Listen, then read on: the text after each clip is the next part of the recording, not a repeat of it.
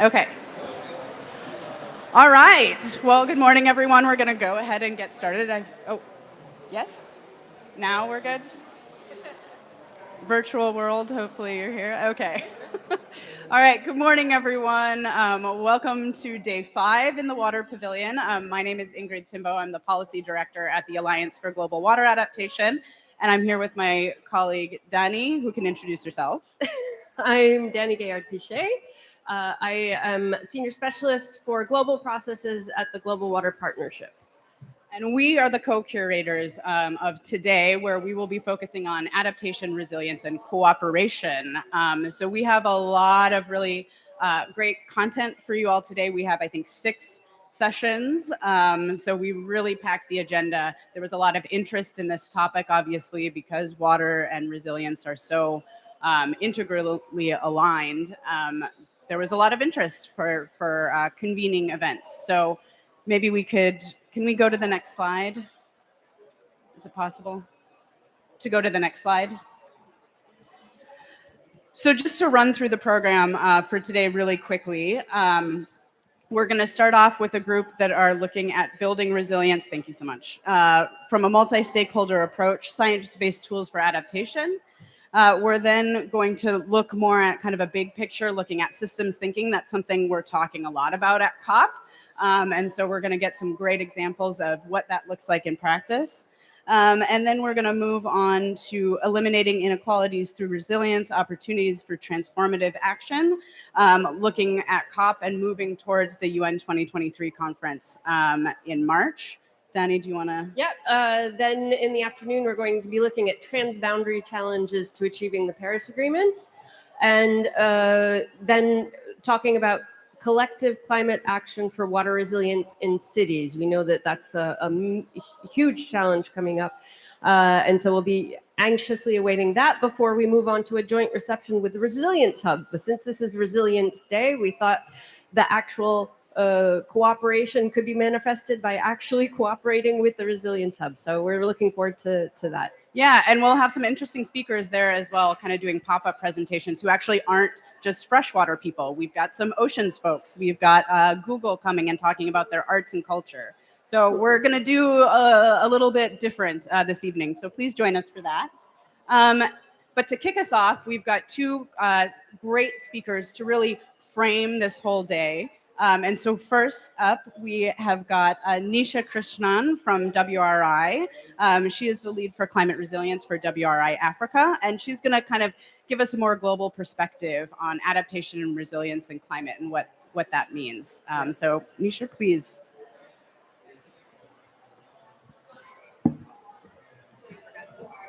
Thank you.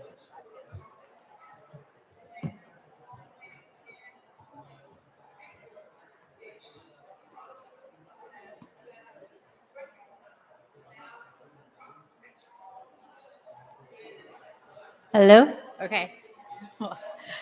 Good morning, everyone, and thanks for joining us today. As Ingrid just said, my name is Nisha Krishnan, and I lead climate resilience for WRI Africa. And it's my honor and privilege to help open today's series of events at the Water Pavilion. As you're all aware, today is Adaptation and Agriculture Day, and the latest IPCC report is very clear in its message that dangerous and costly impacts are coming earlier and more widespread and extensive than previously thought. Right now, over 3 billion people live in highly vulnerable hotspots around the world, and over half of the population cannot count on having secure water supplies for at least 1 month of the year due to climate change and other factors. Even if warming is limited to 1.5 degrees Celsius, an additional 350 million people will be exposed to water scarcity due to severe droughts by the end of this decade. So by 2030, we will have an additional 350 million people who will be exposed to water scarcity. Adaptation is crucial to reducing climate change risks so that we can avert or minimize as many irreversible losses and damages. And bold and transformational actions are actually necessary to boost the resilience and protect people over the long term. But right now, even the IPCC's analysis has shown that many governments have not developed these long-term pathways and plans that have incorporated projected future conditions into more climate resilient development pathways so that transformational change can take place. And so we cannot any longer delay in adapting to the impacts of climate change. And so this is why the Water Pavilion's Adaptation Resilience Day is essentially important. We also know that adaptation will become less effective with more warming, which reinforces the importance of acting now to build resilience to protect people, livelihoods, and ecosystems. And so, what can we do about these imperatives and these challenges?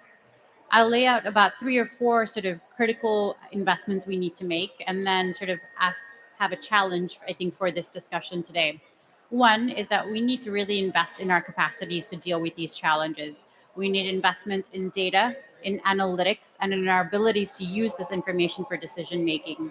This includes having the necessary climate risk data to understand future impacts to our water, in our communities' abilities to understand how these impacts actually affect them, and for them to determine what priorities they have in terms of water investments, and to translate these into how we might actually design infrastructure or leverage nature-based solutions to address water challenges, and even in quantifying the benefits of investing in more adapted water systems going forward. Second, how do we actually put vulnerable communities at the center of this decision-making process? This doesn't just mean participation and sort of consultation with them in sort of designing of investments, but it really means that they are actually prioritizing and telling us what they actually would like to invest in with respect to water. The locally led adaptation principles, which actually set out 8 principles for us to consider, include these elements of devolution of financial decision making, of actual design, of flexibility, predictability, and sustainability of financing for them to actually invest in their own resilience, and considerations of local knowledge. And this actually allows for a much more inclusive and empowered way of designing investments that actually increase their resilience. Over 90 organizations have actually endorsed the locally led adaptation principles, and that is a very effective way of actually putting communities at the center of decision making, particularly around water, given that that is their daily challenge. Third, I would actually be very remiss if I didn't address the need for financing and how critical that is to considering adaptation and resilience in the water sector. I'm not sure how many of you were here earlier this week on Finance Day, which was, I think, Tuesday, here at the Water Pavilion, and we heard a range of solutions that are already out there to increase financing for resilient water infrastructure. This includes the potential for public-private partnerships and blended finance to invest in urban water resilience, accelerator programs that are already identifying, mentoring, and matchmaking private sector entrepreneurs with financiers to address crucial challenges, not just in water, but in the water, energy, and food nexus, and public investments as well in critical water and sanitation infrastructure and services that do support vulnerable communities.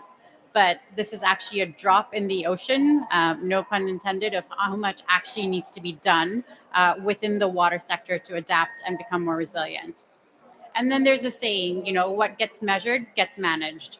And that is something that we must do, whether that is including water sector considerations in the global goal on adaptation, which is an ongoing process right now, or how we encourage companies and industries to actually disclose their use and impact on our water resources such that we are able to understand how much water we have, what are the critical risks upcoming, and what we could actually do about this. And without such measurement and understanding of our progress, we are likely to continue to misuse our water supplies and contribute to maladaptation. So measurement is really key in actually advancing adaptation and resilience in the water sector. And lastly, I would say that to better adapt to the impacts of climate change and that ensure that our communities have access to affordable water supplies and that our countries actually continue to economically develop and advance, it actually requires us to be holistic in our approach, and it requires us to integrate considerations of water risk into our decision making, whether that is in how we structure infrastructure, it's how we decide to invest in new sectors or businesses. It really requires us to consider what climate risks and with respect to water look like, and this needs to be in both public decision making as well as private decision making. With that, I'm actually really eager to hear what comes out of today's sessions. And these are not the only solutions out there that I've outlined, but there are many more. And so today's sessions will be critical to understand what else we can do to scale up our response to the Adaptation Resilience Challenge. Thanks.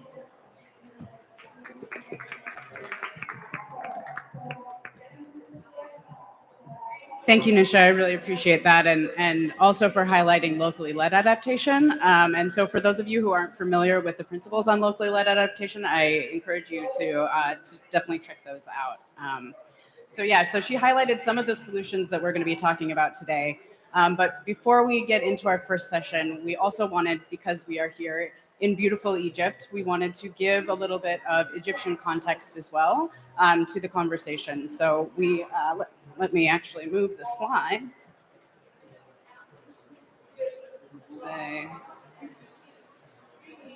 We have Dr. Osama El-Zahir from the Ministry of Water Resources and Irrigation in Egypt, who will be giving a more Egyptian focus. So,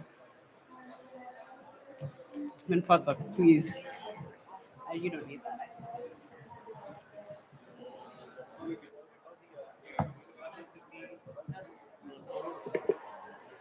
Good morning. Good morning for everybody, and very nice to be among you in such a global event. Let me start my talking with such a focusing in the water strategies that have been developed by the government of Egypt.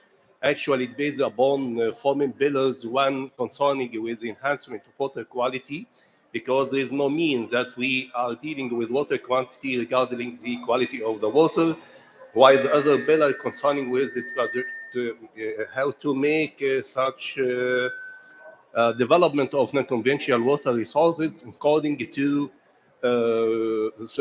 fill the gaps between demand and supply.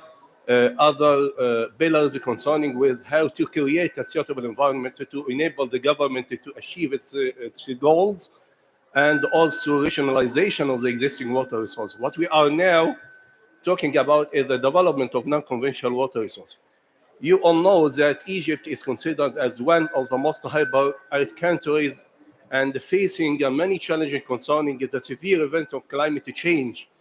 And however, we are receiving small amount of rainfall, may not exceed than 1 billion cubic meter, but we are receiving such a small amount of water in a very small time, and that is causing a dramatical consequences in such areas which are surrounded by series of mountains, especially here in South Sinai and series of mountains and Red Sea.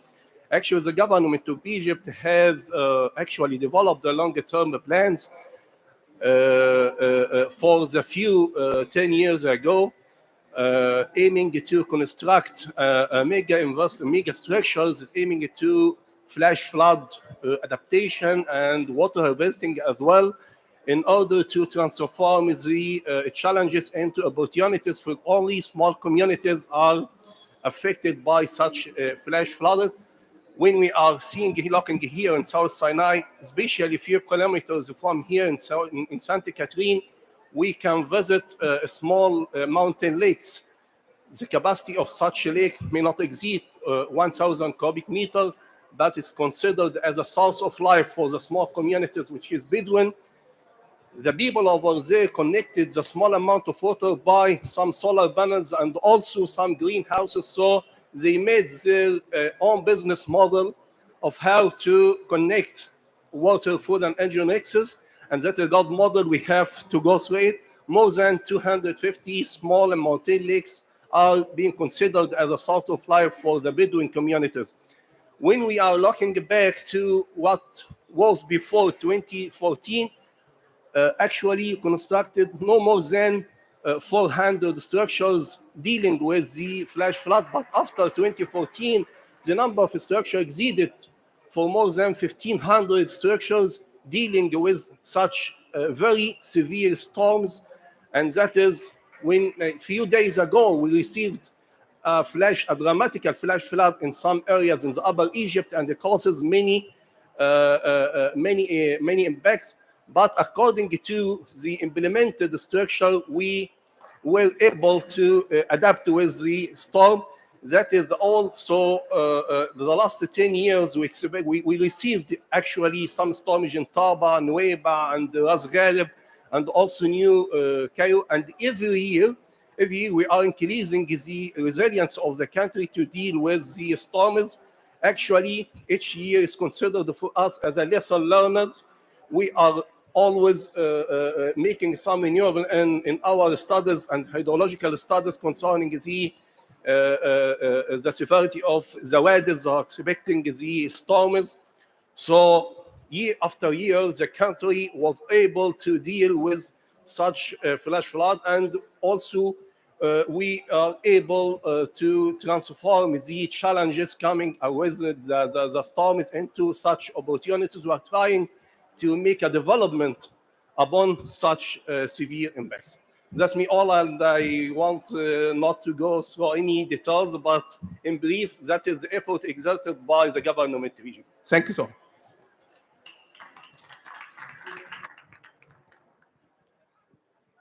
Shukran Gazilan, Dr. Osama. So with that, hopefully that gave you kind of a good idea of some of the challenges, but also the opportunities that Egypt is facing, and also mentioning the importance of monitoring and also adapting over time. And so that's a theme I think that we will be seeing coming up all day today. So don't go anywhere, because we're going to actually get started with our first session in just a few minutes. But before that, I forgot at the start to make a very important thank you to my colleagues Pani and Manu, who are online. They are really facilitated this whole day today. So if we could just give them a round of applause very quickly. Thank you to both of you online. So hold tight, and we'll be right back in a few minutes. Thanks.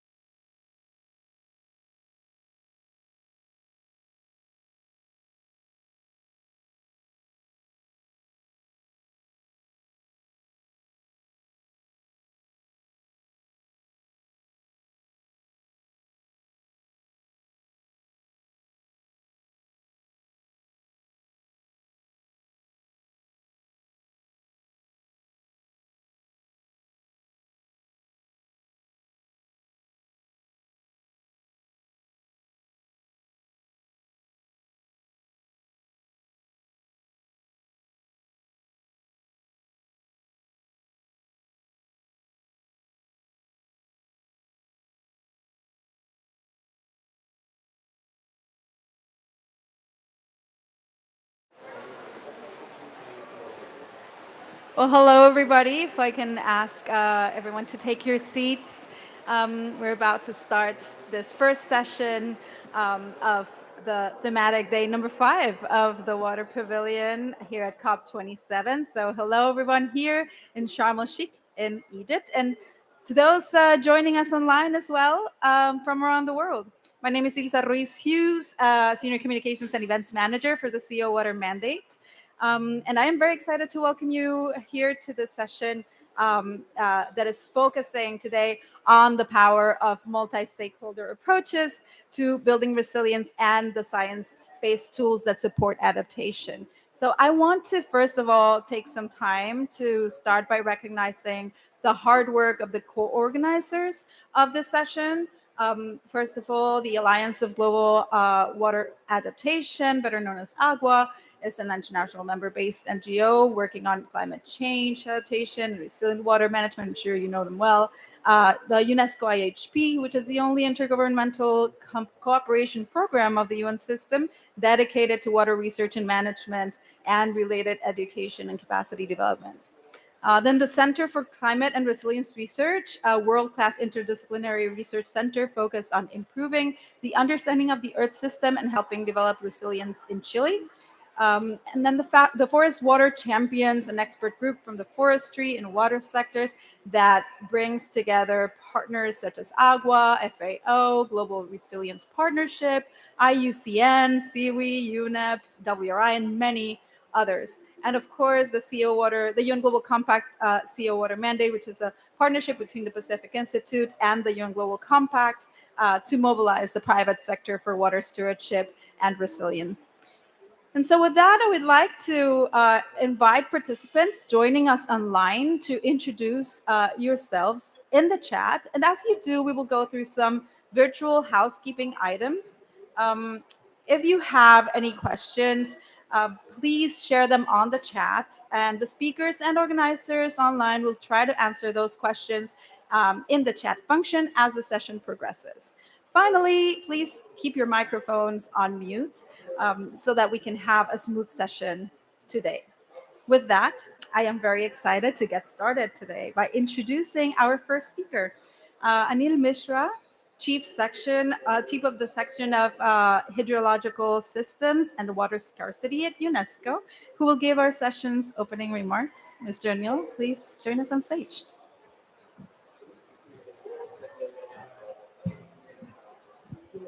Thank you, Ilsa. Good morning, participant, and good morning, good afternoon, good evening, from depending on where you are joining.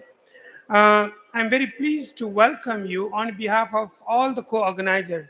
Ilsa actually did part of the job that she pronounced all the co-organizers, so I don't need to repeat those. Just to add, intergovernmental scientific hydrological program, that's where I come from. And on behalf of organizer, welcome to this very important session, multi-stakeholder approaches to build resilience science-based tool for adaptation. When we are talking about building resilience, particularly for hydrological, particularly for water community, what does that mean? Probably that means is to be able to better predict, better navigate uncertainty, better be able to address uncertainty issues, but also reduce water footprint, reduce CO2 emission. How we will get there? This is the fundamental question that we want to address, and through through scientific tools for adaptation. This is the topic of the day, and we will hear many speakers talking about their case studies from different parts of the world.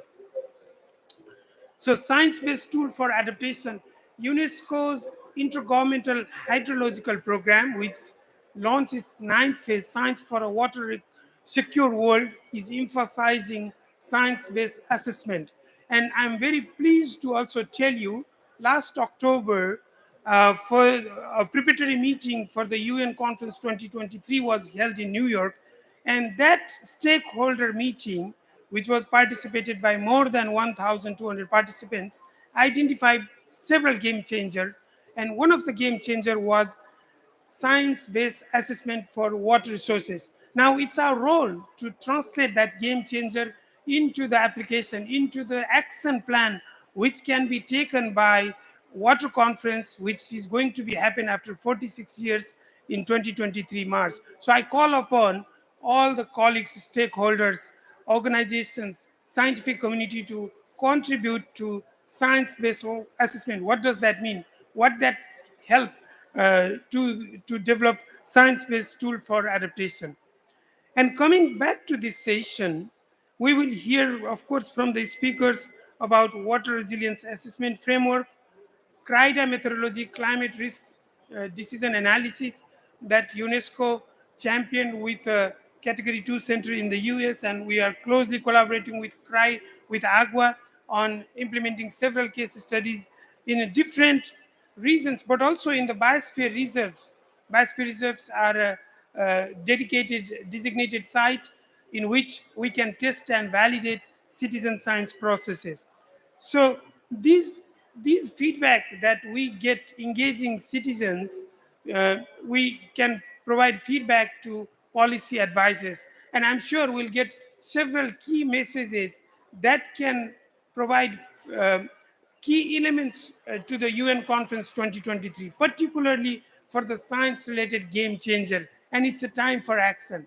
And with that, I would like to again thank all the organizers for their hard work. And speakers, please come forward, provide your input so that we can convey key messages at the end of the day. Thank you very much.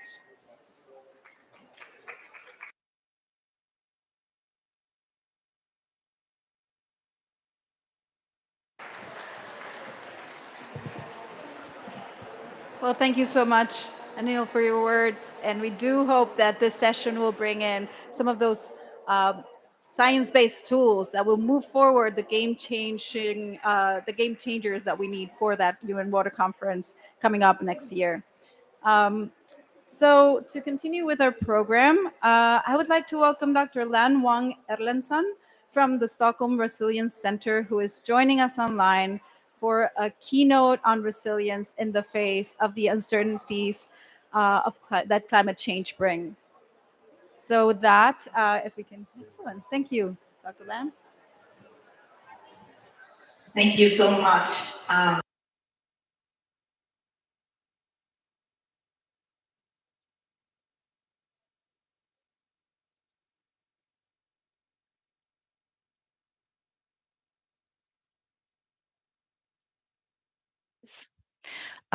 Do we also have the slides?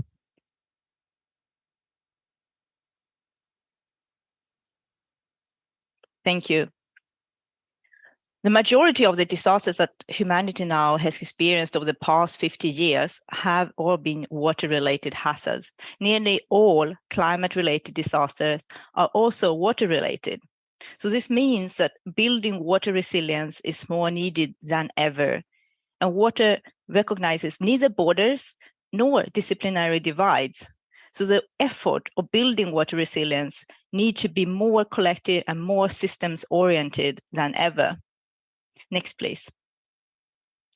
After all, water is the bloodstream of the biosphere. It permeates everything we know, everything we love, everything we have. Next, please. A healthy water cycle is the absolute fundament for a healthy biosphere, and it's a foundation for our societal and economic activities.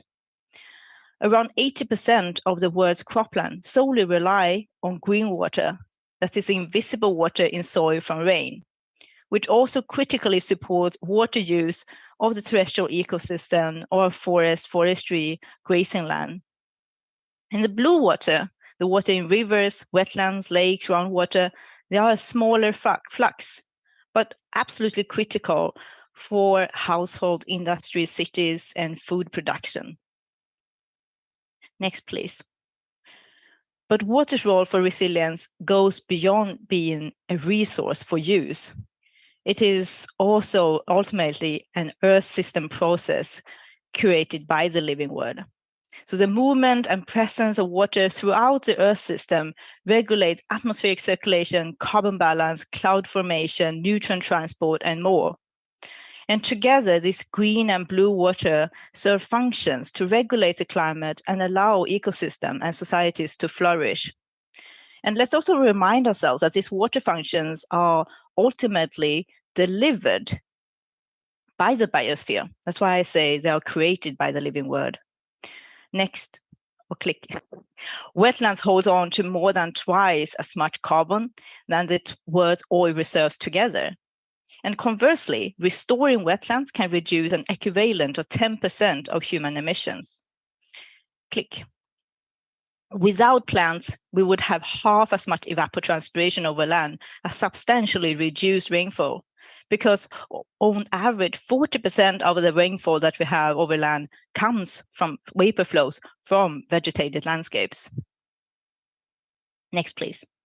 But as you know, the water challenges that we experience today are unprecedented. Next. So limitless adaptation is now simply not possible. As climate change brings killer heat waves, that is a vicious combination of high humidity in the air, high temperature, beyond what any human body can tolerate and survive. And floods and droughts are now occurring at never seen severity, duration, frequency, and unprecedented scale. How do you even adapt if a third of your country is suddenly put underwater? So these are truly unseen challenges. Next, please. The increase in hazard are so steep. Next, please. The increase in hazard are so steep that they outpace improvements in management. And as a result, impact from floods and droughts continue to grow despite better risk management. So yesterday's good will be tomorrow's fail unless we improve much more dramatically than we currently do. Next, please. The percentage of land area that have become either wetter or drier than any time during the pre-industrial period and likely longer are both growing. We have never seen bigger areas that have departed from the baseline conditions. Next, please. And at the same time, scientific evidence now suggests that many water-regulated feedbacks in the Earth system, in major Earth system components, are now amplifying human impacts. They are self-amplifying, driving visual cycles. And some feedback processes that stabilize and counteract this human impact, such as CO2 fertilization, also appear to be weakening, among others because of water shortage. Observations indicate that the carbon sink strength in the Amazon has already peaked. Click, please. And if allowed to continue to decline, will revert to a carbon source within the next decade. In other words, nature's capacity to absorb human disturbance seems to be saturating, and anthropogenic impacts are now literally turning the nature against us. Next, please. And for these reasons, we concluded in a scientific article published earlier this year that human disruption of the freshwater cycle now so great that it puts the long-term habitability of the planet at risk. The freshwater planetary boundary is transgressed. Next, please. So building resilience, building the capacity to respond, to mitigate, adapt, and transform so that societies can continue to develop and continue to thrive is now more urgent than ever. Next, please. Water flows through all parts of the Earth system and all parts of societies. And building water resilience must necessarily transcend disciplines, transcend sectors, and categorize all levels of governance. We will need integrative approaches and tools, including technical ones for monitoring, predicting, early warning, financial ones for directing investments, setting business targets, as well as approaches and strategies in the social, cultural, and institutional realm, all of which will need to be anchored in the nature that shape and make the water cycle. Next, please. To conclude, I cannot stress enough how fundamental water resilience is for societies. But extraordinary change is now here, and it will get worse before it can get better. So we are now challenged to simultaneously adapt to and mitigate unparalleled water change and build both societies and nature's capability to continue to function and develop. The time for integrated systems approaches and tools for building resilience is now. So today's session is incredibly important. I'm glad that you're here, and I hope that you, like me, now can't wait to hear our next speakers. Thank you.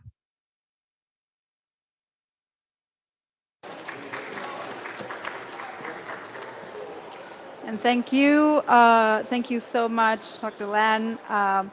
We really appreciate you sharing with us and reminding us how important systems thinking is and how it is absolutely necessary to build resilience, especially anchoring it in nature, as you just mentioned. So we'll now move into the presentation portion of our program, starting with my colleague, Dr. Ashok Chapagain. He's Senior Researcher for the Pacific Institute and the CO Water Mandate. So thank you for joining us virtually, Ashok. Hello, can you hear me well? Hello. Yes, we Hello can, there. Ashok. Thank you very much. Thank you, Elsa. Thank you very much. Good morning, good afternoon, and good evening, everyone, from wherever you're joining us today in this symposium. I'm Ashok Chapagain, Senior Advisor at Pacific Institute, CEO Water Mandate, and Project Coordinator of the Water Resilience Assessment Framework, which I'm going to present in this session today. As opening speakers, Anil and Lan perfectly set the agenda for the session today. The world is changing faster than we can anticipate. These changes could be either gradual, abrupt, or unpredictable. So prevent these shocks and stresses from becoming crisis. And the organizers need to think about how to build their water resilience. When translated into practice, resilience is how we make effective decisions despite uncertainty, change, and disturbance. So what is water resilience? How we define it? So we define resilience is a system's ability to persist in its current normal state, maintain functions under disturbance, but also by its ability to adapt and to transform to new configurations and functions. So I don't have to reiterate all these definitions, just wanted to set the floor for my presentation. In this short presentation, I will start with a brief introduction of the framework, and then the newly launched guidance document for corporates, how to use the framework, and some of the indicators which are useful for corporate audience and tools that can be used to assess the resilience of a corporate. Can you click, Elsa? Thank you. So this is the freshly launched Water Resilience Assessment Framework Corporate Guidance. Last year in August 2021, we launched Water Resilience Assessment Framework in Stockholm. And this is the first in the series of sector-specific guidance document, which is launched today. Feel free to go to our website, which the link is provided at the end of the presentation, and just have a look in this guidance document, see how it is useful for corporate audience to build resilience. Next slide, please. The RAF is a systemic approach with 4 major steps. And the first step is visualize the system. Then the second step is develop resilience strategy, and then test the system resilience, and finally evaluate. So it's a cyclic process in short, which starts with visualizing the system. Next slide, please. So step 1 is about visualizing the system. Here, when we start assessment, you need to understand what are the system boundaries. It's very complicated because what is a system in a nutshell? Everything is connected globally if we think about the bigger system. But in a meaningful way, for a corporate, they can start thinking about site level system.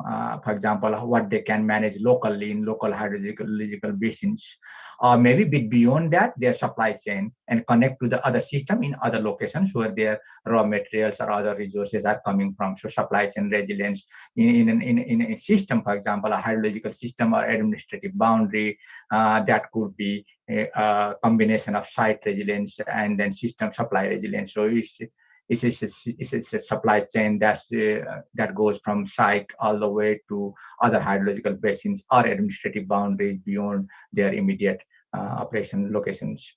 Next slide, please. When we talk about system, we think about 3 different kind of system components. Most of the time when you think about water, it's mainly biophysical component. We talk about water quantity, quality, accessibility, but there are other components of the system which must be resilient if you want to be resilient at system level.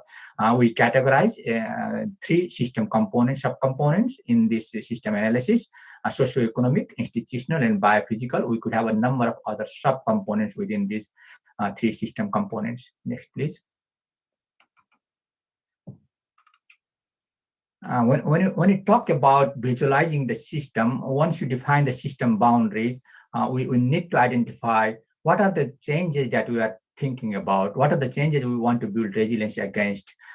It could be short-term disruption. There could be snowfall tomorrow, and then it might kind of be sunny again the day after tomorrow. These are smaller changes. You can prepare for them, or you can just adapt to the situation. Some of the changes are gradual changes. The temperature is rising gradually. For example, due to climate change, the water level is decreasing gradually. You can also anticipate what's coming next, so you can prepare for those changes. But some of the changes are sudden and abrupt, and then it's very difficult to plan ahead of those things. So you already need to build some strength or characteristics in your system so that you can stand those kind of shocks and stresses as well.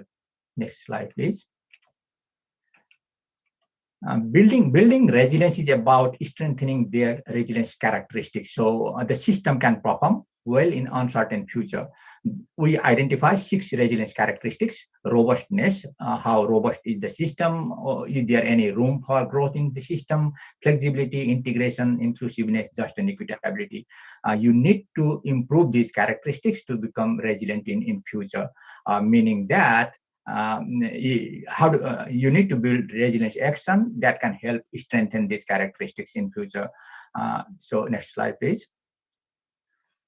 Once you know the resilience characteristics, you need to know the indicators to measure the characteristics. So how much you score with respect to robustness? So what is your current state of flexibility in the system?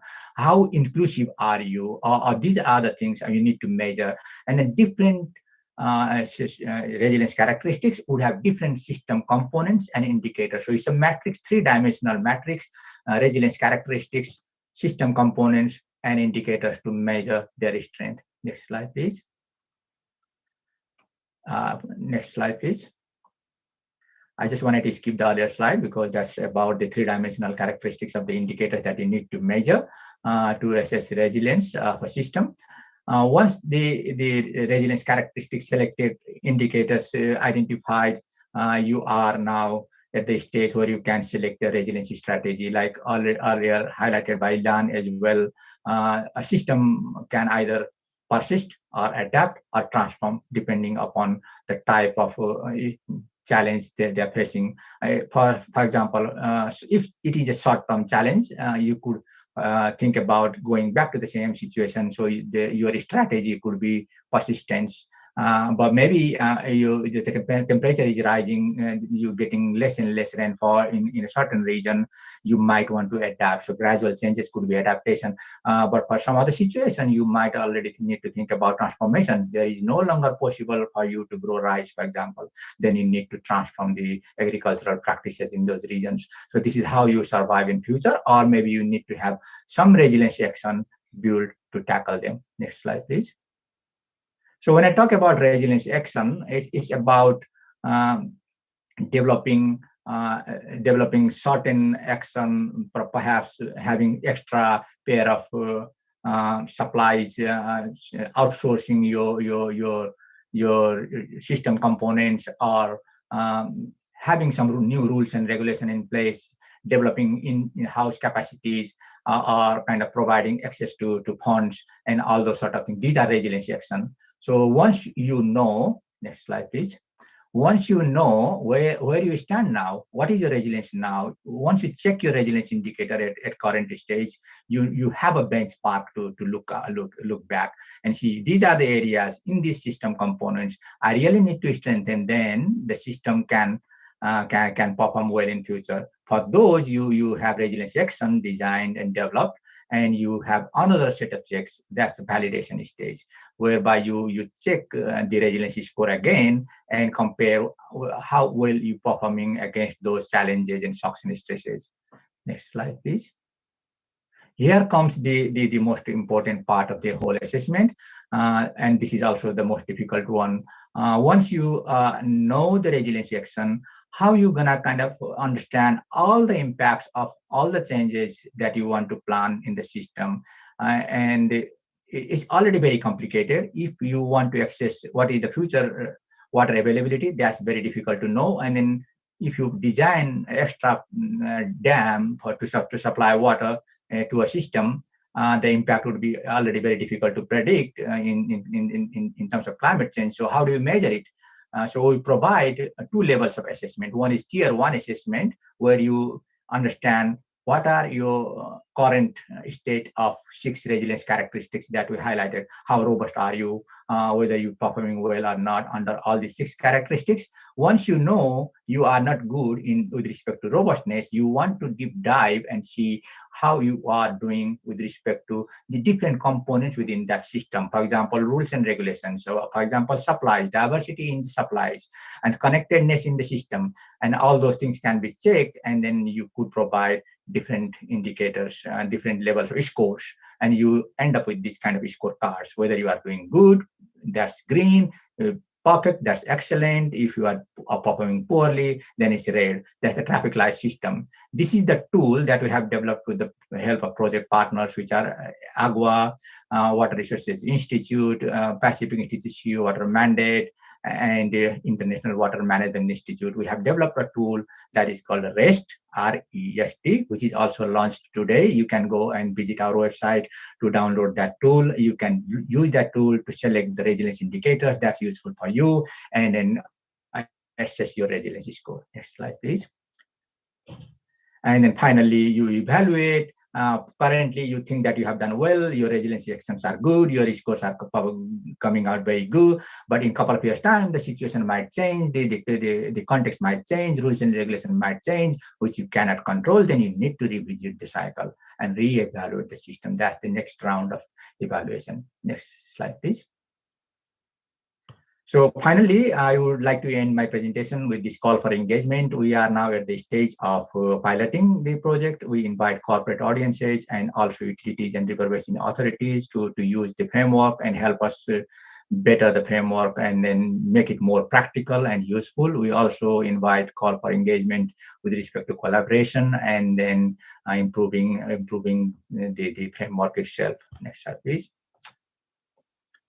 You can download the framework itself, the guidance document, and all the relevant tools from these 2 links. Feel free to go there. If you want to have kind of more resources, please feel free to contact me or Elsa and other colleagues at Pacific Institute and Sea Water Mandate. With that, I end my presentation. Thank you very much.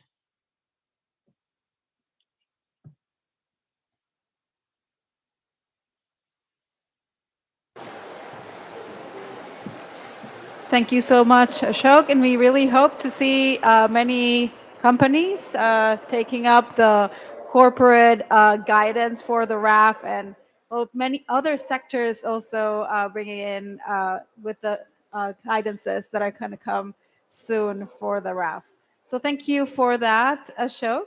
And we will be continuing now. I would like to welcome joining us online, Ms. Francisca Munoz, Head of Data and Computing for the Center for Climate Science and Resilience Research for our next presentation. Francisca, the floor is yours. Thank you very much. If you can put the slide, thanks. Today I will present science-based responses to climate change impacts in Latin America. More specifically, a view from user-oriented data and platforms. So as you said, I'm Francisca Munoz, Head of Data and Computing for the Center for Climate and Resilience Research in Chile. Next, please. So in Chile, like in the rest of South America, we share the high societal inequalities, urban conflicts, and many vulnerable communities all over. So assessing climate change impacts is a very hard task for the related social sciences involved, as well as the measurement instruments they use. Click. On the other hand, we have a highly complex terrain. The Andes is very complex to be included in the global simulation. So they simply cannot grasp our topography in 100 by 100 kilometer grids or 200 by 200 kilometer grid. So next slide. So this is the basis or the foundation where the center was created in 2013. In its first phase, it had the goal to better understand the Earth system with interdisciplinary research and helping to develop the resilience in the country. So they did this in a sort of disciplinary manner with these research lines that you see here in the first figure, but center mainly on climate dynamics. Click, please. So the second phase shows a much more interdisciplinary center with now lines that mix social science and earth science researchers on each research line. So now we have water and extremes, coastal zone, land use change, resilient cities, and the governance and policy science interface line. The goal now, no, previous slide. So the goal now is to also achieve low carbon sustainable development consistent with the Paris Agreement. And as we go through the evolution of the center, we start also realizing that we need tools for compiling and visualizing climate-related data, which we consider fundamental for the generation of consistent public policies and supporting the decision-making process. Now, next. So next. So we started, so click, please. So the center started the creation of the platform. We gathered databases measured by different institutions and different sources, different formats. And this was done with a lot of effort. So mostly web scraping at the beginning, but nowadays more and more institutions have a structured way to access the data. So this example is for precipitation, but we have developed platforms in many different areas. Next, please. So we have platforms in the atmosphere composition, in the water cycle, regarding ocean, on land surface, and even some for regarding human influences. Next, please. And next. So this is a slide that looks overwhelming. It's because today we have around 18 platforms. Some are very popular and well known in the country. And they have the variables like precipitation, temperature, stream flow, snow cover, fire scars, ozone presence, etc. For some, we use instruments. For some, we gather information from other places. For some, we use satellite data, tree rings, etc.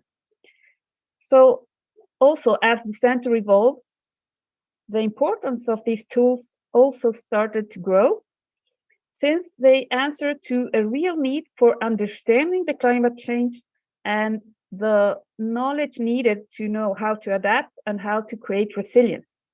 So the more complex and the more deep the platform gets, more stakeholders from diverse areas are included in the process.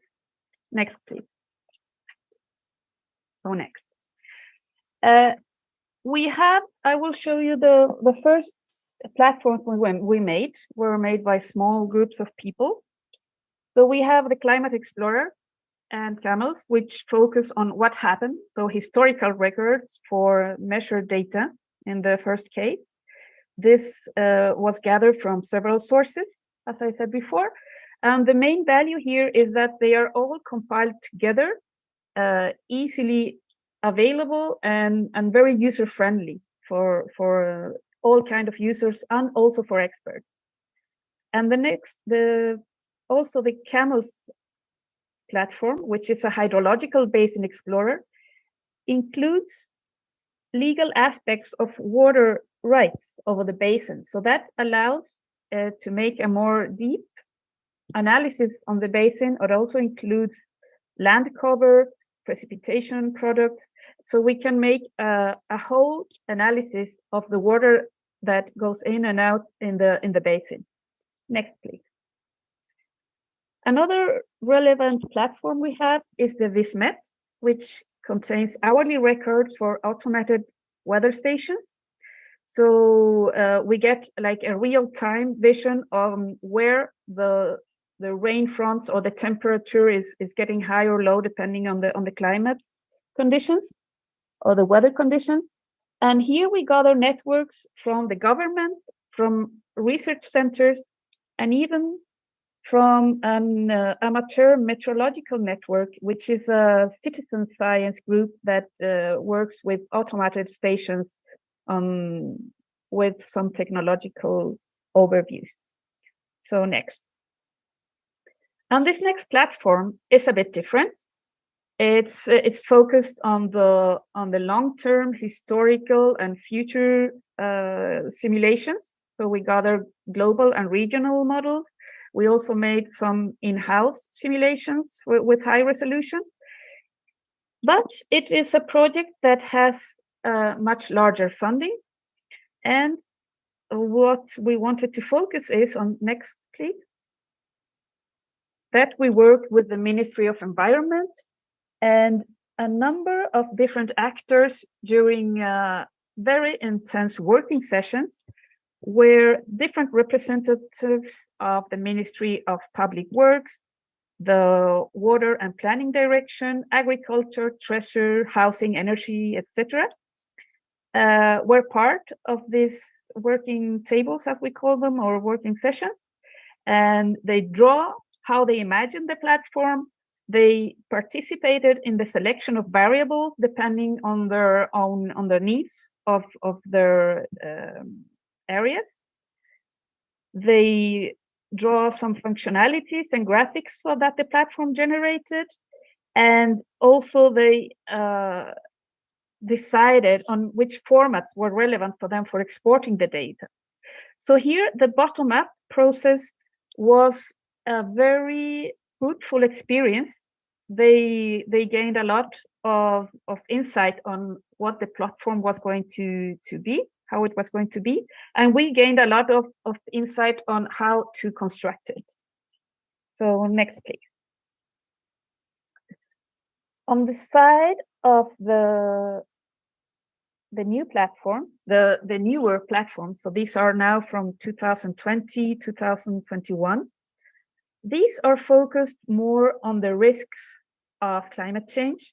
So the questions now are, to whom will this happen? How it will affect them or it. So we now consider different productive sectors. So 12 productive sectors were analyzed. And this is really a huge, huge project that was funded by the German Cooperation Institute and included some 30-something research institutions, universities, to determine the hazard, the exposure, and the sensitivity for the whole country for all these sectors like electricity, agriculture, crops, etc. So that is a platform that is now focused on decision making. It was created with that objective. And the one besides it was derived from a group that was working in the big, large climate risk atlas project, and they made a downscaling of the map to a specific region of Chile in the coast. So they took some maps related to these hazards, to surges, heat waves, floods, landslides for the present period, with the focus of seeing how climate change hazards had an impact on which parts of the population where they had their infrastructure. So they worked closely with the local government to generate this platform. And next. So the next step of this risk map for a specific region was to include adaptation strategy, which is in process of being implemented and is also now being thought as to be applied at a national level. So this methodology of getting very high detailed risk maps related to climate hazards and which adaptation strategies can be applied by the local government and see how this will be less harmful for the society. So here we see a concrete example on how our platforms have helped decision making and are now moving towards making adaptation for climate change. Next, please. And yeah, next. So we get to the conclusions. One thing that we have learned during this process is that the effort of systematizing databases at the national or regional level open unforeseen opportunities to generate new products, valued platforms, and new knowledge. So the platforms that we have created are really part of a collective effort. Most of them have been made with the government, other research centers, universities, and even civil society. And we have to thank especially to the institutions that measure and publish the data, this climate data that made most of this possible. So without them, without the will of the governmental institutions or the research centers to make their data publicly available, we wouldn't have this extremely valuable historical records for precipitation and temperature, which are the basis of many of our products, that are the basis of the platforms, and so on. What we also need to say is that, well, we are a research center, so we don't have operational capacity to maintain our platforms during an indeterminate time of period of time. So we hope that we are able either to get more funding from the Ministry of Science in a further funding opportunity, or to trespass to hand over our platforms to some operational institution in the government, for example. And next. So which challenges we see as a center regarding platforms and modeling and data is that we think we are now in the stage that we can and we should start adapting the global socioeconomic pathways to the local scenarios. So the shared socioeconomic pathways from the CMIP6 experiments, how we can get down these global economic and the evolution of the society to our local institutions, to our reality, to our terrains, to our sectors. Next, please. Another challenge we have is how we further connect earth science and social science by getting the data, put them in comparable time and geographic ranges in order to be able to weave them and to generate more interdisciplinary new information that will emerge with this mixture. Next.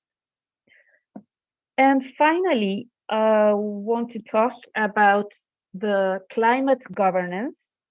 So the center has written a large report to the nations. What we call this is a huge report that includes a lot of analysis of the governance related to institutions that are somehow related to the climate change.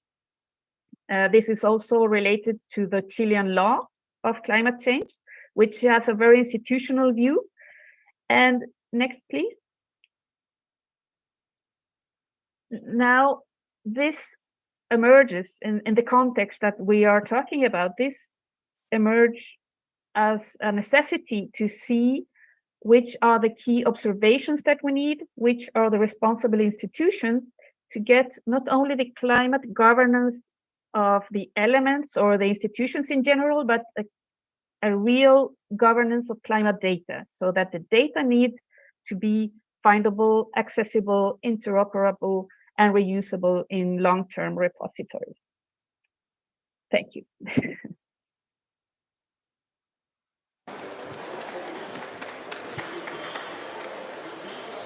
Thank you so much. Thank you so much, Francisca, for that presentation and for showing us a lot about that evolution of how the center has been using data and the platforms of what we can expect in the future from you. Thank you for that. We're going to continue with our program now and moving along. So please welcome John Matthews from AGWA and Koen Verwist from the UNESCO IHP for our fourth presentation today, which includes a very exciting launch. Great, thanks. Good morning, Koen, and where is? Yeah, you're gonna come up or yeah, okay, right. So we have a multi-part presentation. I'm giving a really brief intro for one of the projects. I've been working on adaptation and resilience issues since 2007. I've been going to COPs since 2009. And we're going to talk about for a few minutes, a project, a publication, and a process that's become a global program and partnership called CRIDA, or Climate Risk Informed Decision Analysis. What? Yeah, here. CRIDA is it started as an idea from an observation from myself and a small group of other colleagues, that if we really want to develop comprehensive, useful solutions to really implement and scale up resilience, we need to understand that there are several large balances that we have to negotiate. And one of the most important is that, especially for water projects, one of the central problems that we have is that we have technical managers. Probably many of you, if you work in water, you have a background in hydrology, maybe economics, engineering, planning, maybe even law or governance. But you're also working with a complex group of stakeholders. And that translation between a technical perspective and a community, maybe a diverse group of sectors, is really challenging. We are not trained, for the most part, to be able to manage that conversation, to be able to balance those trade-offs. And in the context of climate change, that's especially important, because we're talking about trade-offs that will be changing into the future, that they will be evolving trade-offs. And CRIDA, in a sense, was meant to be able to facilitate this dialogue while bringing, in a modular, stepwise way, some of the most advanced insights that we have for thinking about climate adaptation, to make them really practical. In my experience, groups like the World Bank or the Asian Development Bank, many large corporations or financial institutions, they can take care of themselves. The real challenges are in middle and lower income countries. Someone who's a water manager, someone who's trying to design a piece of infrastructure to do a planning exercise, and their problem is that they don't have much data. They have difficulty in terms of being able to have access to analytical tools. They may not have anything more complicated on their computer than Microsoft Excel, but they still deserve to be able to bring an adaptation and resilience perspective to their work, and they should be able to do so in a way that they can learn and grow over time, so that they can build that work. Koen Verwist is going to provide some more background in detail on the CRIDA process, how it plays out in some particular places. But what I want to say is that CRIDA is really one of the most powerful new approaches that we've had in a long time. It was in development. If it was a baby, it was in development for a long time, about 8 years. It published in 2018, led by UNESCO, but with a very diverse group of people globally. We crowdsourced it with hundreds of people, mostly water professionals from all over the world. It's been used now, by our count, in more than 30 countries. And it's really gone viral. One of the things that Koen is also going to talk about is we're trying to reach people where they are. The language here, the dominant language in the climate policy world, is English. But the dominant language of water is whatever the local language is. And so we've tried to also make quite something that's able to reach people in their language. So one of the things that we're also really excited about today is that we're hitting 4 languages for delivery of CRIDA, plus a kind of comprehensive certification and training program that's already reached something close to 3,000 students globally. So I'm going to hand it over to Koen, but I just want to say like how proud that I am about CRIDA, what it's been able to achieve, how it's been able to do exactly what we hope, that people have picked it up and run with it in their own institutions and really helped fuel what we think of as an adaptation and resilience revolution from within. Thanks. Thank you so much, John. And thanks for introducing a bit where CRIDA came from and also how long it has been around. Maybe if you can put on the slides as well. It's coming up. All right. So as John highlighted, UNESCO supported the launch of CRIDA in 2018 after several years of development. So I'm not going to go through what CRIDA is in detail, and we need about a few more days for that to go really to the nitty-gritty. But it's a 5-step process where we really go from the understanding of the context of the challenges towards identification of adaptation pathways and also looking at the policy implications of those pathways. So it's a really comprehensive approach to climate change adaptation. But the key thing I would like to highlight here is about the fact that to really make climate adaptation work on the ground, you need a bottom-up approach. And the bottom-up approach is not just starting from the ground up, but it's really engaging all the stakeholders. That's why CRIDA is called a collaborative process. And the bottom-up approach is also about moving away from the top-down decision-making, where basically you look from it from a distance, identify a challenge and try to solve it. It's really about identifying first the problems collaboratively. Because most of those challenges, they're not just one, they're combined. We're looking at a systems approach, as the first speaker said. We need to understand what all the challenges are in locality before you can really make adaptation work. And also to make sure that the solutions we propose are also locally adapted, especially if you go to locations in Africa. You can't just come up with solutions that have been pre-cooked up in different locations. And I just give you 2 examples of the process. And these are 2 examples from Africa. As John said, the CRIDA has been rolled out in different countries. Over 30 locations have been used for piloting and implementation of CRIDA. I'm just going to give you 2 examples of where the whole process has been gone through, from the design phase, the stress testing, but also coming up with effective solutions and implementing them on the ground. The first one was actually the first case of CRIDA. So it's one of the first design cases of CRIDA, which was in Zambia. And it was really about infrastructure. It's just about how can we adapt to climate change while we're already having challenges. And it's about water treatment plants in Lusaka, which was really seeing a problem of lack of water, but at the same time, lack of power because of hydropower dependency, which of course was affected by the same challenge of drought. So here, climate change was likely to increase the challenge, but there was an uncertainty how to deal with that. And so basically there was done an analysis about what are the drivers of uncertainty here, looking, for example, on where the water comes from, and I can't actually use a pointer here, but basically you see the Yolanda water treatment plant on the right. You can see where the water comes from, and also that the power station is providing hydropower dependent energy to that plant to provide treated water to Lusaka.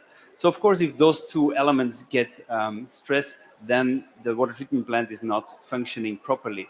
And of course, those 2 elements, now the question is, where are you adapting to? And in this case, we did an analysis to identify what was the key thing which was really under stress, considering climate conditions. And here, actually, the water availability was not so much of a problem, but the power was. And so in this sense, the adaptation was looking at the risk for that to fail, and at the same time, what is the importance of securing that? And of course, in case of water treatment, it's very important to make sure that we address it, even if there is high uncertainty. So the solution here was to look at flexible strategies that were implemented, and a full economical analysis was done, as well as a policy analysis, to make sure that that solution was the most appropriate and the most cost-effective solution. And then I moved to another case which was just done a few months ago, and this was in Zimbabwe, where I was based for quite a while. And we did a bit more of an extension of CRIDA. Here we did the whole process, where we started from the bottom up, in the case that we really went to the stakeholders. We brought everybody around the table, NGOs, local community members, governmental institutions, and investment entities, such as the World Bank, and to really identify what are the causes, the effects, the impacts, the external drivers, and other relevant factors that are really driving water uncertainty in those locations. And this was the locations which was ravaged by Idai cyclone in 2019, just after having a 3-year drought. So basically, these people went from extreme drought to extreme flooding, landslides, and all of that. So they really were seeing the effect of increased weather uncertainty hitting home. And of course, when you then look at the details, you see that everything is interconnected. You can't solve the water problem if you're not looking at ecosystems. You see how important that is for livelihoods and for natural conditions. So in this sense, by bringing everybody together, we looked at a holistic approach of solving those challenges and see what solutions really can make a difference. And of course, science comes in. We need to understand the science base. We need to make identification of adaptation, which means we need to look in what are the scenarios saying. We're looking at all the different scenarios. We're looking at what it means for the local conditions. And then we're looking into where our adaptation actions actually should focus on. And here's an example where we basically modeled one of the outputs we're interested in, which is the water level, and where adaptation options should be focusing on. And what is the uncertainty on those? Because it's not just one scenario, it's not just one option. It's like a whole realm of conditions that can hit home. So how do you adapt? This is where you have to take uncertainty serious and take it into account in your planning phase. And just because I only have a few minutes, and we have more time in another session to elaborate more on details, but really we wanted to have a strong ownership of the process, making sure that local community, local NGOs really drive the adaptation actions, because we can't come in with this top-down approach of implementation. So in this case, we were building on experiences already available in the area, and really went for upscaling of check dams, which have been piloted there as one of the first adaptation actions, while also looking for other adaptation actions which may be necessary, such as larger dams, but really looking for cost-benefit analysis, looking for what it would do to ecosystem services, and really looking at scientific analysis of adaptation pathways, and looking for a plan for adaptation for that area in a more holistic fashion. So this is just an example of how CRIDA can support that work for the area. And just because I have only a few minutes left, I want to invite you also to another session we're having on Monday, where we basically are launching a CRIDA training course for Africa and the Arab region, so specifically focused on those areas. We have the French version and the Arab version of CRIDA available. This is a course which has been started in South Africa in 2019, which we've been expanding globally. And we've currently reached about 2,840 learners already from 114 countries. We just recently finalized the one for Latin America, and we're also following up with case studies and implementation locally there. So you're also welcome to go to the openlearningunesco.org page for the training itself, or to come to our pavilion in the Green Zone on the 14th of November. And just highlighting that also we will have the books in different languages available on the UNESCO website. Thank you so much.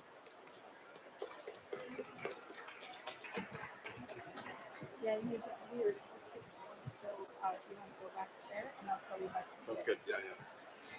Thank you so much, and it's great to see this. So thank you so much for that. And we're now going to call Malin Lundberg Ingmarsson from CIRI, who will be connecting science and policy in their presentation.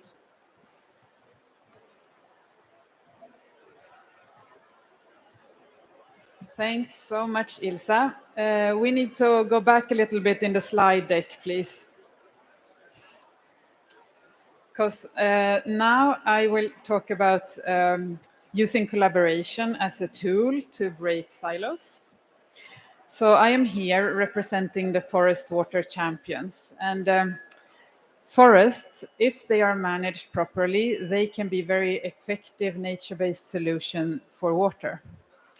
And that makes them really important tools for countries and communities to proactively increase resilience.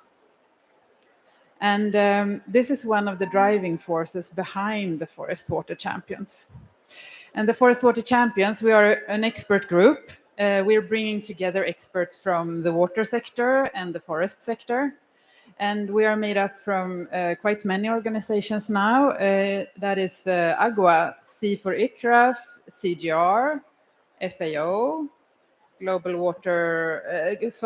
Resilience Partnerships, IUCN, UFRO, CIWI, UNEP, World Resource Institute, as well as representatives from both the Dutch and the UK government. And here on the slide, there is a QR code where you can access the website of the Forest Water Champions. So there you can find a lot of the material that we have produced and so on. The main focus of the champions' work is to bring together the awareness around forest and water and the links between forests and water, and bring that to different policy fora. And we are working very hard to break the silos, the forest and the water silos, and working across sectors. And there, as I mentioned, we're using collaboration as a tool. For instance, we are doing a lot of advocacy in international processes. We had a session at World Water Week now in August. We also had a session at the World Forestry Congress in May. And we are participating in several of these climate COPs where we are now. We are also part of the UN Decade for Ecosystem Restoration. We have produced a number of outreach materials, blog posts, op-eds, and briefs. The most recent brief is was produced for the World Forestry Congress that was in Seoul in May. And that was a call to action brief.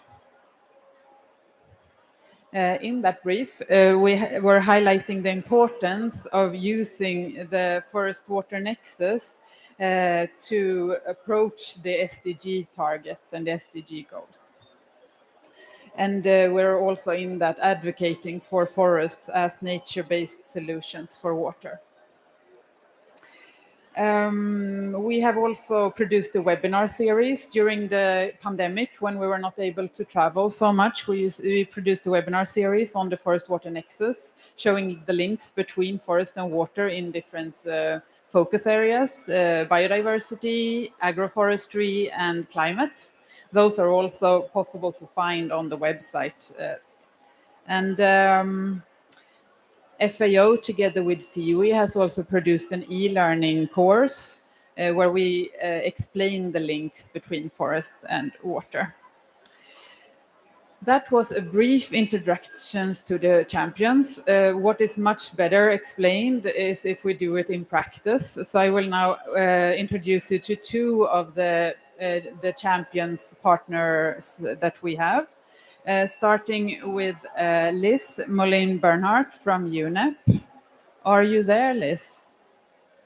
I'm here. Can you Hi, hear me? Liz. Yes, we can. Over to you.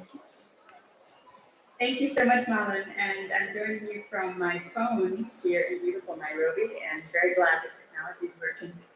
I wish you a very good morning, afternoon, or evening, depending on where you are in the world. And on behalf of the UN Environment Program, it's a pleasure to tell you a bit about some of the multi-stakeholder partnerships that we work through to support decision-making in countries on connected water and climate challenges. UNEP is the global custodian of SDG 6 indicators relating to IWRM, to changes to water ecosystems, and to water quality around the world. What that means is that we have to work in all 193 of the UN member states in order to help them measure, track, and implement these very important targets in the SDGs. And we're also working in more than 50 countries in the world to support national adaptation planning and ecosystem-based approaches to adaptation. So here at UNEP, we really live and breathe through our partnerships. We are a very proud founding member of the Forest Water Champions, which Malin has just introduced. We are also co-chairing the steering committee of the Water and Climate Coalition, and we're honored to be one of the leads on the Climate, Resilience, and Environment theme for the UN 2023 Water Conference coming up in March. So it's a pleasure to be talking with and through these strong partnerships here this week in the Water Pavilion at a very important COP. One of our most important partnerships is one I'll focus on a bit in my next few slides, which is the UNEP Center on Water and Environment that we manage together with the DHI in Copenhagen. And this has existed for more than 25 years. The work of this collaborative center supports UNEP's global political and normative mandate. Sorry, if you could stay on the first slide. We'll switch to the flamingo slide in just a second. The work of this collaborative center supports UNEP's global political and normative mandate by drawing upon DHI's very strong technical capacity in 3 core but related action areas: water, environment, and climate. UNEP DHI is thereby able to marry both UNEP's global mandate in the UN and add to it a pool of more than 1,000 technical staff around the world, depending on the specific needs of the countries where we're working. And in this way, we can really deal with water and climate issues in an interlinked way. We have presence together in more than 40 countries. Next slide, please. Beautiful flamingos, thank you. One of the core strengths that we have in UNEP DHI is in developing decision support tools which marry global and in situ data to be applied in various areas of natural resources management, including water and forests.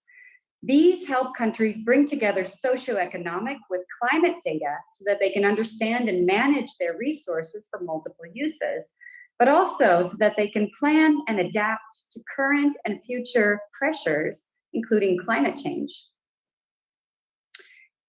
This really allows UNEP to be able to apply the latest science and technology in developing our solutions in partnership with stakeholders on the ground in order to use these systems in their planning and work, including IWRM and national adaptation plans. And one of the critical aspects of this work is, of course, data. So many of the portals we use harvest Earth observation data in near real time, which allows for the most recent data to be used in planning for different scenarios. But we also can go back 30, 40, or even 50 years of data in historical data sets to look at those changes over time. Another very important and key aspect of the working in this way is that it allows us for an integrated approach to water, land, and ecosystem management in support of a range of sustainable development objectives. In other words, these systems take into account all the users and uses for water, including ecosystems, and applies different planning and climate scenarios to inform resilient management. Next slide, please, and we should be switching to a beautiful blue heron. There it is. So here's just a snapshot of some of the recent projects that UNEP DHI has supported with their technical expertise in the fields of water, ecosystem, and climate resilience. We've recently focused quite a bit of work in the Horn of Africa region, developing customized web portals and building the capacity of government agencies to implement their work. We've provided technical inputs in support of numerous GCF readiness proposals, and we've contributed to technology transfer projects in around 15 countries, operating as one of the core partners of the CTCN, the Climate Technology Center and Network, which many of you will know is the operational arm of the UNFCCC technology mechanism. And finally, in the last bullet on this slide, I'd just like to draw your attention to some of the UNEP DHI's other tools which can support building climate resilience, and that includes flood and drought portals, Nile Basin Decision Support System, our global hydrological model, and a water solutions portal we manage together with GWP called MATCH. Next slide, please. And we also have, of course, a very strong will to capture and share our lessons learned so that countries can understand and take up these solutions. Just this week, we launched a technical report and case studies on how countries are successfully linking IWRM and national adaptation or NAP planning processes in their countries for the advancement of both. We've also put some of our lessons working on nature-based solutions to emerging water management challenges into this recent publication for the Asia Pacific region, with others coming out for other regions in the coming months. And the publication focuses on synergies across a wide range of stakeholders, sometimes rather unconventional partners, to create nature-based solutions for resilient water supplies in the face of climate change, growing demand, and threats such as pollution. One of our case studies, for example, from Indonesia, deals with how a hydropower plant has created a payment for ecosystem services scheme to get farmers to reduce sediment loads going into the dam, improving water flow and electricity generation. I'll end here now on my very last slide, which is just to say thank you very much for listening. Here's our website and my email address to learn more about what UNEP does in water and what we do with our partnership. And I look forward to any additional questions or comments in the chat. Thanks so much. Thanks so much, Liz. Thanks so much. We will continue with another example of the Forest Water Nexus. This is the Champions partner FAO, who has put together a video. And the video is going to showcase another example of how forests are effective nature-based solutions for water. Please.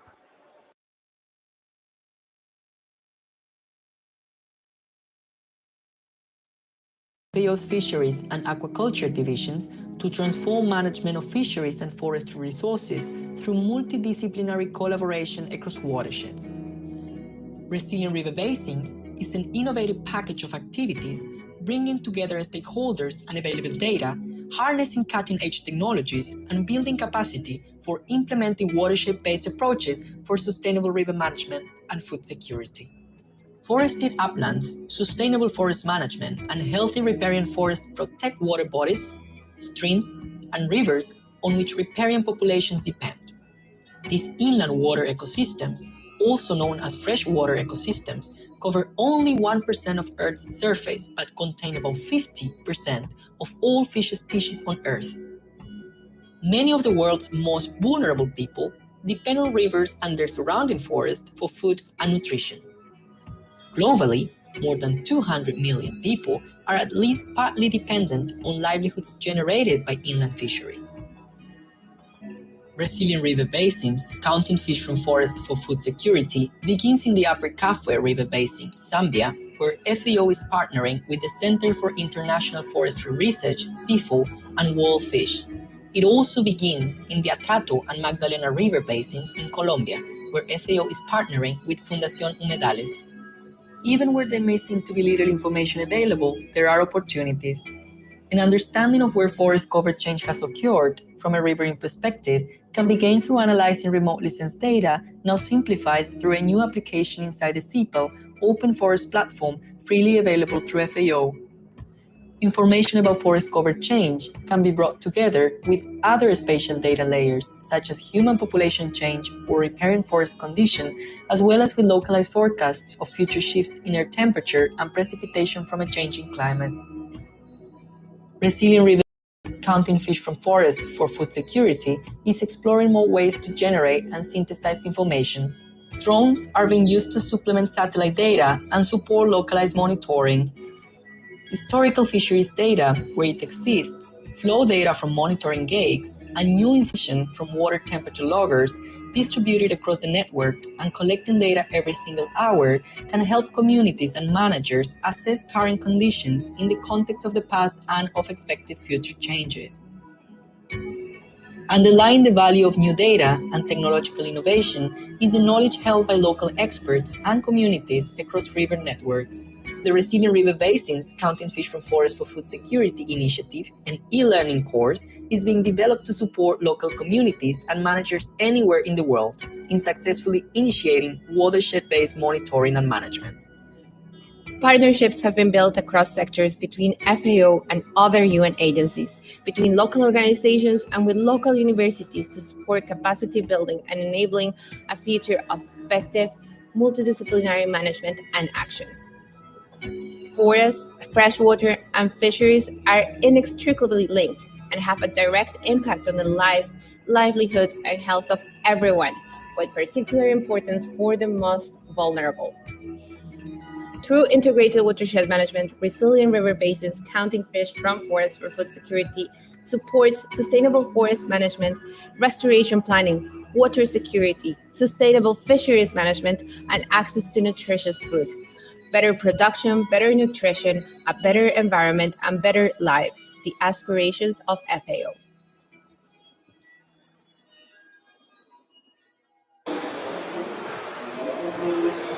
Thank you so much to the Forest Water Champions for showing us all of this work they're doing together and with so many partners. And now we're going to go into a panel discussion. We're going to invite John Matthews to come back up stage as the moderator for this panel. And we're going to ask for our panelists to also come up stage. Jason Morrison from the CO Water Mandate and the Pacific Institute. We have Malin Lundberg Ingebrigtsen back from SIWI and the Forest Water Champions. We have Kun Pervest as well to come over and sit in the chairs. And finally, we will have Paulina Pia Lopez Alarcón from CR2 joining us online. So thank you again for joining us today. We're going to start off with just some short questions from the panel, and then we're going to transition to your questions. And I hope that we can hear your reflections, your experiences, and engage in a global conversation here at COP about the people, places, and faces around adaptation and resilience issues. I'm gonna, in terms of the panel, I'm gonna start with a question from Malin. I'll go to Paulina, Kun, and then Jason. And Malin, I'd like to start off by asking you. It seems like the real heart of the Forest Champions work is really about partnership itself. And can you talk about? It's not necessarily funding and finance that really joins you. It seems like it's a kind of a common vision that you're trying to assemble pieces of a puzzle together to advance an adaptation and resilience mission. Can you talk about what's that glue that brought you together, and how is it you've been able to continue on? Sure. Thanks so much for asking, John. Can you hear me now? You can, right? Yes. So this is exactly how it was. It was experts, forest experts and water experts that came together and realized that there are so many things that is not known or not agreed upon within the links between forests and water. And we started with a workshop where we could sit down and discuss this to try to agree on what we saw with the links between the both. And from there, we have been building on more outreach projects. We have been participating in the many different international processes that I mentioned and so on. And we are trying to identify funding to be establishing a platform so that we can build on this work more. As I mentioned, there are so many organizations involved, and the people who are involved are so engaged in the topic. It's really a topic of the heart for us. So now we are on the verge of building a more stable foundation for our work. I think that the sense of passion really shows in some of the work that you were highlighting. Paulina, I'd like to turn to you next, and I think also the work that your colleague Francisca was presenting was also like a really good demonstration of partnership in terms of data sources and trying to reach out to new audiences. So it's a partnership of producers as well as consumers of climate information. Can you maybe talk a little bit about how you thought about assembling those groups together? Oh,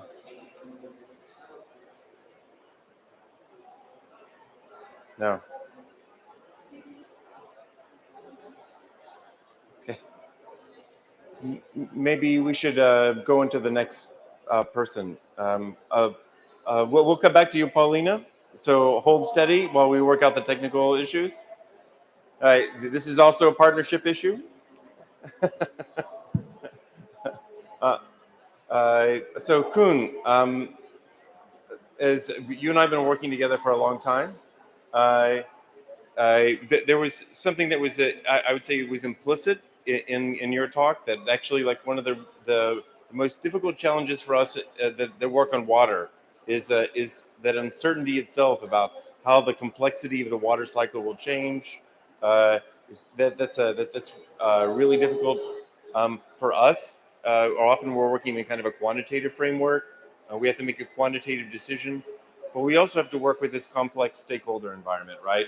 And uncertainty is not something that's easy to communicate, especially in a solutions-oriented way. Can you maybe talk about how CRIDA, your work more generally at UNESCO, is able to try to bridge those two gaps? Yeah, I think it's indeed challenging because people, of course, they're not aware about, they think about climate change as a linear thing. Of course, it's not linear. There's a lot of variability inside as well. I think if we can start from people's uncertainty already, that they know, and they know about, I mean, about 70% of your annual variability is already there. So it's basically something that they can connect to. But just expanding that towards future and say how much uncertainty we still have around the modeling, the projections, and then trying to understand what type of adaptation actions can actually make a difference, can already try to adapt to that bound of uncertainty. And I think we just have to make this discussion with them to identify what type of adaptation actions are not going in one direction, but can be adaptive to the conditions that they're facing over the next few decades. Good answer. Do we have Paulina's audio? Yeah. Can you give us a quick test, Paulina? Can you hear me now? Can you hear me now? Hello, can you hear me now? Yes. Oh, good. Estoy aquí. Great start. So just to summarize my previous question, Francisco was presenting a very data-heavy product, but that data actually it came from like a kind of partnership of assembly, and it also has a kind of partnership of audience too in production. Can you talk about how you were able to assemble these different lines of work and be able to really target the audience that you're hoping to be able to support in their adaptation resilience work? Yes, thank you very much, John, for this very important question. And thank you very much to the speakers for these very valuable interventions. And thank you for inviting me to this panel. So as Francisca said, the platforms built by CR2 are really an important collective from several institutions, from government and also scientific institutions. And this initiative started from the standpoint that, as we have seen also in this session, that building resilience requires a collective effort, and that bringing science and policy together are really important, and that bottom-up approaches are essential if we want to understand needs and find adaptive pathways. Therefore, we think partnerships should be built up on those pillars and from the very, very early stage of the definition of these tools, and of course, afterwards for their implementation. And so this standpoint unfolds several features leading to major changes compared to the way partnerships have been built upon until now. And of course, this entails very important challenges that we have to deal with during the process of this construction of platforms and climate services. So, and we think that this consideration, the first consideration is to recognize that adaptation to climate change, resilience, and ultimately achieving water security are common goals, and therefore no single actor and no single institution, and even a couple of them together, can provide what is needed, which is funding, science, acknowledged from the ground, and expertise, technical and scientific expertise. Hence, partnership should be inclusive and contribute to join different perspectives. Is what we have to try to do at CR2. And of course, this means to take into account a diversity of actors and stakeholders. So, like local communities, civil society, academia, governments, and private sector, and of course, a diversity of institutions. And in that sense, public-private partnerships are really important, but they require legal frameworks and instruments which are not always available for that. And in the case of Chile, for example, to carry out environmental research using private funds, it's very difficult because of the lack of agencies able to frame those partnerships. And I think other challenges that we have to deal with is the fact that partnerships should deal with uncertainty, and particularly uncertainty of environmental variables, but social and economic uncertainties. The world we live today is a very good example of them. And finally, in line with this idea, I think partnership should be enduring and constant, because we know already that adaptation and resilience need long-term actions. So these are the lessons what we have learned through the construction of these platforms at CR2.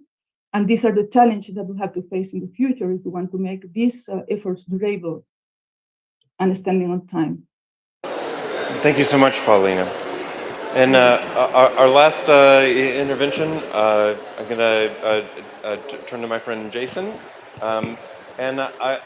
Jason, you have sort of the difficult position because you've heard all of these talks. You've been part of the RAFT team as well.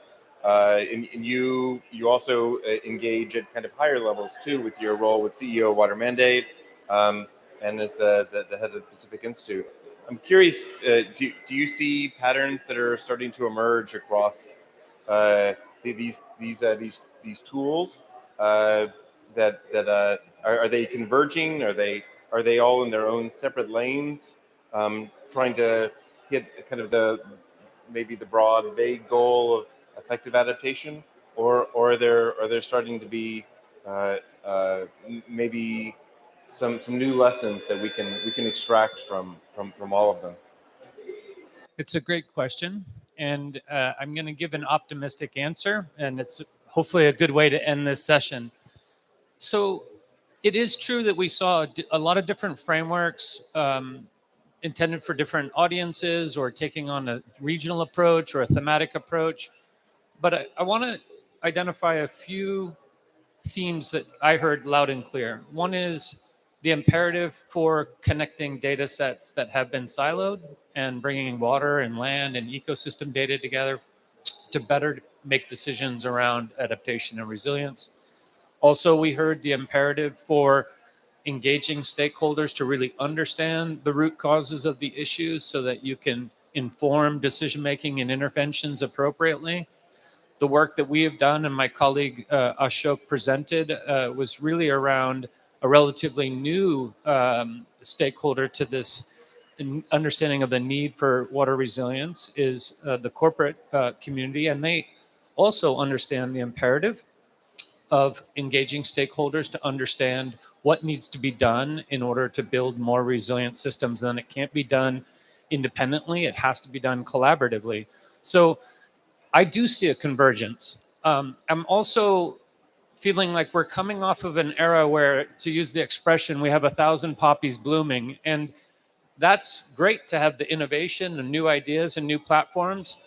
I think the market, to use that term loosely, will decide which of these frameworks and tools work best to really inform the decision making that's needed, and that those over time will be the ones that will get established.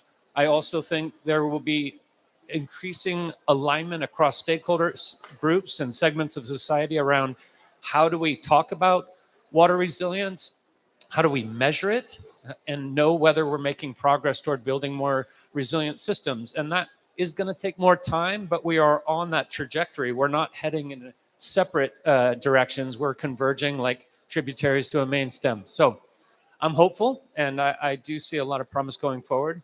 And I look forward to working with other organizations to try to bring that convergence all the way through to action and decision making at the local level. Thank you so much. Very, very nice observations. I think the broader theme of this whole session, my colleague Ingrid Timbo, she had to sort through something like 40 or 50 applications to get in today. And this was kind of the grab bag session where we had to bring together a lot of different tools. It was hard to find the connector, but I think it's exactly the one that you just mentioned, Jason, that one of the maybe the new insights that we have from adaptation actually is that by bringing really diverse perspectives together, especially early in a process, we actually come up with better, more comprehensive, more durable, more effective solutions. The resilience is something that we have to do together and not rely on specialists. That it's not a separate thing, it's an us thing. So I'll leave the final comments for Ilse, and I hope that you'll thank all of the panelists and also come up to us afterwards. Ask us more questions, talk with us, learn more with us, and we want to learn about your work too. Thank you.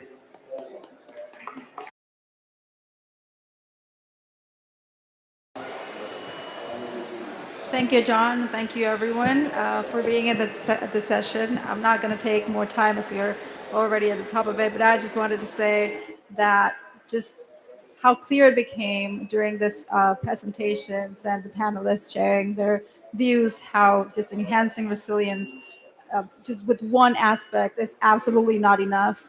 And that really to build resilience, we need to have a shared understanding of how the individual stakeholders, ranging from local communities to businesses to governments and other institutions, really directly and indirectly can engage in this process. So we really need these practical tools and approaches to identify, to act, to measure, and to report the impacts of resilience building efforts. But more importantly, I think we need the will to collaborate and to accelerate action, taking these tools and applying them so that we may gather the speed that we need to achieve our shared water goals. I think it's already a very bold first step in the right direction. So with that, I will thank you all for joining our session and expect to have a very fruitful and productive COP27 going along in this day as well. Thank you very much.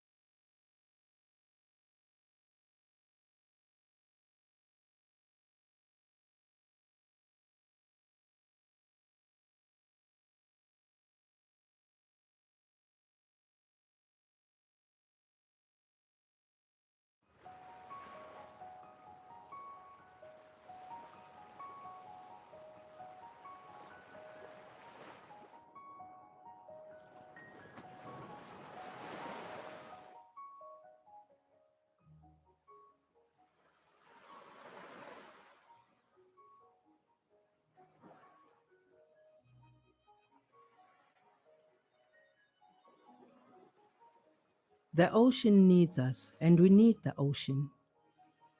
Climate change, overfishing, ocean plastics, and many other pressures are posing a serious threat to the ocean and to the planet as a whole. We need integrated governance to turn the tide, and we need to listen to those who have been listening to the ocean much longer than we have. In Namibia, the Topna people have lived on the coastal areas for centuries and continue to have deep emotional and cultural connections to the ocean after having been removed from the coast. Their knowledge can contribute to a sustainable blue economy. According to history, were the Topnas, also known as the Hurining, meaning sea people, the first and original inhabitants of the central Namibian coast. Before men started fishing, they resided upon on the beach, and this is how our ancestors lived until colonial laws, traditions have been suppressed, and this is how the people were moved out of the coastal line down to the Quisep River as we are living there now.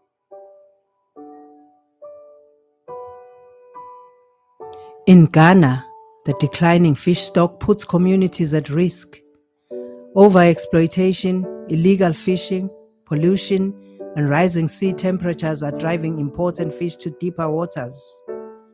The customary norms of small-scale fishing communities, however, can contribute to more sustainable fisheries. In Ghana, looking at the fishing industry, about 80% of the fishes are found in the small-scale fisheries sector. Especially in Ghana, we have preferential access right for small-scale fishes, solely reserved for artisanal fishes. But what we see now, the industrial fishing trawlers, I think SSF appropriate fisheries legislation, which provide a relevant framework for active participation and inclusive fisheries governance and resource management, which will serve as a basis for implementing and enforcing the SSF guidelines and other national and international laws. In South Africa, small-scale fishers are worried about the impacts of gas and oil explorations on marine life and their ocean culture and livelihoods. In their efforts to be included in these decisions on the ocean, they are also contributing to the fight against climate change to the benefit of all. Neem die vissers se inheemse kennis in aanmerking, dan sal daar nie baie in besluitneming, dan sal daar nie baie probleme wees. So ook wil ons as klein vissers wil uitmaak van die co-management van die besluitneming mense dat ons deel is van hulle om saam te kan besluit wat gebeur in ons waters. Climate change. Climate change is there to stay, I believe, as die mense nie 'n plan gaan trou oor die verhaal van die COP17. COP17 is nou COP30, I think, ek weet nie. Maar in elk geval, ons het die probleem ook dat die vissers aan boord die trawlers, die mense wat bottom trawling doen. Bottom trawling destroy the hele sea bottom and destroy the value chain or the food chain. En ja, waar ons vang vis met 'n hoekende lyn. 'n Hoekende lyn kan nie die bronne doen nie. As ons kreef vang, dan vang ons met 'n ringnet en nie soos die kommersiële mense. Small-scale fisheries are essential to co-manage our resources along our coastline in South Africa. We say that we are the answer, and we really need to be taken by the hand and to be supported by our fisheries management system, because we are facing a lot of injustices, even criminalization. Inclusion of indigenous and local knowledge in ocean governance is a human right. These knowledge holders are intimately connected to the oceans through traditions and culture. Yet climate impacts are affecting these coastal communities the most. Raising their voices is essential for the ocean's survival.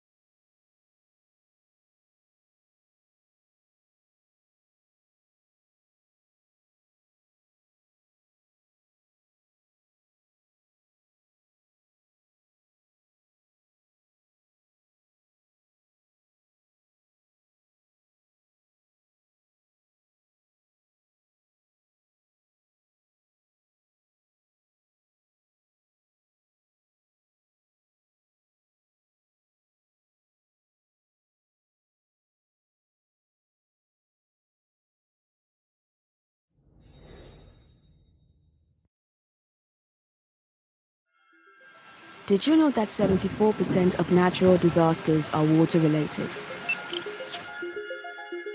If global warming continues to rise, flood risks will increase and droughts will become more extreme. The climate crisis is first and foremost a water crisis, influencing all aspects of life. Changes in the water cycle affect both water and food security. Rising water temperatures and altered river flows impact energy production and security. They disrupt freshwater ecosystems and threaten biodiversity. Climate change exacerbates water-related disasters for those living in urban areas. More frequent and severe floods and dry seasons threaten their water supply and sanitation systems. People's health is at risk when water and sanitation facilities become damaged and access to them becomes limited. Simultaneously, water is a source that offers solutions to adapt to the impacts of climate change and mitigate global warming by reducing greenhouse gas emissions. German Development Corporation works on these solutions together with its partners worldwide. Bolivia is one of the 10 countries most affected by climate change. Together, we promote integrated water resources management to reduce water-related risks and increase people's resilience to climate change. To protect water resources from pollution and overexploitation, we work with water users on joint regulations and awareness raising to improve climate adaptation. In Zambia, we promote catchment restoration, protection, and climate-smart water use in agriculture jointly with the EU. Together with our partners, the Zambian government, water user associations and communities, we improve water security and climate resilience in an area home to 4.5 million people. Our collaborative work predominantly enhances the livelihoods of smallholder farmers. Water is essential for reducing greenhouse gas emissions and limiting global warming to 1.5 degrees. In Indonesia, draining peatlands for agriculture negatively affected ecosystems. German Development Corporation supports local communities in managing and rehabilitating mangroves and peatland ecosystems to protect biodiversity and ensure carbon storage. While only covering 3% of the Earth's surface, peatlands store twice as much carbon as the world's forests. Improved wastewater management contributes to climate mitigation. In Jordan, we promote technology-based upcycling solutions and new sewage sludge products. Sustainable sludge management reduces high greenhouse gas emissions compared to conventional sewage sludge disposal. Water and climate action go hand in hand. Therefore, holistic solutions based on reliable data and information systems are needed. Establishing climate-resilient approaches for water activities and using water-wise solutions in all sectors are key drivers to tackle climate change. Together, we must seize this opportunity.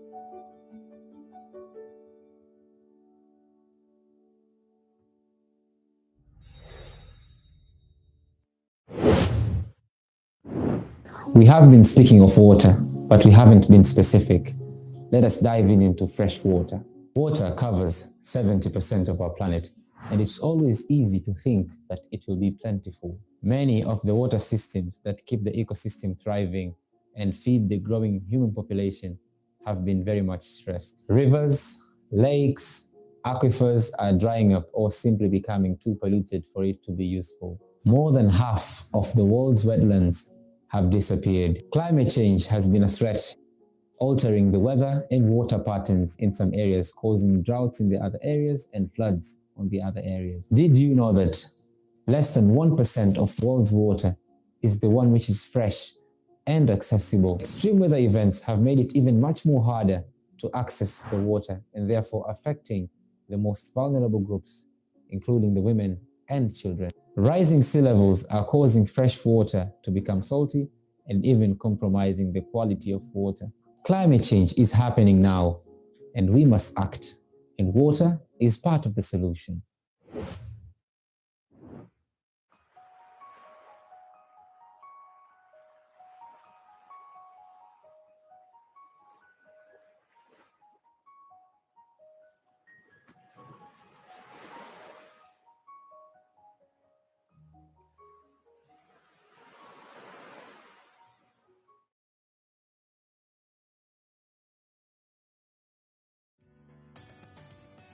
Did you know that half of all drinking water worldwide, about 30% of water for irrigated agriculture, and about 30% of water for industry comes from groundwater? In view of its importance, UN Water has declared 2022 the International Year of Groundwater.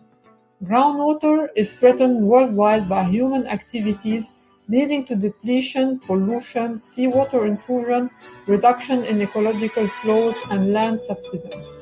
Groundwater is also threatened by climate change, which impacts its natural recharge through its influence on precipitation and on leakage from surface waters, including ephemeral streams, wetlands, and lakes. Groundwater can play an essential role in adaptation to climate and global change because of its high storage capacity, high residence times, protected nature, and large resilience to climate extremes.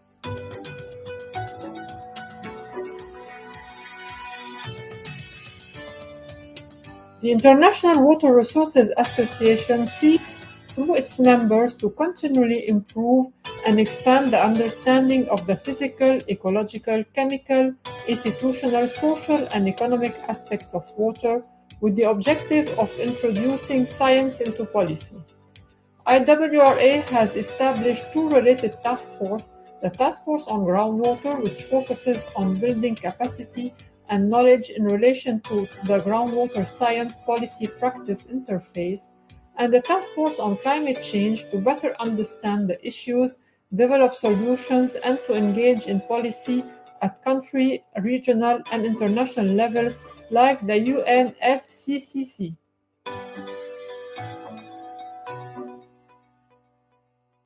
Water, a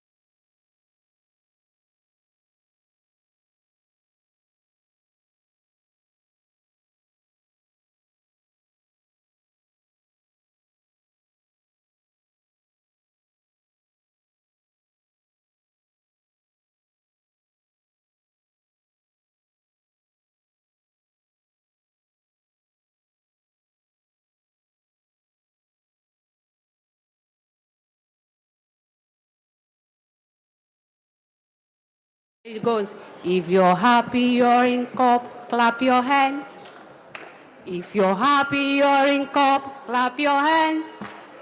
If you're happy, you're in COP, and you're happy that you're here. If you're happy that you're in COP, clap your hands.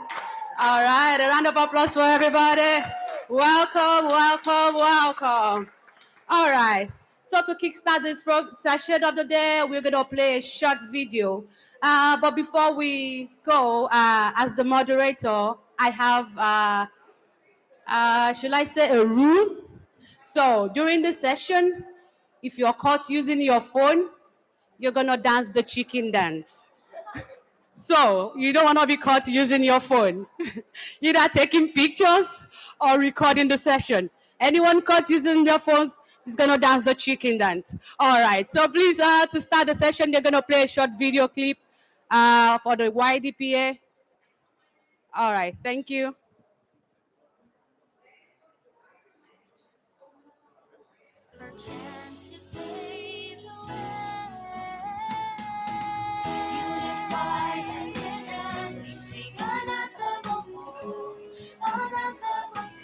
Our voice tomorrow's the space, leading the change our world needs to see, the change we shall be.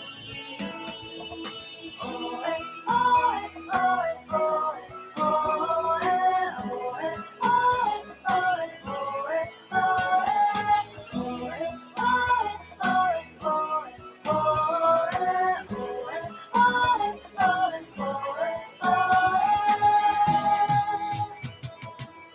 it's time to change the tide of freedom, set our hearts on fire, and we will never stop until we break the chains that bind us down. Beneath that bridge we sow, let our actions build for tomorrow. Unify hand in hand, we sing an anthem of hope, an anthem of peace, our voice tomorrow. All right. Thank you very much. I don't like to start a session that everybody's looking so bored and so gloomy. So we're going to do simple exercise right now. So I want everybody to be on their feet. Today I am the president in this place, so you do as I say. On your feet, please. So we go. Head, shoulder, knees, and toe. Let's go. Head, shoulders, knees. We are all youth, right? Head, shoulders, knees, and toes. So if you're happy you're in COP, clap your hands. If you're happy that you're here, clap your hands. If you're happy you're in COP and you're happy that you're here, if you're happy you are alive, clap your hands. A round of applause for everyone, please, as you take your seat. All right, so welcome to this session titled Systems Thinking for NDCs and NAPs, the role of water. Our first speaker this morning is a water and climate expert with background in energy, environmental, and water engineering. A passion towards solving global water and climate challenges was sparked after working in the fashion industry and witnessing the toll that it was taking on our planet. During her studies, she'd volunteer in a youth group co-hosted by WFF to raise awareness amongst young people on the environmental footprint of fashion and develop a concept for an online tool to improve communication among stakeholders in water sector.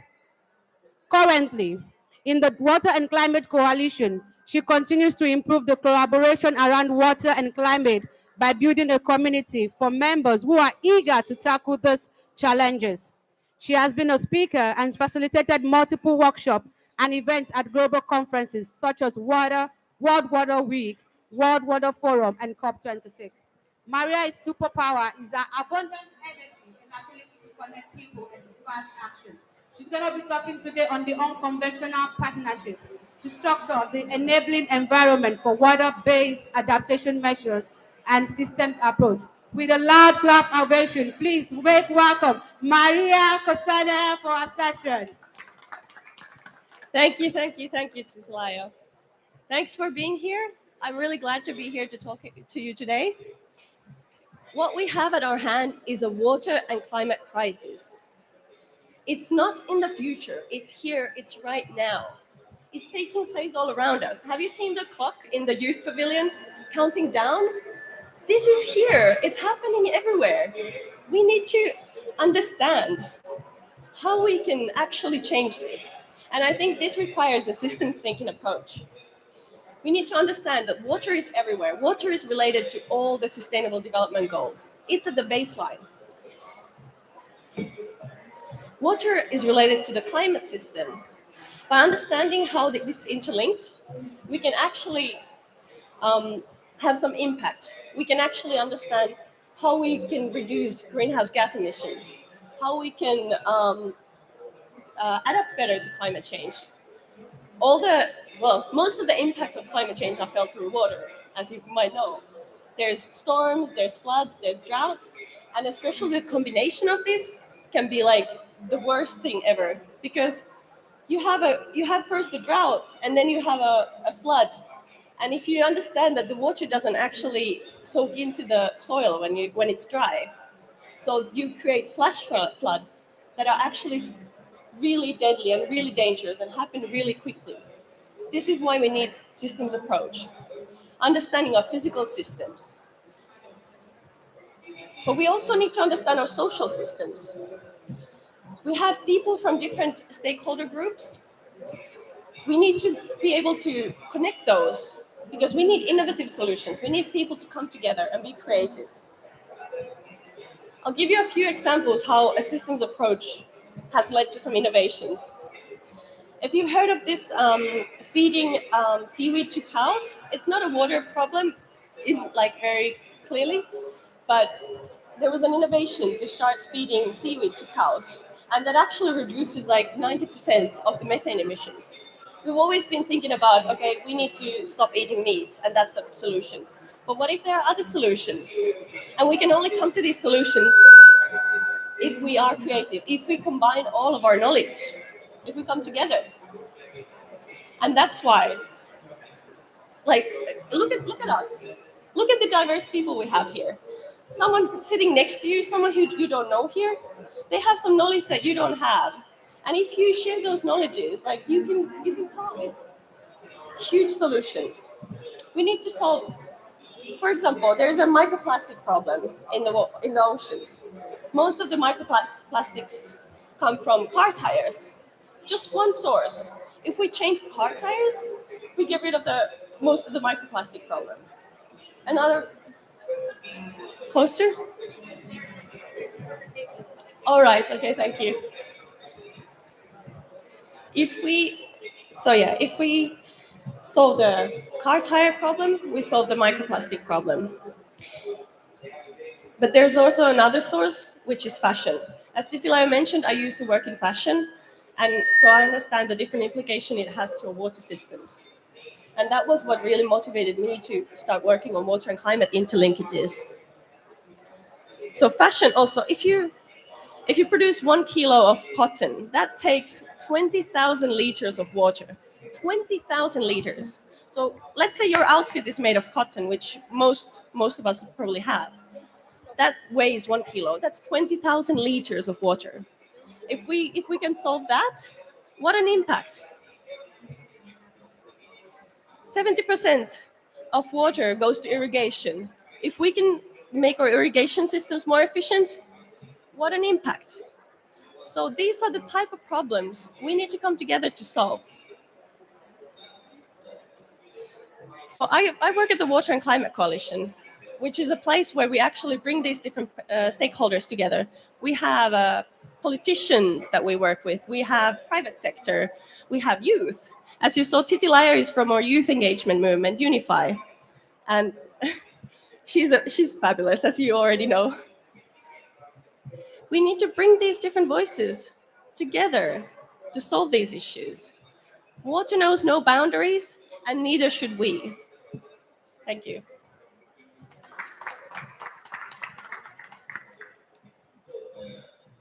Thank you, Maria. If you are not clapping, you're coming here to speak next. So please, a round of applause for Maria. All right. That was short and sharp, and like she said, water is important. If we solve one problem, they are all connected. Now, the next speaker is Bava, but it's a little bit of introduction before she comes on stage. You're wondering how I got your bio. You're wondering how I know about you. Oh, okay. So since 2007, Baba has been working at the international level in the field of climate change. She is supporting and advising developing countries parties to prepare for the implementation of the Paris Agreement. With a focus on the enhanced transparency framework, Baba coordinates the work of the Consultative Group of Experts, CGE, which provides technical support to developing countries to enable them to participate in MRV and ETF processes. She has a master's degree in natural resource management from the Asian Institute of Technology. She also has experience in areas of access to energy services for poverty reduction, having worked for the Asian Pacific region previously. Today, she will be talking about building capacity to identify opportunities for design and implement solutions for adaptation. With a loud clap ovation, please welcome Baba Dugana to stage.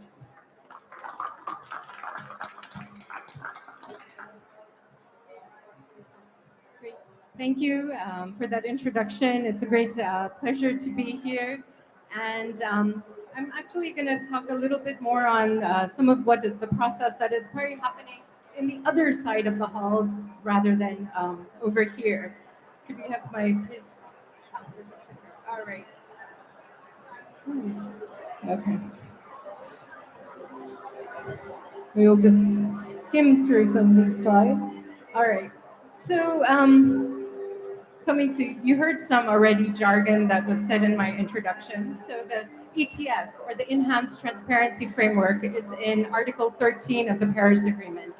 It is one of the articles that actually brings together all different elements.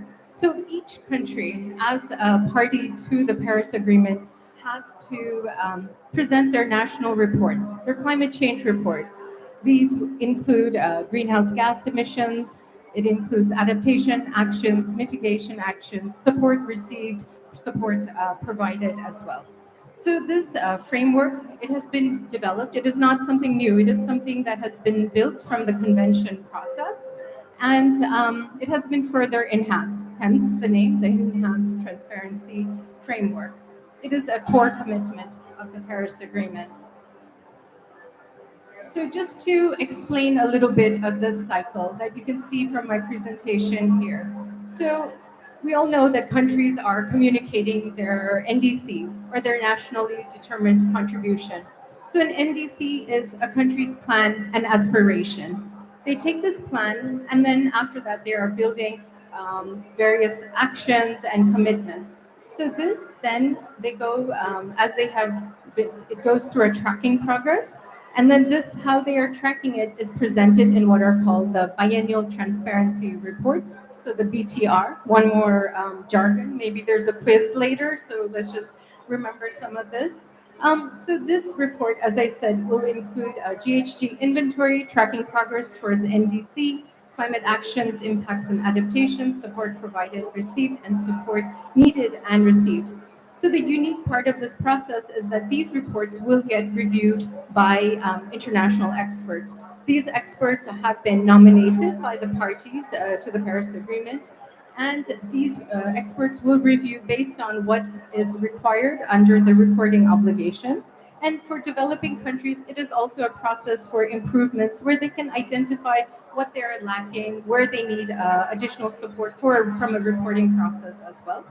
Then after these reports are all reviewed, there's another process, multilateral consideration. So this is kind of in a workshop setting. And actually the process under the convention is happening today in another tent called the FSV, or the Facilitated Sharing of Views. So after this, countries will go back, and then they go again, and they continue to improve their process. So this biennial transparency reports is something that happens every 2 years. So country has to report, no matter if you are a developed or a developing country, you have to report on this. Then in addition, another very important process that is happening right now is the global stocktake. So the global stocktake is looking at everything at a very aggregated level. So based on the outcomes of the global stocktake, countries will continue to then revise their nationally determined contribution. Then again, they will take what their aspirations are, report on it in the BTR. So hence the cycle will be continuing on and on henceforth. So now coming to the various adaptation arrangements. And here I just wanted to show again some interlinkages that we have amongst these various processes. So I've already talked about the BTR, or the Biennial Transparency Report, which happens every 2 years. Many of you are also familiar with the NAPs, National Adaptation Plans. So when you start thinking about how does all of this fit together, so you can think of it again, NDC, your aspirations. Then you start working on your NAPs, saying, okay, how do we plan? What's our situation in our country? Then this sort of information, maybe you would include it in the adaptation component of your NDC or as a separate document in your adaptation communication. So this again is you're indicating, okay, this is what we want to do.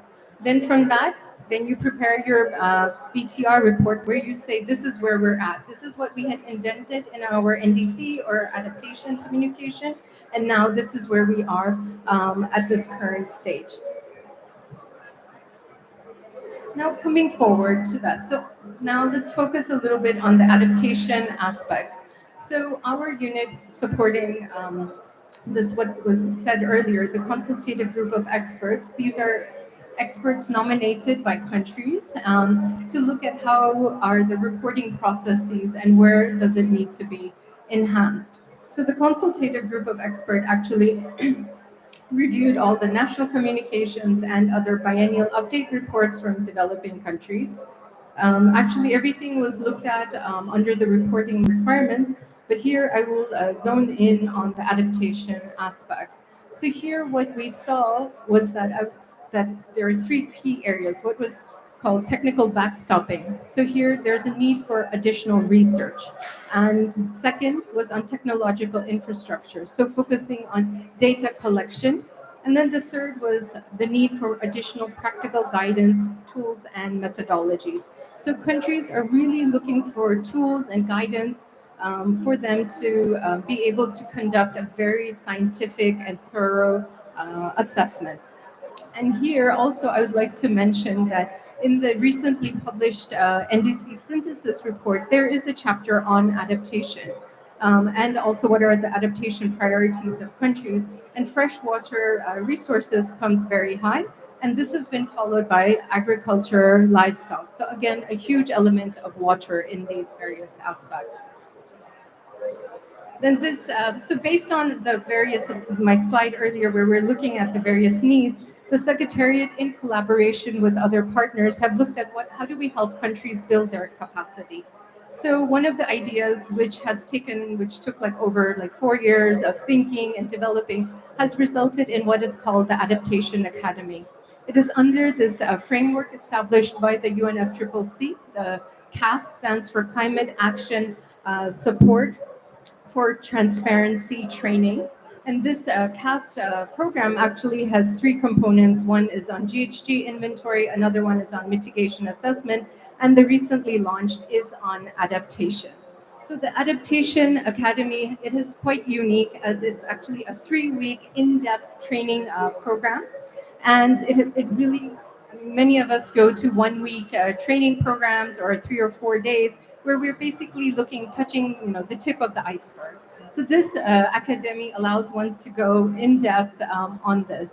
So here, the partners for this has been the AGWA, IHE Delft, the Korean Adaptation Center, Asian Institute of Technology, and Oregon State. So the idea is eventually to roll out regional focused training programs for this. So the bringing in expertise from these various institutions.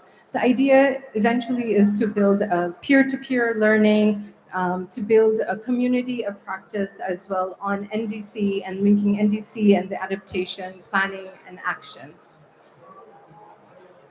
So this training, as I said, it was 4 years in making. The COVID set us back a little bit. Last year, we did some online training courses, 1 week each for the various regions. So obviously doing the with the online facility, we were able to target about 95 participants. And then this year, actually, it just completed a few weeks ago, a 3-week training program, which was held at IHE Delft in the Netherlands, where we had about 25 different participants in 23 countries. They had a 3-week training program where they could go in depth into the various methodologies and tools and really look at their country's NDC, look at the adaptation components, look at some of the requirements under adaptation communications and how to link it all together. So if you would like further information about this course, we're hoping to run this next year again. It will probably be in the second half of the year. And we're looking actually also for additional partners to collaborate, both at the technical and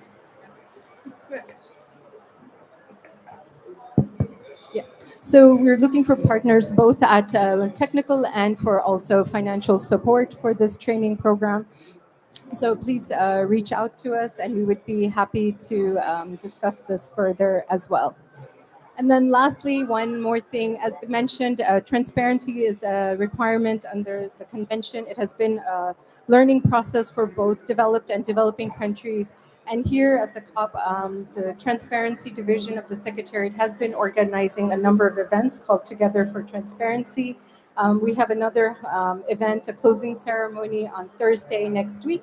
So if you're able to attend, please join it as well, where you'll be able to learn more about the issues that I've just mentioned. Thank you.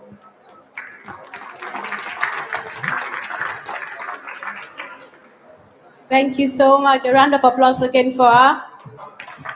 If you are not clapping, you're my next speaker. A round of applause for her, please. All right, so the next speaker is a senior program officer, adaptation portfolio manager for UN Environment. Our role includes development of the adaptation portfolio at UN Environment and developing quality standards and corporate guidance and coordination on adaptation planning and implementation. She is a climate change and public policy specialist with 17 years of experience in the private sector, the public sector, and UNDP. Please, with a loud round of applause, make welcome Jessica Troney for our session.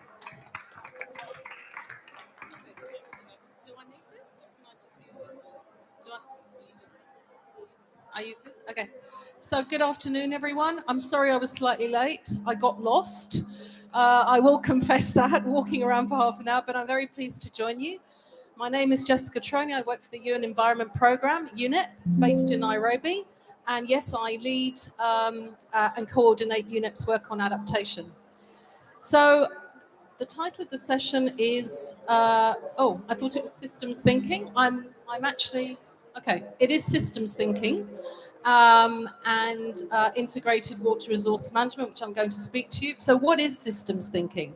Systems thinking is the idea that environmental, social, and economic factors are mutually reinforced in a system. And that if you change one significant factor in that system, you move into another type of system. And the problem is that the world is on an unsustainable footing.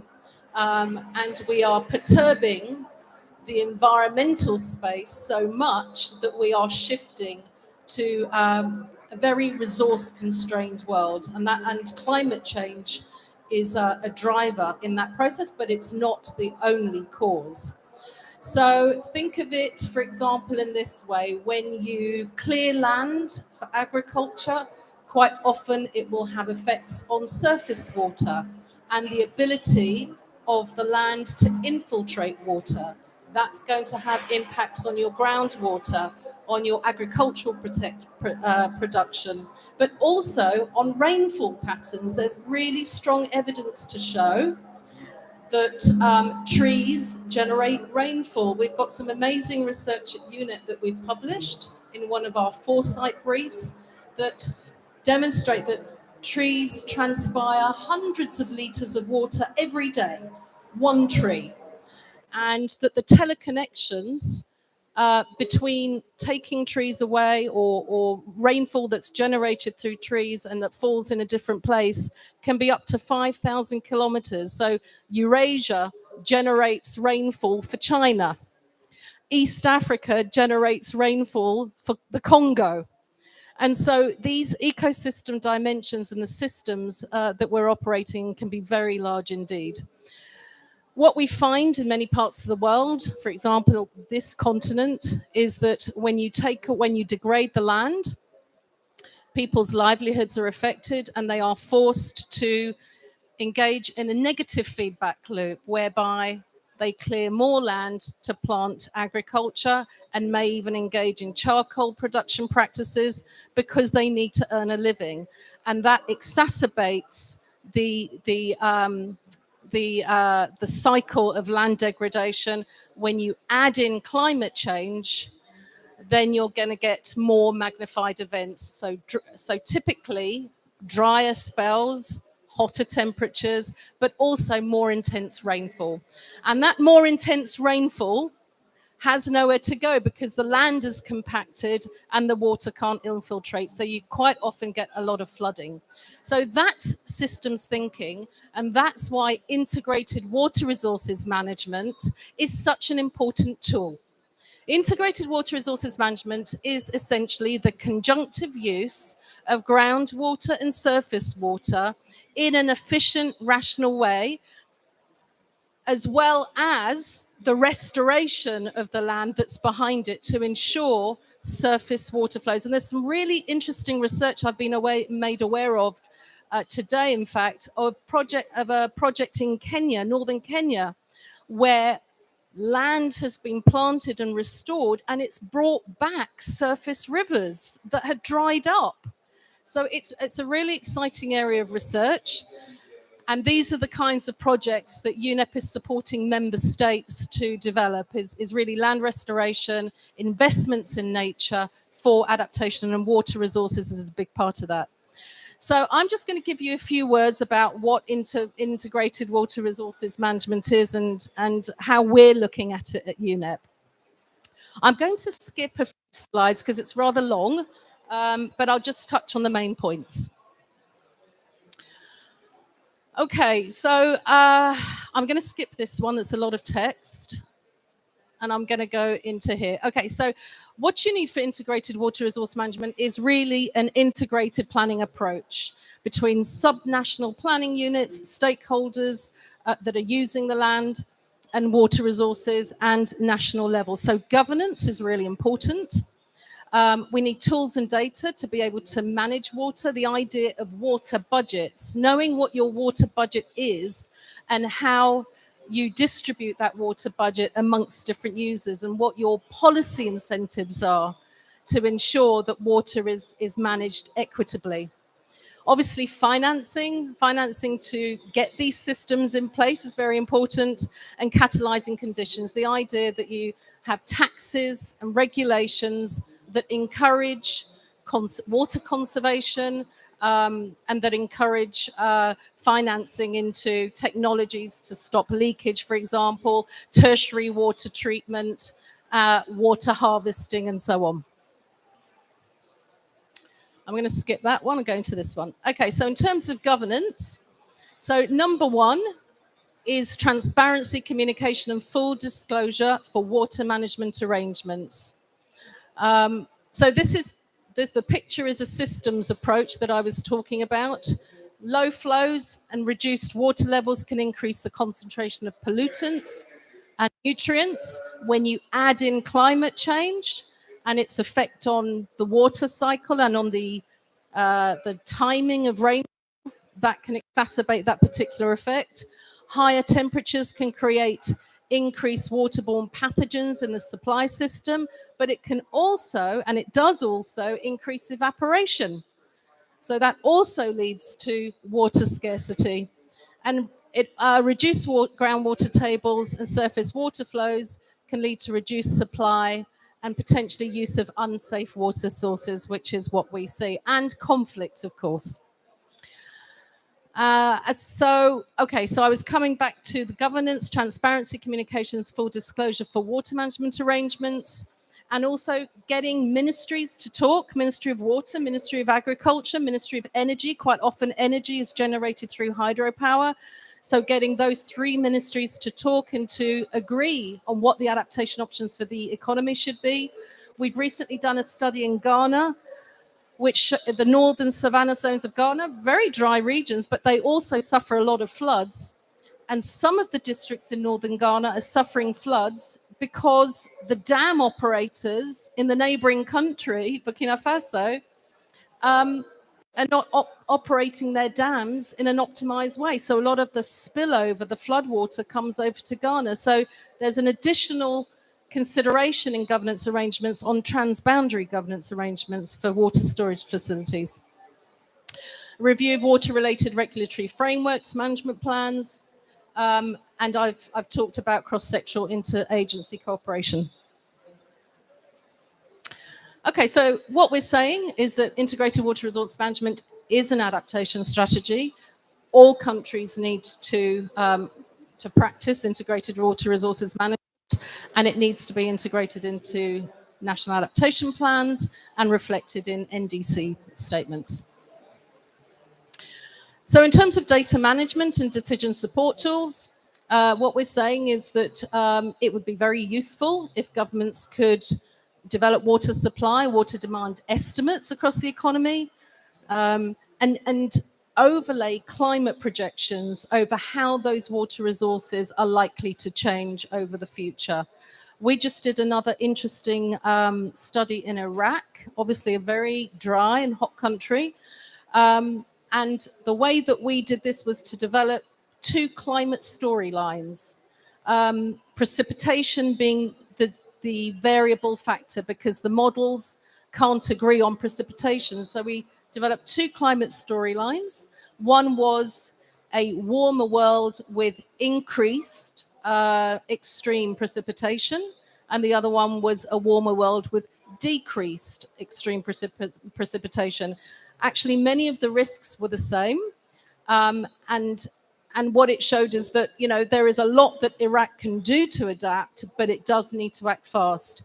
And the idea that if it doesn't, there's going to be much more rural urban migration flows. At the moment, Basra City, which is where we did the study, in Basra City has 4 million displaced people from rural areas, and that trend will continue. So again, another system effect of not managing water resources appropriately.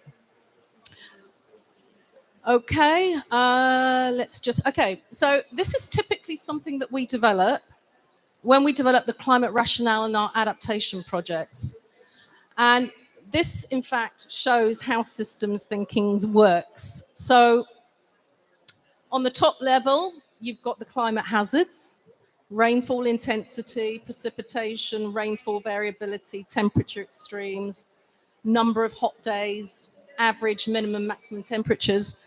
Then we do our research to see how that moves through environmental factors, the second row, economic factors, the third row, and social factors, the fourth row.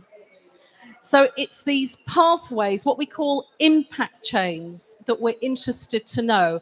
How does this look for your country, for your sector? And of course, when I say sector, actually, it's a cross-sectoral approach. If you look at, for example, precipitation, that's the second box from the left on the top. It feeds through into frequency. This was done for Tanzania, by the way, the Kigoma region in Western Tanzania. Feeds through into the intensity of flood events, goes down into waterlogging of soils, but it also goes down into soil erosion, because with heavier intensity of rainfall, you're going to get more soil erosion, soil nutrient loss, and then it goes down into the social impacts, pressure on surrounding ecosystems, because people need to live and they need to eat, so they move on to other land in order to plant crops or to make charcoal. It could also lead to conflict, because with resource scarcity, there's going to be conflict. So understanding this picture of how these different factors, environment, economic, social, are woven together in this current system is really important in order to know where your intervention adaptation points are. And obviously water is key to this. Okay, so in terms of finance, very quickly, we need to raise finance in order to be able to design these projects, implement these projects, in order for governments to be able to implement through their systems. And so we are experimenting, we're trying to find ways of developing blended finance structures, to support this approach. So in Jordan, for example, we have a really exciting project that we've developed, and it's very deep in the pipeline for Green Climate Fund. Again, a very water scarce country, and we're looking at land restoration to support water infiltration into the ground, into groundwater, the aquifers, as well as obviously to help people harvest water for their own domestic uses and agricultural needs. We're looking at setting up a water fund that would help sustain that approach beyond the project grant. And the idea is that we're looking at a sort of payment for ecosystem services in which upstream stewards, if you like, of the ecosystem of the catchment are paid to look after that catchment by the downstream users of the water resources. So that's something that we're going to try in Jordan. It has been tried before, and it has been shown to work. But this kind of approach could be replicated many times. Debt conversions, Nature for Climate Action. We're going in that direction for a couple of projects that we're supporting in Southern Africa. Pay for performance, it's a similar sort of ecosystem payment approach. Okay, so catalyzing conditions, just one final slide, I think here. Awareness. It's the awareness barrier can't be underestimated. There is still quite a big divide between scientists and policymakers. The information that comes out of meteorological services is very difficult to understand for most people, so there's that gap.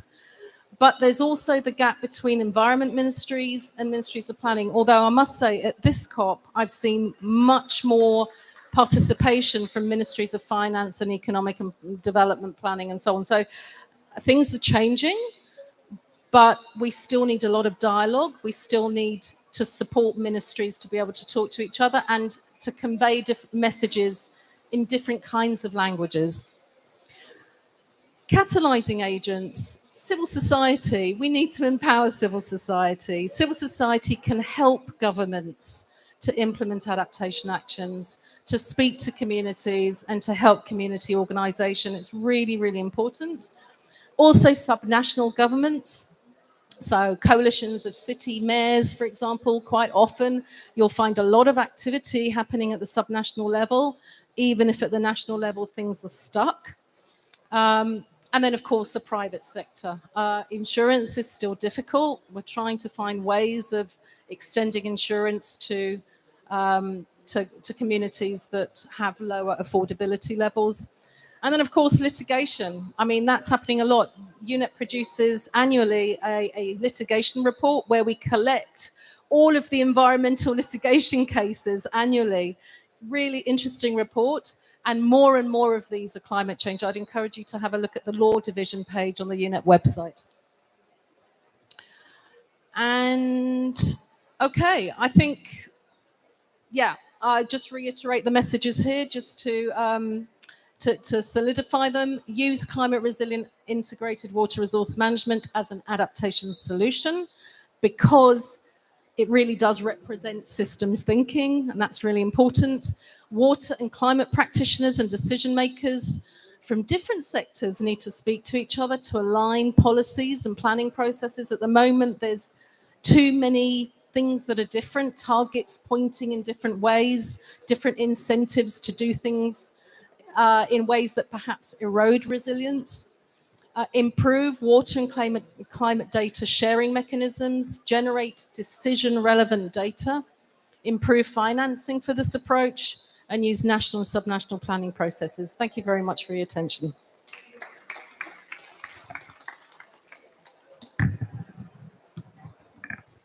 Thank you so much, Jessica. Thank you.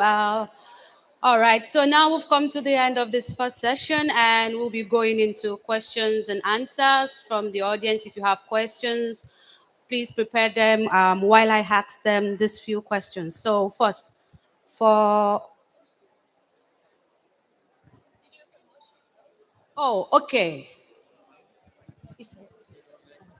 All right, do we have the video for Professor Moshood, please? Okay, so before we go to question and here, we have one last speaker in the person of Professor Moshood Tijani. 1 second, I'll just...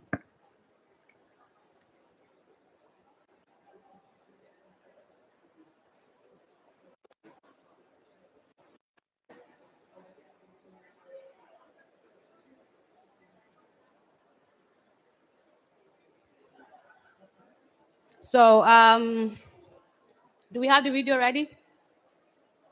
Oh, okay. It's Moshood Tijani, AMCO Senior Policy Officer on Water Resources. The topic of my presentation is groundwater for African development, co-benefit and resilience to climate change. Briefly about AMCO, African Ministers Council of Water was formed in 2002 in Abuja, Nigeria to promote cooperation, security, socio-economic development, and poverty eradication among member states through effective management of the water resources of the continent. In doing this, we have a mission where we envisage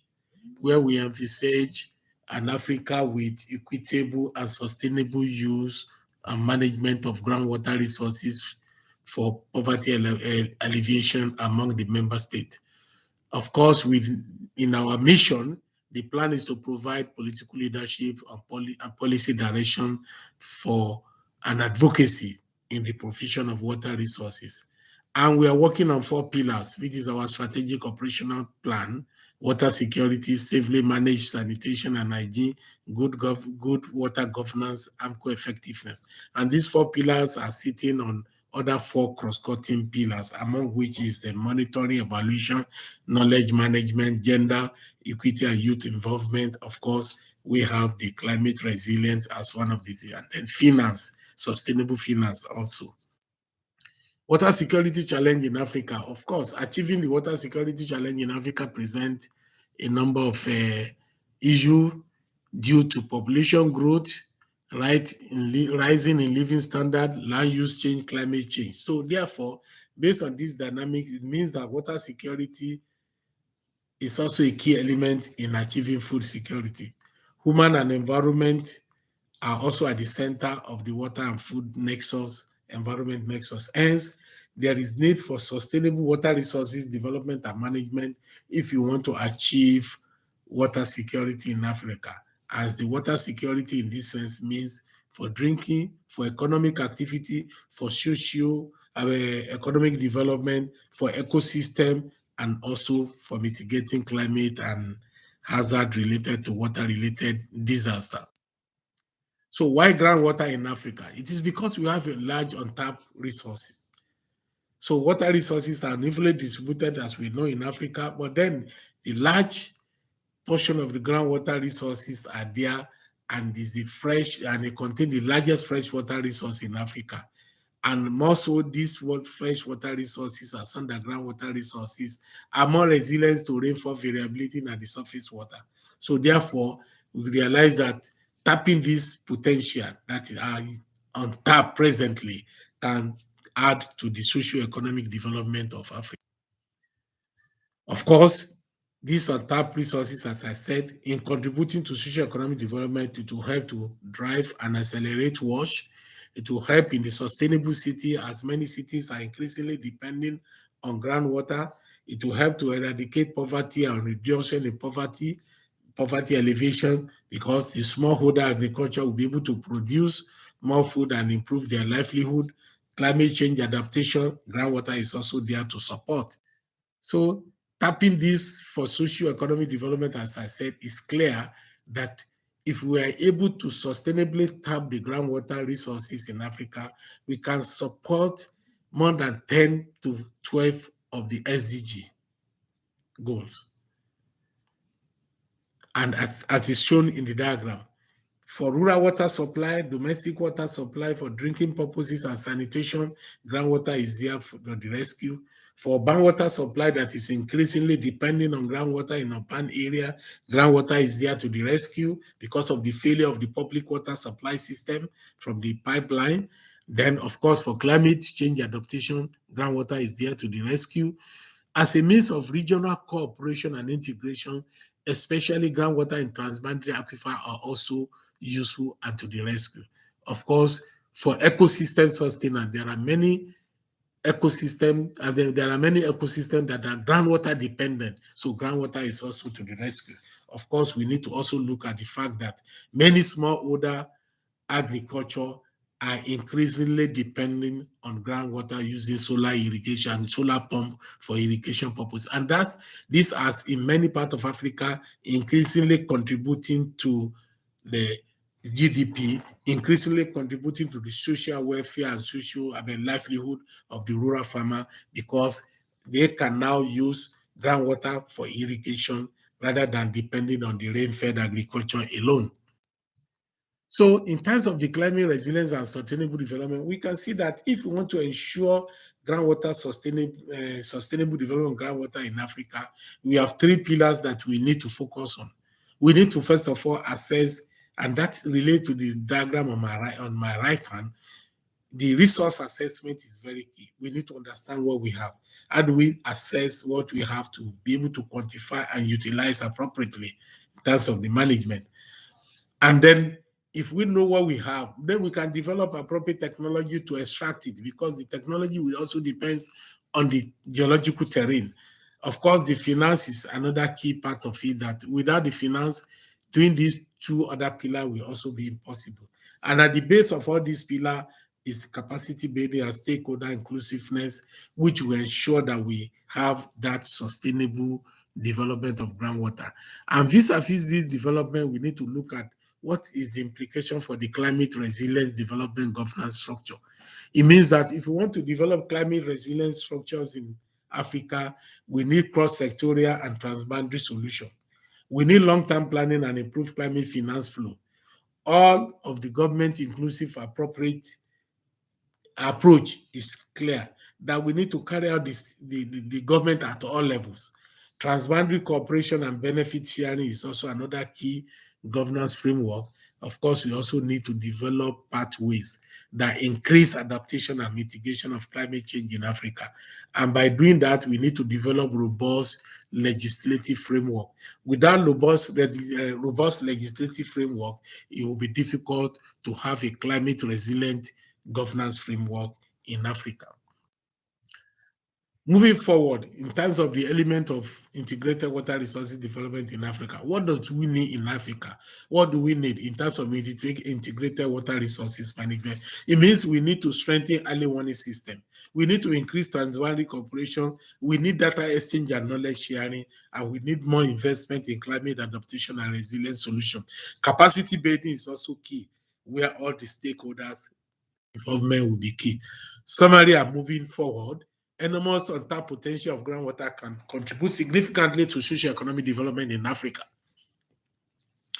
There is the need to factor climate action into development and management of groundwater at scales. Sustainable management of groundwater is critical to biodiversity and sustenance of groundwater-dependent ecosystem. We also know that sustainable management of groundwater provide an opportunity for climate adaptation, improving ecosystem services, and food security. Lastly, we know that sustainable management of groundwater will also help to accelerate the much needed long-term sustainability and climate action in respect of mitigation and adaptation strategy. On this note, to say thank you for the time and thank you for your attention.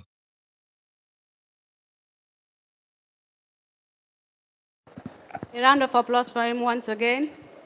A round of applause. All right, thank you, thank you. Okay, so next is the section, the question and answer. The audience will be asking questions, but before they do, I have one or two questions for the panelists. First, for you, Maria, my question is, why did you decide to work on water and climate? Because you said you were working in the fashion industry. Why did you choose water and climate of all the sectors you could have focused on?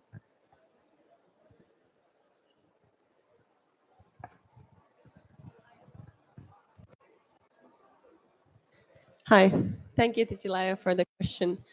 Um, so yeah, I used to work in fashion at the beginning. I was interested in this and interested in like understanding like how do people express themselves and express themselves through how they how they want to show out to other people, how they dress, all of that. That was really interesting. Kind of the psychological side of it.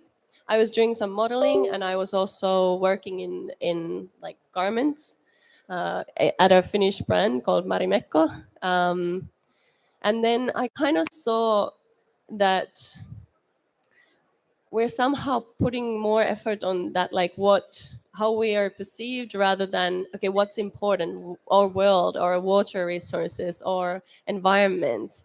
And I was like, I want to do something about this. I want to help people understand how important it is to act on water and climate. Yeah, I think that was like the first part. And then, like you mentioned, I volunteered for this youth organization to bring awareness, especially to young people, on how you can dress more sustainably and environmentally friendly and what are the implications of it. And that was my first kind of touch point to, okay, this is something I want to dive deeper into and I want to understand. I want to understand like the water is at the base of it, as I mentioned. It's at the heart. So everything needs water. Everything in the processes from industry, from growing material or growing food, everything needs water. So like I think Jessica also talked really much about like the physical side of the integrated water resource management and how it's all interlinked. And I think that was really beautiful. And it was like yeah, that's the part that I want to understand. How can we change the system when we understand that whole picture? Thank you, Maria, for that answer. Also, my next question is to Jessica. She talked about water management. Could you please tell us about the microfinance for EBA program and how it relates to water management for adaptation purposes? So thank you. So microfinance for EBA, ecosystem-based adaptation, is essentially helping microfinance institutions to develop and tailor their lending products to support climate resilient agriculture. And I think it does, I don't know too much about it. I know that it does have water infrastructure, water storage, irrigation, embedded in its product list. It was very successful. It ran over 8 years. It was funded by generous contributions from the government of Germany. We've got a small project that's underway with the support of the Global Environment Facility to look at this on a bigger scale, I think, really, in a way, in El Salvador, to support coffee and cocoa producers. And it's looking at, they've got a $5 million credit line from the Green Climate Fund. So it's about greening that credit line by helping the agricultural bank to develop a product list that supports climate resilient agriculture. So that's basically in a nutshell what it was. Thank you. Thank you so much, Jessica. And now to you, Baba. You said something about online. Okay. You said something about online training for youth. My question to you is there any tips for recognizing climate champions? Any particular features or characteristics of climate leaders we should look out for when engaging stakeholders on the ground? I think through the process that has been established through the UNFCCC, there's a lot of national level actions, especially when they are bringing together these different reports, just like what Jessica was saying and what also Maria was saying. And the engagement that at the national government level, they can have this dialogue with various champions and leaders at the ground level. You know, you're looking at from provincial to even city, local governments. I think that is the great uniqueness of this process also, where they can engage with others and then bring this through their national reports and present it at the global forum that you see here that is happening. Thank you. All right, thank you so much. So now from the audience, anyone with a question? Oh, is it okay to move the mic? All right. Oh, okay. Thank you. Okay, so let's answer this question first. Test. Yeah, okay, thank you. So I just want to say there's a wealth of indigenous knowledge about sustainable land and water management in post-colonial countries. How are your strategies accounting for that specifically? I didn't see any mention at all about that.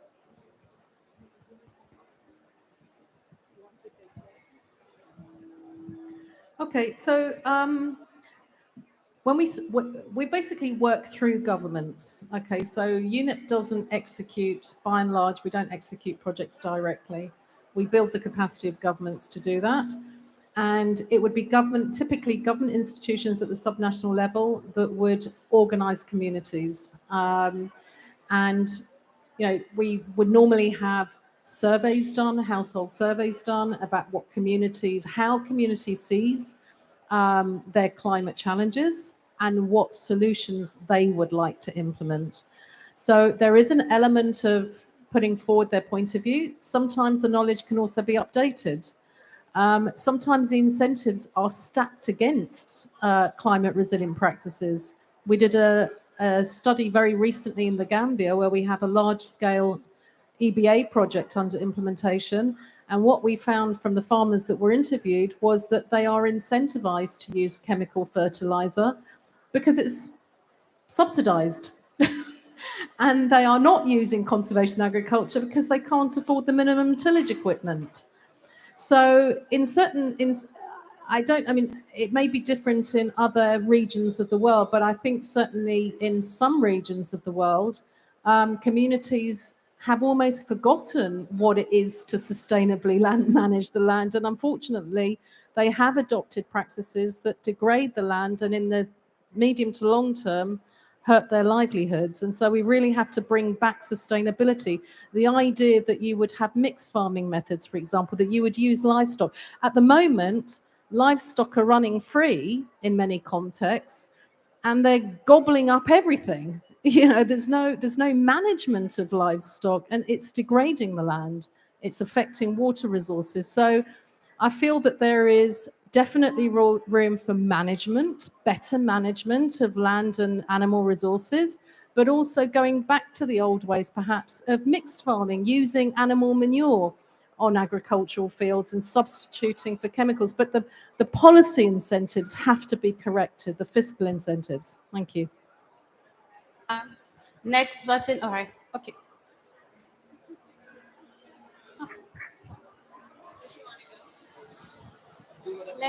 All right, Leda. Thank you. It's a question for Mrs. Troni. In your presentation, you talk about the impact of climate change and how users are impacted, majority agriculture impacts. Are you looking in your work the ecosystem service too? I mean, the impact to the biodiversity and ecosystem too, like a target to preserve too, like users. You understand? Sorry, I don't know. Your big map you have projected with climate impact. Yeah. The impact that you have seen to us, it's agricultural impact. Yes, yes.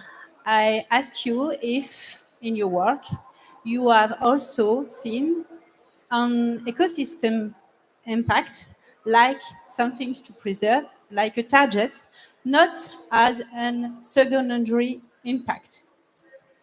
So is it a question about targets? What targets Yes, we? ecosystem and biodiversity impact, the first impact. Okay. So measuring biodiversity is difficult, but I have it on good authority that there are methodologies that are being developed. And at the Biodiversity COP, this is a plug for an organization called the IIED, International Institute for Environment and Development. They have developed a methodology to measure biodiversity, and they are going to launch that at the Biodiversity COP. But when I talked to the guy who is leading the work, he told me it was to do with bioacoustics. So the idea that insect life and bird life would provide the metric for biodiversity. These are cutting edge approaches, methodologies. We're not yet applying them, but I welcome that they are being developed. And once they are ready for use, then of course, why wouldn't we integrate that indicator into our results frameworks? At the moment, the kinds of indicators that we have are numbers of hectares of climate resilient agriculture practiced, for example, or even sometimes perception-based indicators like number of level of benefits that, or a reduced vulnerability of people. So you would have to ask people relative to a baseline how they have benefited from the project. So it's not perfect, but we do have some sort of a tracking methodology for these projects. We have to, because we have to know that these projects are producing benefits. Thank you so much. All right, to the next question.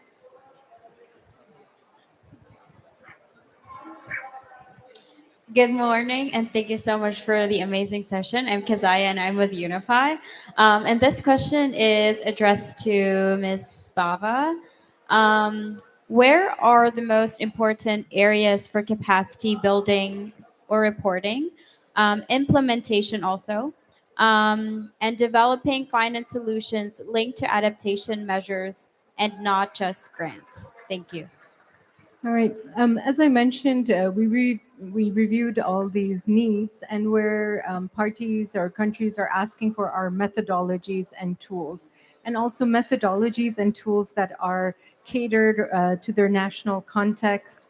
Data is lacking. So where do they get the data? This links to developing a good sustainable data systems. And then linked to all of that is also developing a system where various agencies, parties, all the stakeholders are talking to one another to share the data.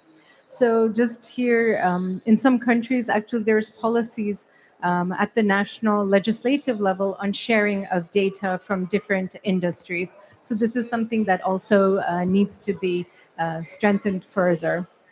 In adaptation areas, I guess again, it is on methodologies and tools. And this, water, as I said, in the NDCs, what we have compiled in the synthesis report, you can have a look at it. And where the countries have said their priority area is on water resources, and this has been followed by the agriculture sector. So you can see there's a major linkage there.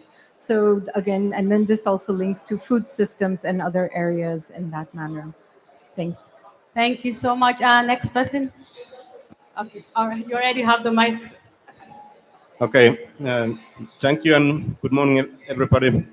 My name is Turo Järpä. I work for the Ministry of the Environment in Finland. Thank you for very insightful presentations, especially Jessica and Moshood.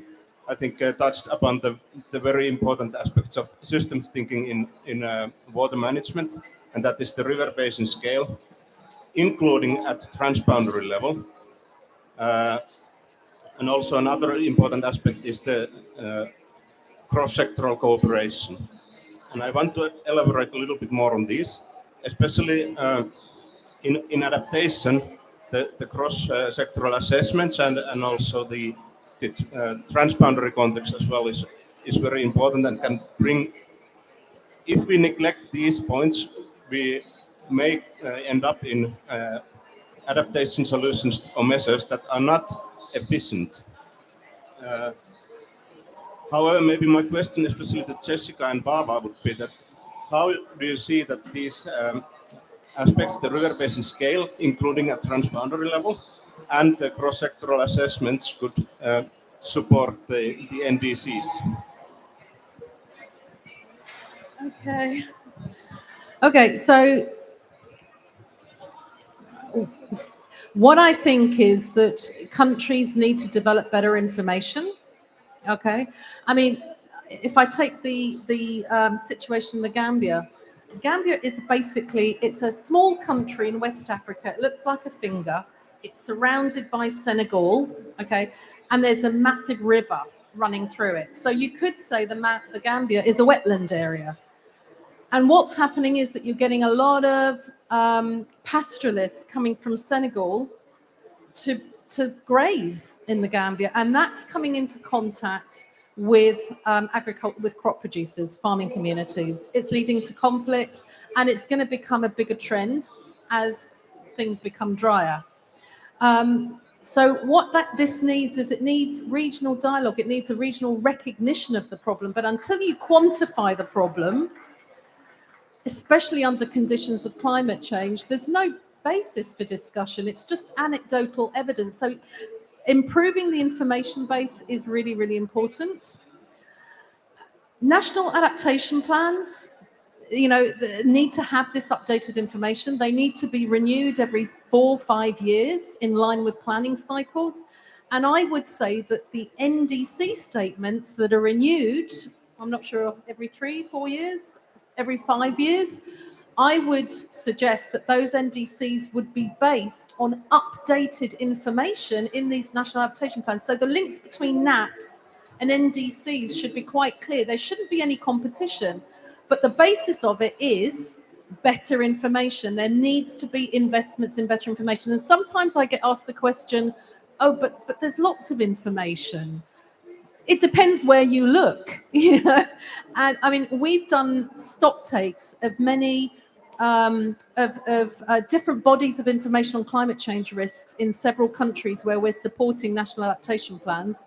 And what we see is that a lot of it is extrapolated information from historic trends, which fail to capture climate change, or it's very spotty. There's a study that was done in this watershed 10 years ago, and it hasn't been updated. So it's very spotty, patchy information.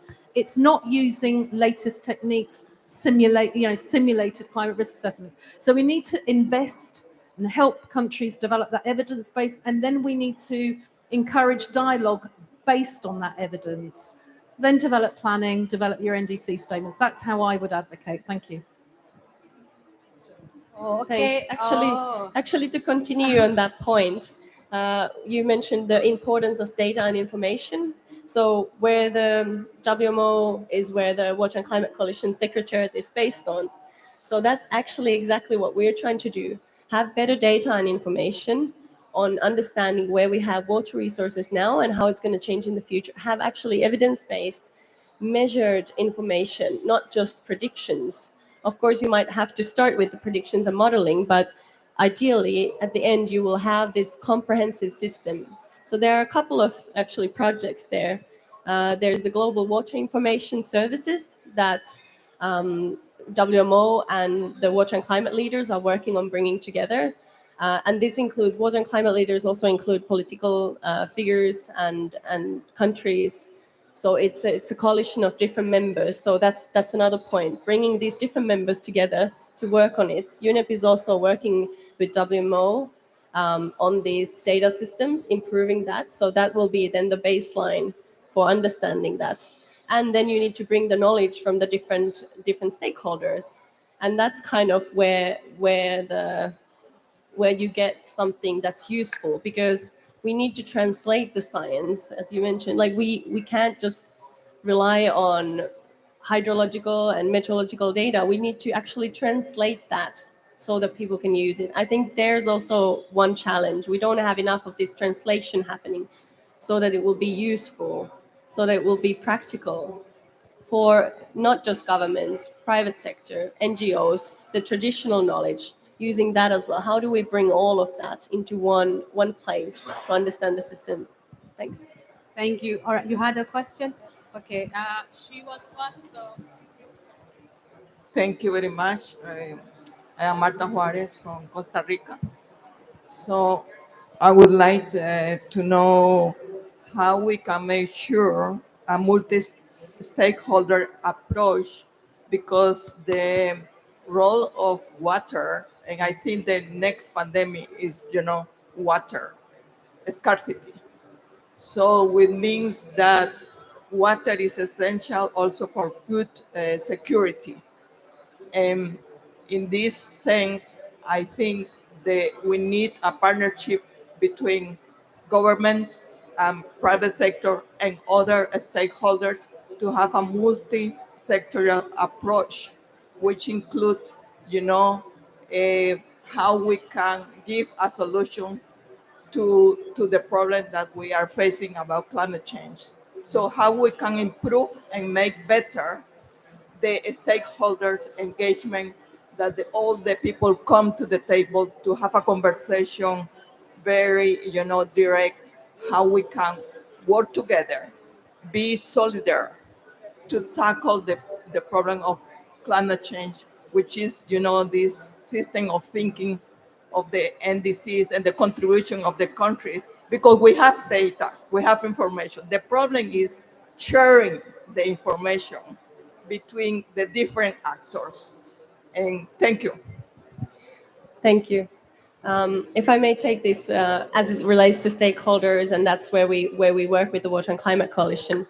So we do this. We do bring these different partners to the same table. We discuss these things.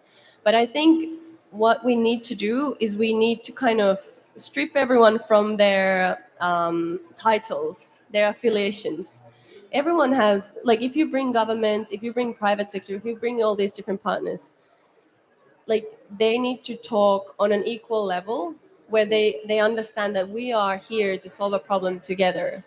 So some of the ways we do it with the coalition is we do something out of the box. Like, for example, one event we organized was a game. We had government officials there. We had very knowledgeable people.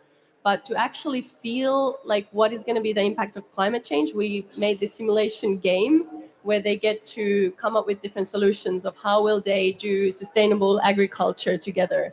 And then I think this was like bringing everyone to very simplistic level. And then after this session, I think that was one of the most engaging sessions that we've had.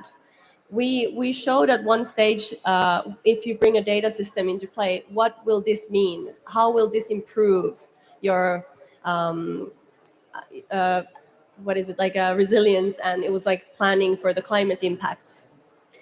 So we had actually a lot of questions afterwards, and they're like, is this what it means? Is this like, they haven't realized this is what it means if you bring that data system. So I think we need to give that experience. It's not enough to just talk, we have to experience it. We have to come together, understand we are equal, we're on the same playing ground. So that's at least one way. Any other? Okay. Next question, please. Okay. All right. So, hello. Okay. So my question is actually related to his question about the transboundary issues. So I'm talking about the case of Iraq. So we have developed our national plan or strategic plan for integrated water resources management in Iraq. But we have lack of data in terms of the Transboundary River, how they operate their dam. I mean, we don't know exactly the rule curve of their dams. And as Jessica suggested that we should update our plan between time to time, like 3 to 4 years, and that's what we are actually doing. But and nowadays we are dealing with the two sources of uncertainty. We are talking about the climate change uncertainty, and also in addition with the transboundary data uncertainty. So what is a good suggestion from you, all of you, in this term, I mean, in developing our national plan? I know it's a hard question. Well, I Yeah. think you're from Iraq, are Yes. you? Yes, I'm from Iraq. Are you aware of the national adaptation planning process? Yes. Okay. So there's an opportunity to invest in improved data. we produce these climate storylines. The next step could be, for example, that you would take those climate storylines and you would apply them to your national water strategy, for example, and actually screen your strategy, screen your policy against the climate risk to see whether what you're promoting is in fact adaptive or whether it's eroding resilience. So there's a wide range of activities that can be taken, but it needs coordination.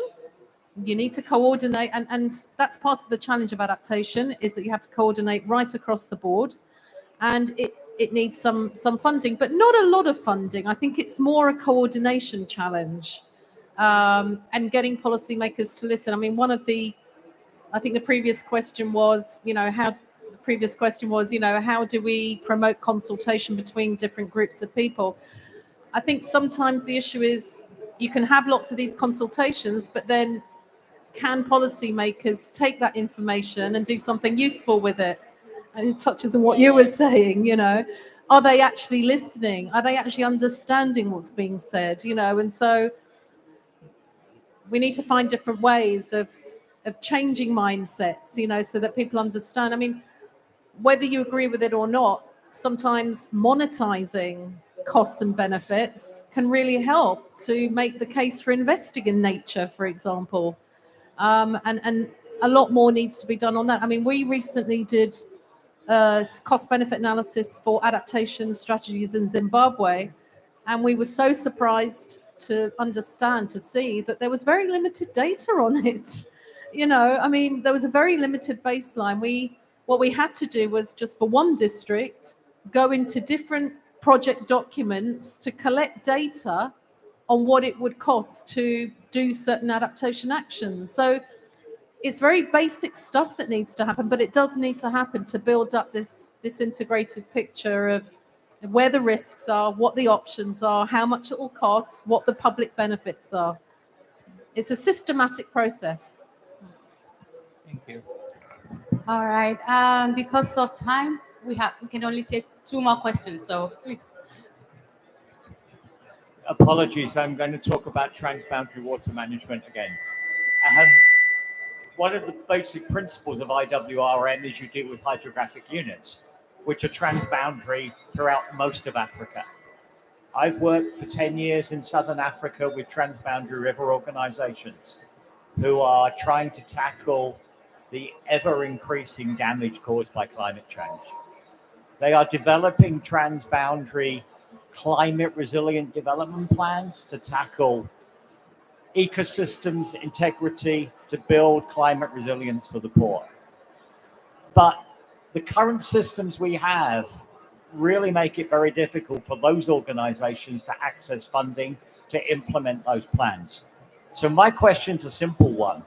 How do these organizations that in Southern Africa are tackling climate resilience affecting more than 500 million people access finance to implement the plans they have developed, which is built on robust data, engagement with communities, locally led adaptation, but they can't get money. So how do we solve that problem? Okay, well, I will point to the Green Climate Fund. They are developing a programmatic approach.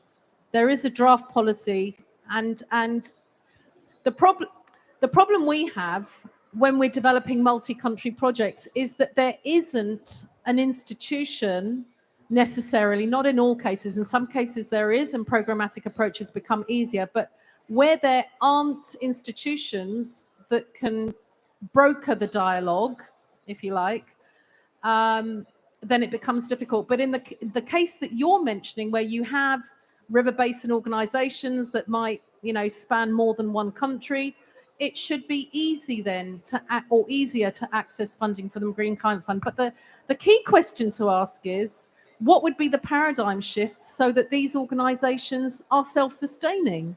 What are the barriers to them being self-sustaining? Is it political will? In which case, how do we address the barrier of political will? So again, it always comes back to leadership, awareness, understanding of the role of nature, water resources in the economy. And if these transboundary river organisations are not yet self-sustaining, we need to look very hard as to the reasons why to address that. Thank you. And the last question, please. You already have the mic. Thank you. I'll try to be very quick because I had two questions. One to Bava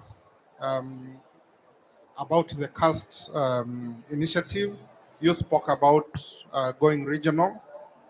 Maybe if you could just give a little bit more meat to that in terms of how it's going to work, and particularly selection of the participants, because when I looked at what you projected, I felt you are already targeting the experts, climate change negotiators. Those are people who already have sufficient knowledge on what you would want. Quickly, the second question. I have had the privilege, and maybe this is directed to Jessica. I've had the privilege of looking at a number of national adaptation plans and the NDCs, especially from African countries. And I think they suffer the lack of system thinking, a huge majority of them.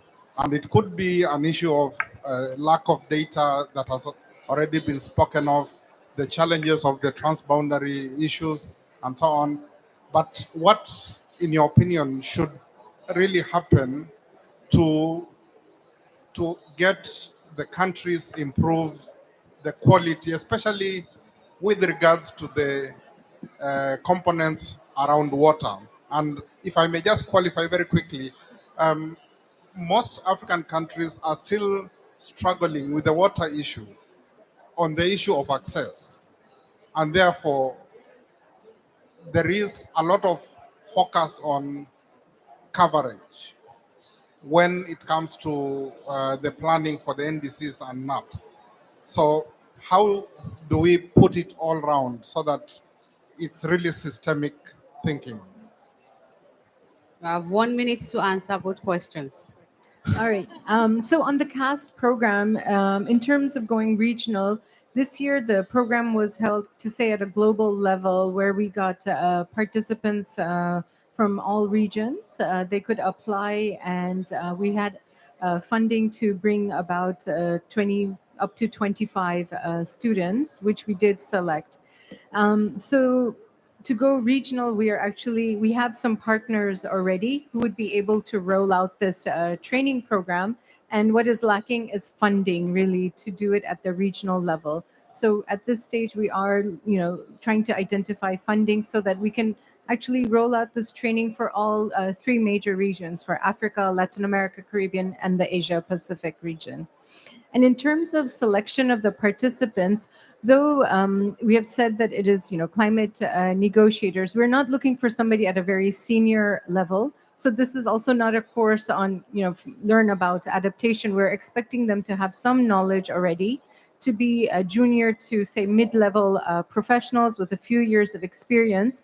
And they can be from both within the government and outside the government. But they would be supporting some aspects at the national level on adaptation planning, implementing climate change action. So that is basically what the profile would be. So this would be opening next year. And you can reach out to me after the... Thank you very much. Thank you very much, our panelists. I think one message is clear with all the things. We all have to come together and work together. This is not a government issue. This is not a private sector issue. It's an issue that together we have to work together to bring solutions. If COVID-19 taught us anything, is that when we work together, we can summon any challenges faster and easily. So I think the message we have to take home today is we all have to work together. And with that, we come to the end of the session. But before you go, I made a rule at the beginning that if you're caught using your phone, you will dance the chicken dance. And unfortunately, almost all of us are corporate of this. So no chicken dance, but we're gonna do one thing. If you're happy you're in COP, clap your hands. If you're happy that you're here, clap your hands. If you're happy, it's over. Now you can go get your lunch. If you're happy, we are done. Clap your hands. Thank you, everyone. My name is Titilayo Adebayo. See you around next time. Bye.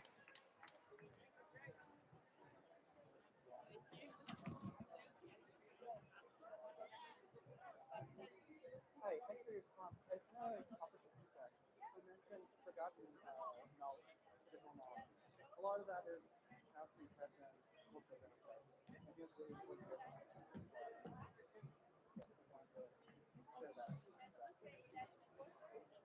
No, I know it depends on what you use, but you mentioned important facts that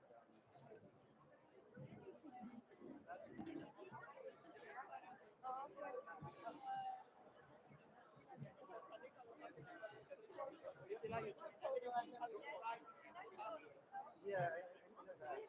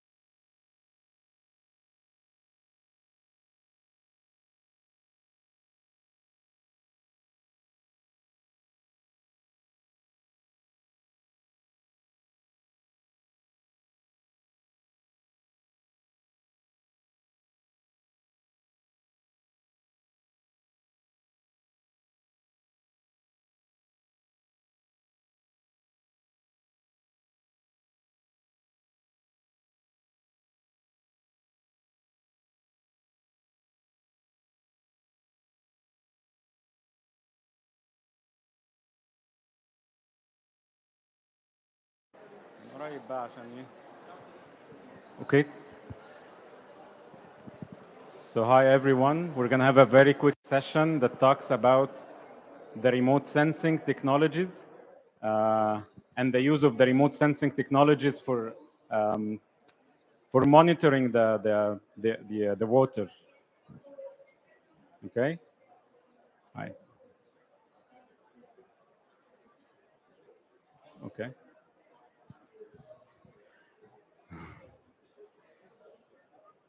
What?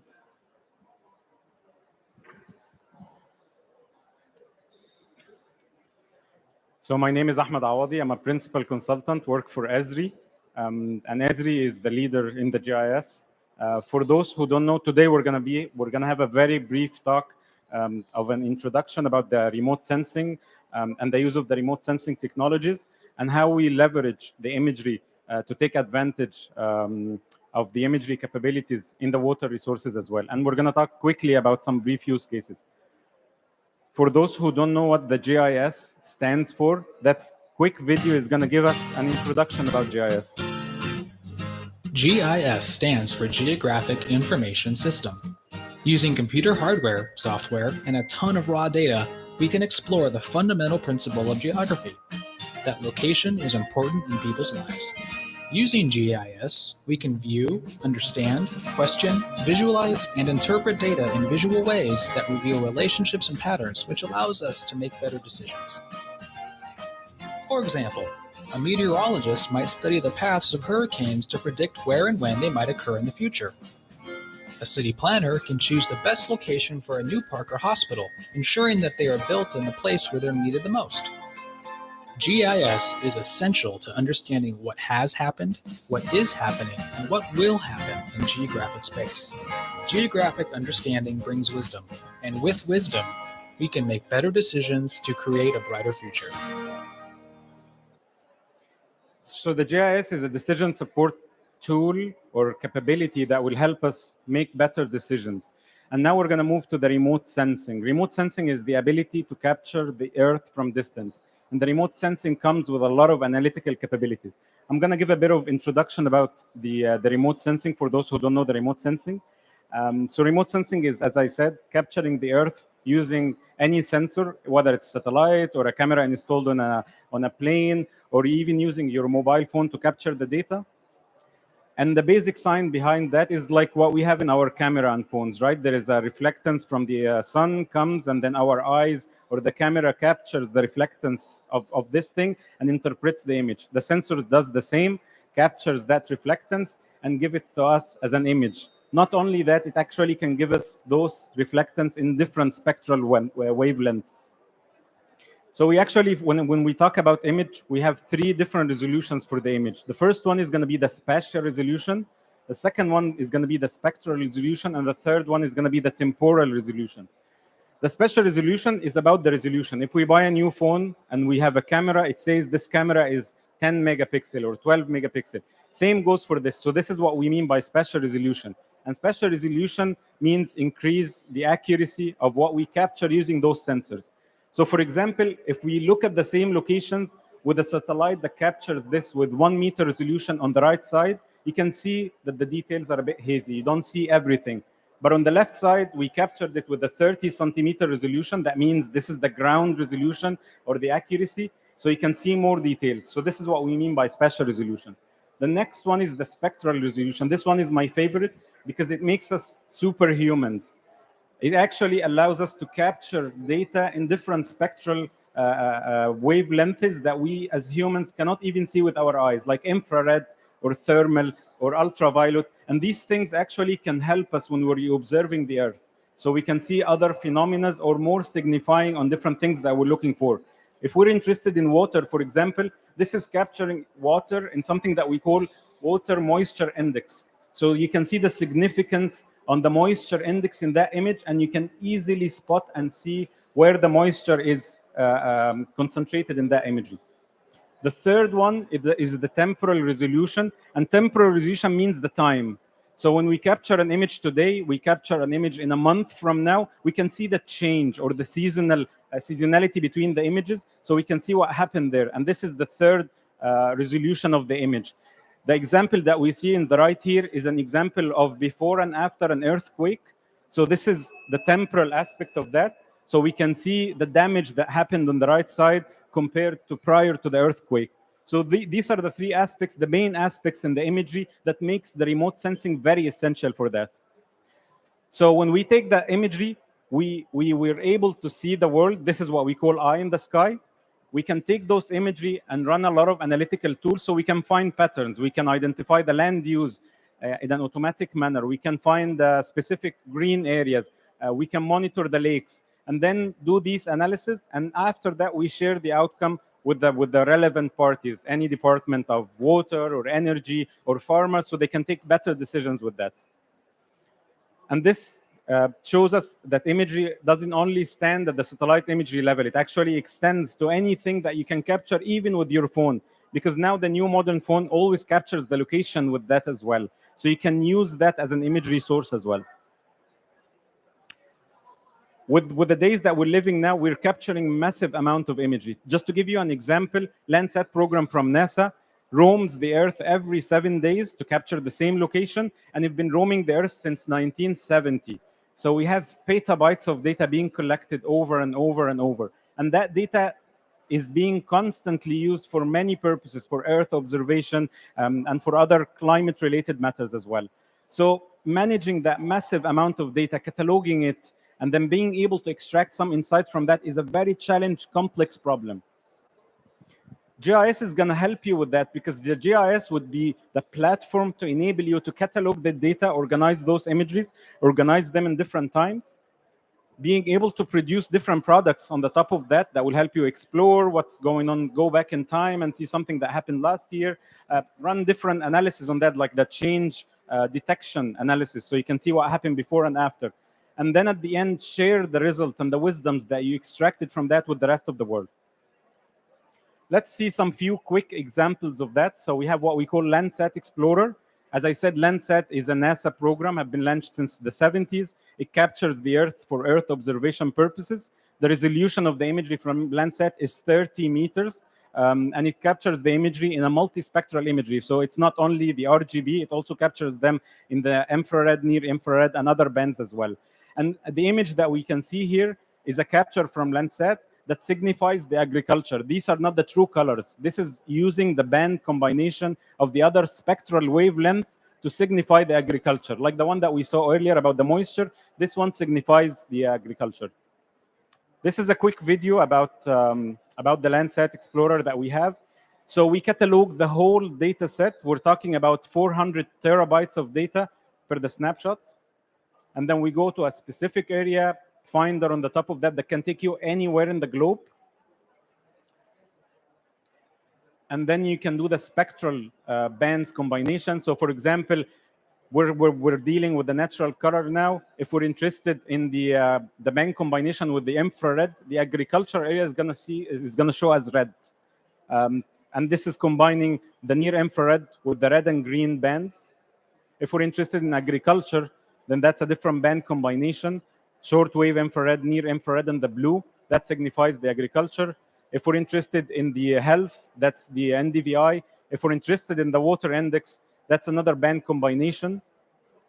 And so on and so forth. A lot of applications that will help us understand and see things that we couldn't see before in an easier way. The next case is actually leveraging the remote sensing data in order to be able to do one of the use cases, like estimating the water needs for the croplands. And it's a very complex problem, by the way. It starts by identifying the crop boundaries, identifying what type of crop is being planted in those boundaries, and then detecting or estimating the health of the plants being planted there, gathering some sensor feeds about the soil and moisture and everything. And on the top of that, doing that, adding that to a complex equation so you can estimate the needs of that cropland in a way. That was a very complex pilot that was done between us and Microsoft for Egypt to estimate the water needs. And you can get on the lower right here, that's the dashboard that tells you per every agricultural land, what is the water needs for that. This is another example of leveraging the Landsat data to be able to create what we call land cover. Is from that imagery, you create a classified outcome for the different land uses or land cover. So different classes, what is the water, what is the wetland, what is the barren areas, what are the structures, and so on and so forth. And you do that in an automatic manner. So this is the remote sensing analysis. So the imagery is on the right side, and the classified imagery that tells you exactly the areas and the different classes on the left side. And the last example is monitoring a specific case related to the water. We all know about the Aral Sea between Uzbekistan and Kazakhstan. In the 60s, it was the third largest freshwater lake. And then over the years, for many reasons, the water kept shrinking all the way until reached the zone that we see in 2014. So also using remote sensing, you're able to observe the change in the water because you can identify the water from the satellite imagery as a water body, and then you can calculate the areas and the progression of that over time. So you can see different zones here. The red zones are the original boundaries of the Aral Sea, and it kept shrinking all the way until it reached that purple zone in 2015 as well, which is challenging because that shows you the outcome of bad policies and the impact of that on environment and agriculture and a lot of other aspects as well. That's my presentation for today. It was just a quick presentation just to highlight the use of remote sensing and leveraging that so you can conserve the planet's limited resources. Thank you so much for attending. Thank you.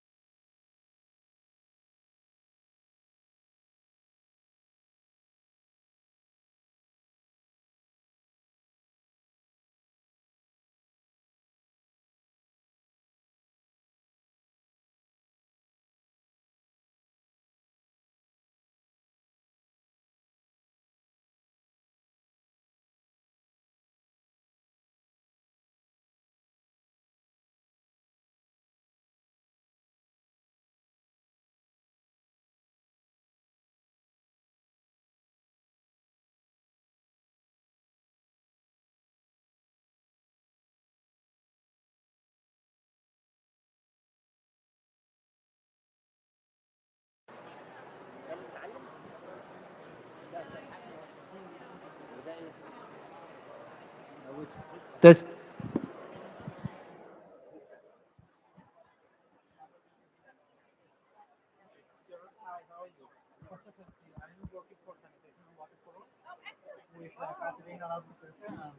She's already online. Ah, so I will actually need two more if you can. One for dinner. We can keep it here. Yeah, no, I will give it to you. Yeah. So Katerina is online. The Netherlands is telling us that the Vice Minister will be around. Okay. And who else is on the panel? Who else do you have? So it's Katerina, it's yourself, and then we have the Vice Minister. It's the three of you.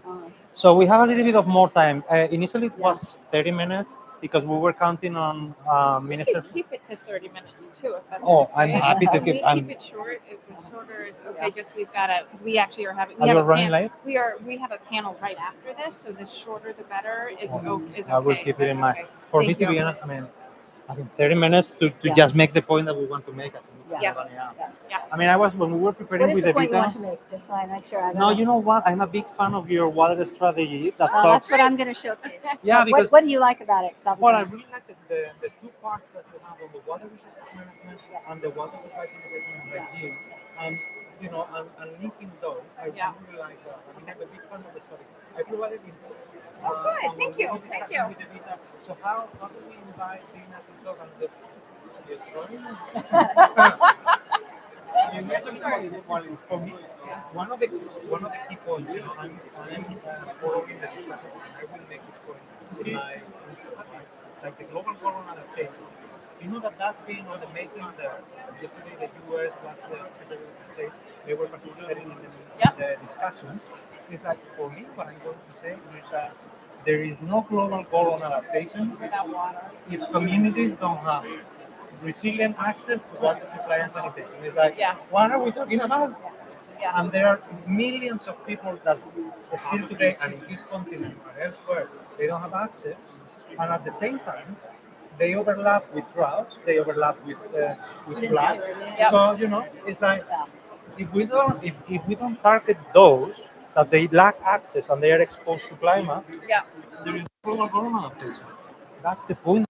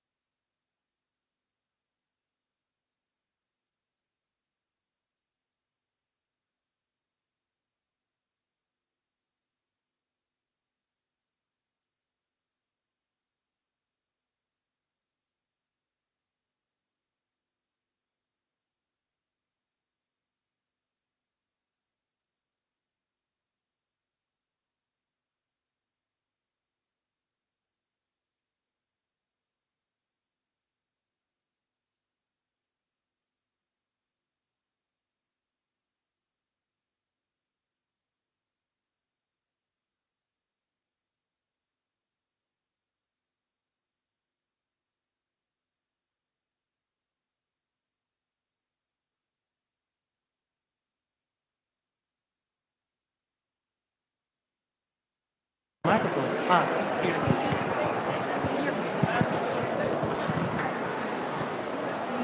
Hi, Kitty. Hi. Hey, good to see you. Am I on time? Yes. You are on time. I'm ready to take it.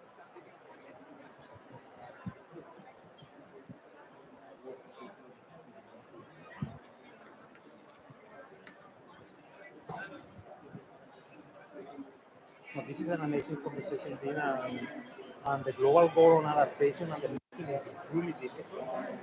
But one of the things in this session is like, let's plant the idea that, as I said, people not even having a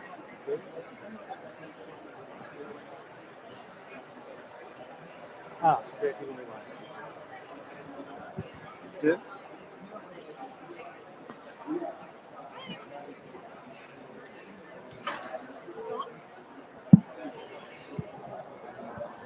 So this is Dina Esposito, USA, Vice Minister. Tell me your name again. Kitty. Nice to meet you. Dina. Hi, Dina.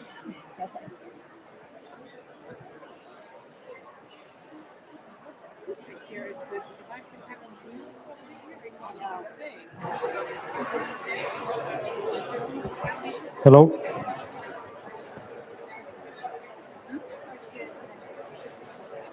Ready?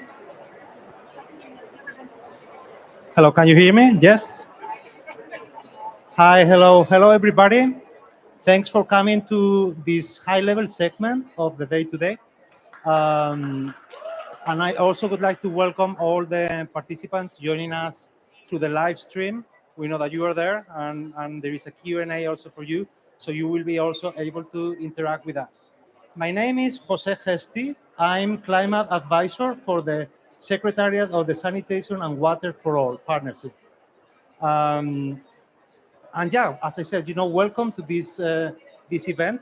We are at the equator of the discussions at the Water Pavilion, right? We are right in the middle, and we see the discussions today around adaptation and resilience are actually bringing us together. Every single day, the discussions at the pavilion are very interesting. And today, it's an interesting day as well because many of the things that we are discussing come together into the discussions today on adaptation and resilience. The title of our session is focused on the elimination of inequalities and through resilience, of course, and its opportunities to transformative actions from now at the COP27 and towards the UN 23 Water Conference, right? This event is being convened by the Netherlands and the Sanitation and Water for All Secretariat. We have a set of amazing speakers and distinguished speakers. With us, we have 3 female speakers, and we are very proud of that. Of course, because sometimes when we are discussing water, we tend to see a lot of men around the table, right? So it's really great that actually today it's just me, and then we are accompanied by 3 female distinguished panelists. We have with us Kitty van der Heyden, Vice Minister and Director General for International Development and Cooperation from the Netherlands. Welcome very much, Kitty. We're also very happy to have with us Dina Esposito. Dina Esposito is USAID Assistant Administrator for Resilience.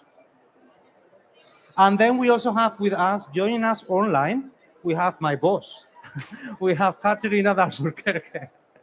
She is the Chief Executive Officer for the Sanitation and Water for All Partnership. We see you, and it's like if you are with us today, Katerina. Very happy. You are also somehow logistically you come perfectly like seated in the 3rd chair of the pavilion. So great to have you here. So let me give you a little introduction to our session before we start the real discussion with our panelists. We are here, as I said, at COP27, right?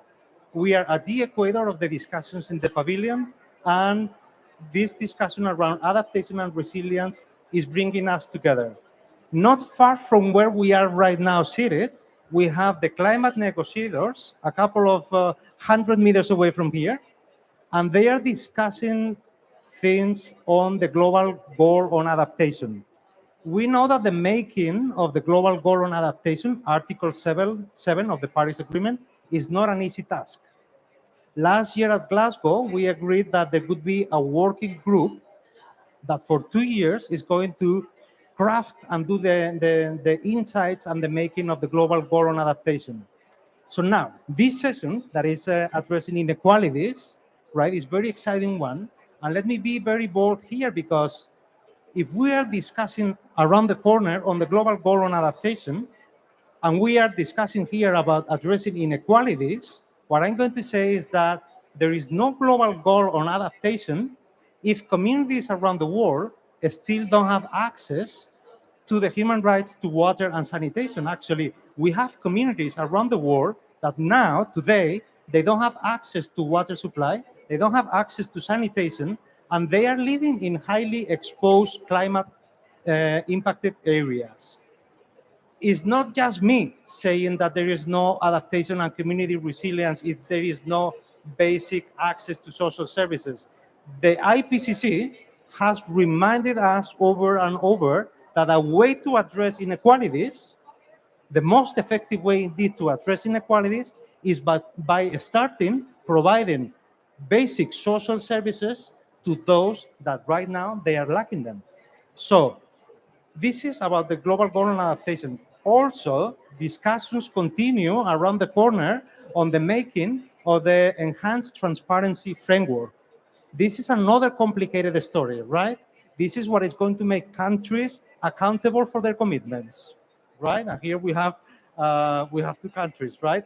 So the enhanced transparency framework is aiming at doing this, coming across as how is this going to happen and how progress is going to monitor and how the commitments will be made and monitor so we can monitor progress is not easy. But today during the discussion, we're going to put some hinters as how the water supply, sanitation and hygiene sector can actually contribute to make this happen. So we are at COP27. We are on the road to the 23 important water conference. And we are here to discuss what needs to happen to provide universal access to water supply sanitation that is sustainable and climate resilient, right? This is indeed the aim of this session today. We're going to discuss challenges, and we're going to discuss tangible ways of elevating political will so that this happens, okay? So without further ado, and with this little introduction, I would like to pose the first question to you, Kitty, first on, so how do you see, how does the water conference, the 23 water conference, how is it going to provide us with the opportunity to overcome the inequalities, and how is this linking to universal and resilient access to water supply, sanitation, and hygiene? Not an easy question, Kitty. I was going to say, how many questions in one was that? A lot. We trust you. So I don't have an easy answer, because I think if it would be easy, we probably wouldn't be here discussing it, right? So let me start with that. I think, first of all, when we discuss this, I think let's look at ourselves. Is this working better? Yeah, I can now hear the difference. Sorry. And the acoustics here isn't great, right? So I hope you can hear this. Okay.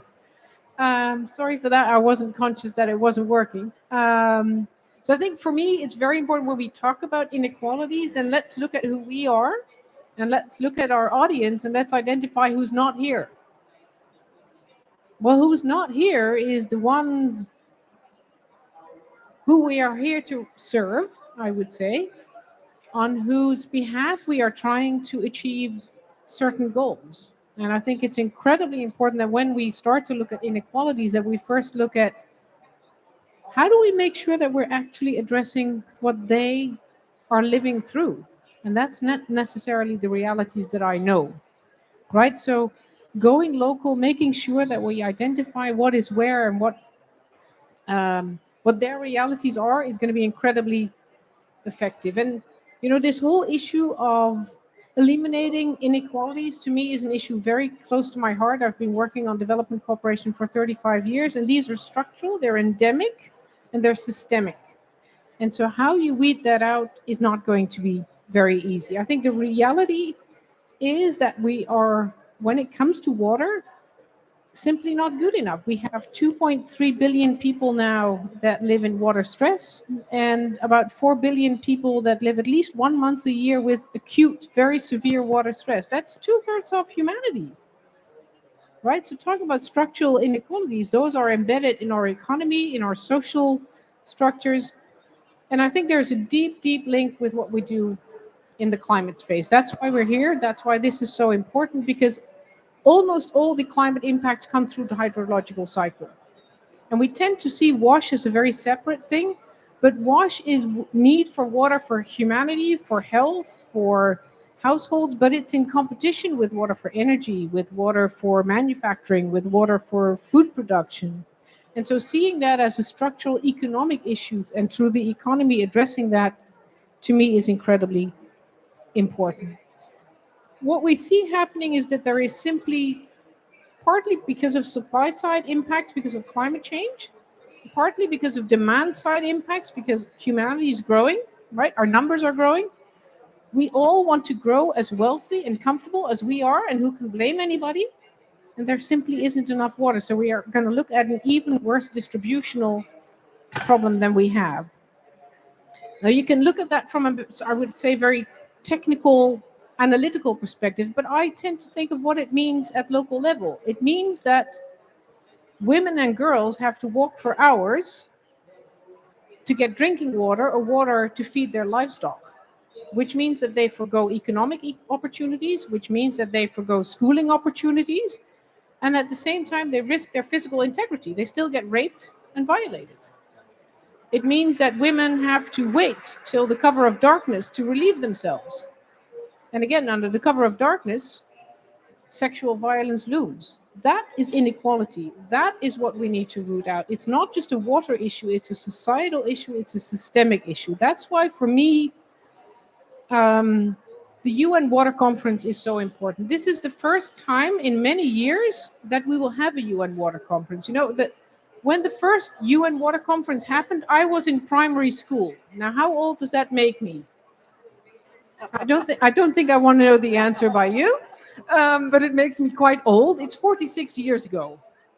Isn't that amazing? You know, water is so important for everybody's life.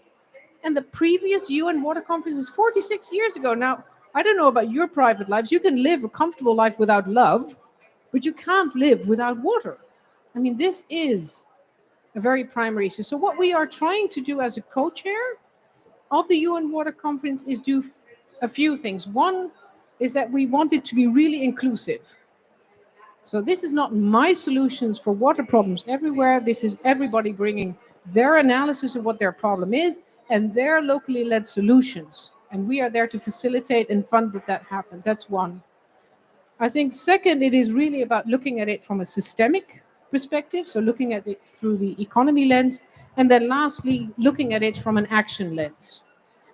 So what we want, and that's why I need you all here and everybody in the audience online, is what are the actions that we need to take? The UN conference will not end with a negotiated outcome, but it will end with a voluntary commitment of water commitments. What is it that we're going to do more, better, or differently tomorrow than we did today to address those systemic inequalities? Who do you need to deliver on that? What do you need to deliver on that? So really trying to find out what it is that we can do better together, what we can do more, and how we can go faster to address those systemic inequalities. Because let's face it, the next time the UN Water Conference will happen, I will likely be pushing up the daisies, provided there's enough water to grow those daisies, right? So this really is the time to get going. And I need all of you here in the room to help me think through, to help us think through what it is we need to do. And I'm very keen to hear Dina and Katerina also help us outline what is in those voluntary commitments that will really make the difference. And let's work together to then address them. Thank you very much, Kitty. This is really important. You said that we cannot live without water, and we need commitments. Let's just keep then the conversation going. Sorry about this little insect. There is someone who loves you for sure. It's a little fly. Sorry about that. No, thanks very much, Kitty, and it's really planting the seed for a nice conversation, because now, Dina, I will invite you then to reflect similar, but as well we're going towards the water conference. The last one happened 46 years ago. Now we're making the maths as who was born before or after, doesn't matter. But how can you tell us what is USA? What is USA working to commit? We are discussing about commitments. What are the actions required, and how are you working with these issues of addressing inequalities through your strategic thinking and through your muscles, with action on the ground? Thank you so much. Thank you so much to SWA for hosting the discussion, and for the government of Netherlands also for co-hosting and for being a co-convener at the UN Water Conference. We're really excited about that historic event and hopeful that it brings the kind of collective action and sea change that you're talking about today. I do work at the U.S. Agency for International Development, and I work in a bureau called the Bureau for Resilience and Food Security. And interestingly, this bureau hosts a Center for Ag-led Growth, a Center for Resilience, a Center for Nutrition, and a Center for Water.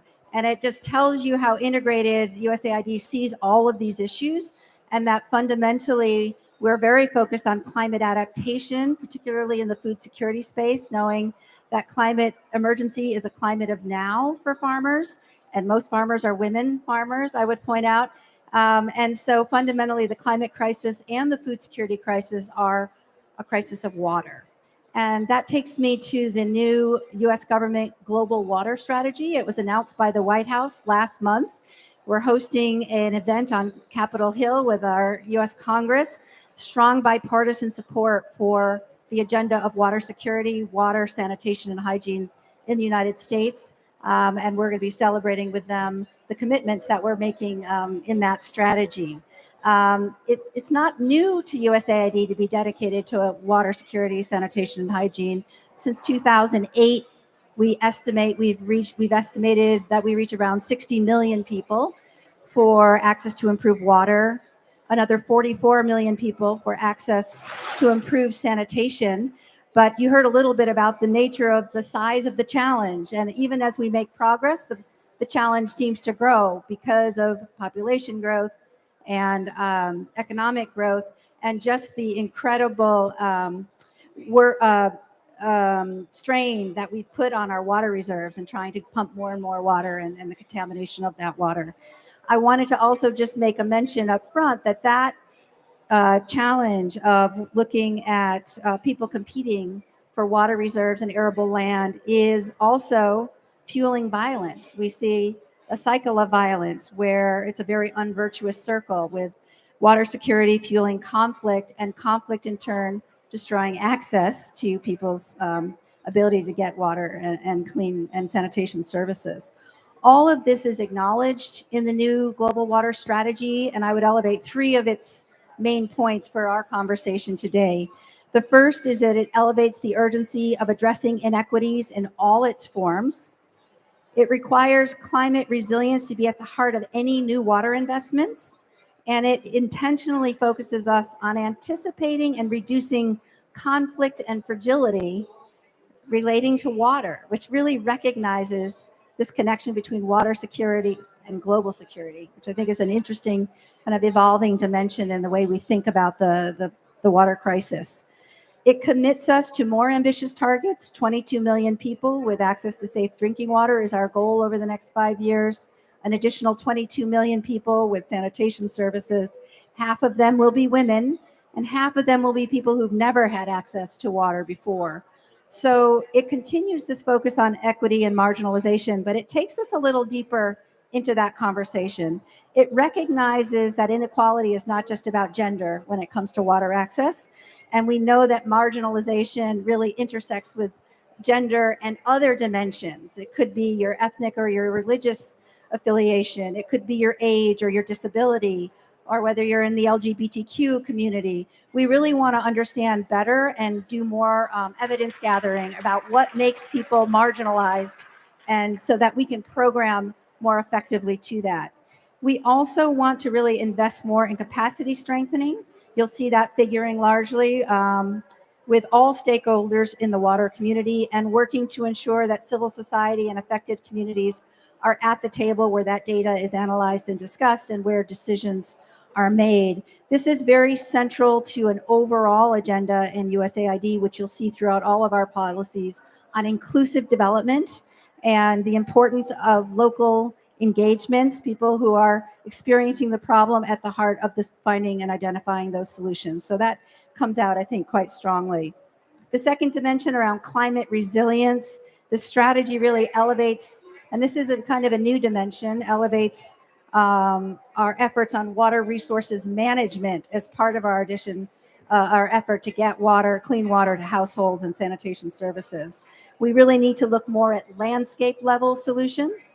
So for example, we'll be looking to replicate our investments in Peru, where we've been implementing work to reforest and restore watersheds that are essential to Lima's potable water supply. So nature-based solutions emerging more forthrightly in the WASH approach. We're likewise going to expand programs like we're doing in Northeast Kenya with the government to map groundwater services and make the use of hydromet data that helps water authorities forecast and plan better for drought, floods, and seasonal weather variations.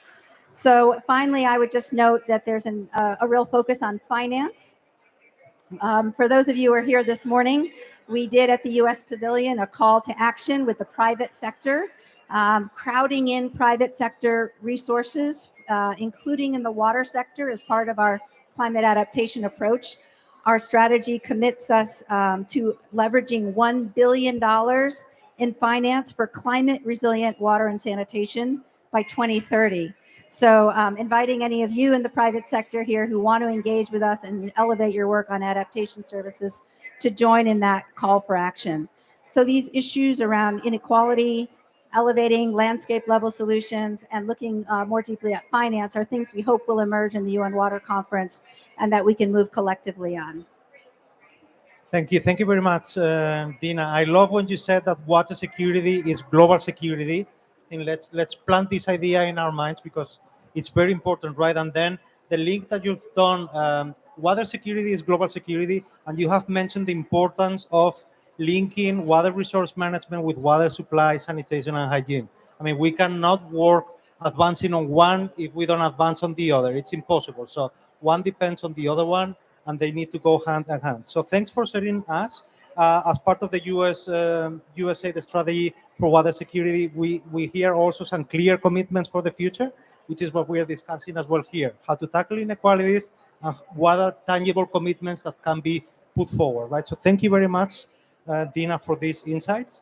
Now we will move, Katerina, it's your turn now to reflect a little bit what we are hearing, right, from our colleagues from the Netherlands and USA, and then Katerina, so how do you see, what are the required ingredients, right, that we need for tackling and for addressing the universal achievement of water supply and sanitation that is not only sustainable, but it also in the context of the climate crisis it's not just now about providing universal access, but it has to be climate resilient universal access. So how do we elevate the political will? How do we build the political will, and what are the key ingredients, Katerina? Thank you so much, Jose, and good afternoon to everyone. It's a pleasure to be here and to talk about inequalities and how we end them in order to make the rights to water and sanitation a reality. And as Kitty was saying, the 2023 conference is indeed the opportunity that we have to leverage political will, to bring politicians around the table, and in the lead up to the meeting, to make sure that everyone is brought around the table in order to discuss and assess what are the ingredients, to use your words, Jose, that are indispensable to make the promise of the human rights to water and sanitation and the promise of the elimination of inequalities in access to water and sanitation a reality. And we know that there are lots of ingredients we need to bake the cake, but a fundamental ingredient is political leadership. We can come together, make demands, adopt UN resolutions, take decisions, even adopt commitments, but without the support and readiness of those at the top of the decision-making chain, we will not have and we will not make the necessary progress. So we will not move from just words to action or from good intentions to change. And it is political leadership that that will allow us all to overcome. We were talking about inequalities, and Dina, you were referring to the importance of understanding what is at the root of discrimination and inequalities. And very often it's political barriers or legal barriers or cultural barriers. And we need politicians with the courage to identify them and to act on them, and to put the furthest behind first. And it's only when we align political leadership with the measures needed to ensure water and sanitation for all, that we will achieve SDG 6. And well, you have talked about what your respective governments are doing, and in SWA, I think this is a little bit what we think, that we need to reach out, make friends in other sectors, and reach up to higher levels of power. And there is this African proverb that says that it takes a village to raise a child. I think it takes the whole world, the whole community, different sectors, and all stakeholders to make the human rights to water and sanitation a reality. And I know this is what the co-conveners of the 2023 conference also want to achieve. And I think this is what we need if we want to have a successful conference. Jose just mentioned that next door negotiators are working on the enhanced transparency framework. This relates to another piece of the puzzle, as you were saying, Jose, which is accountability.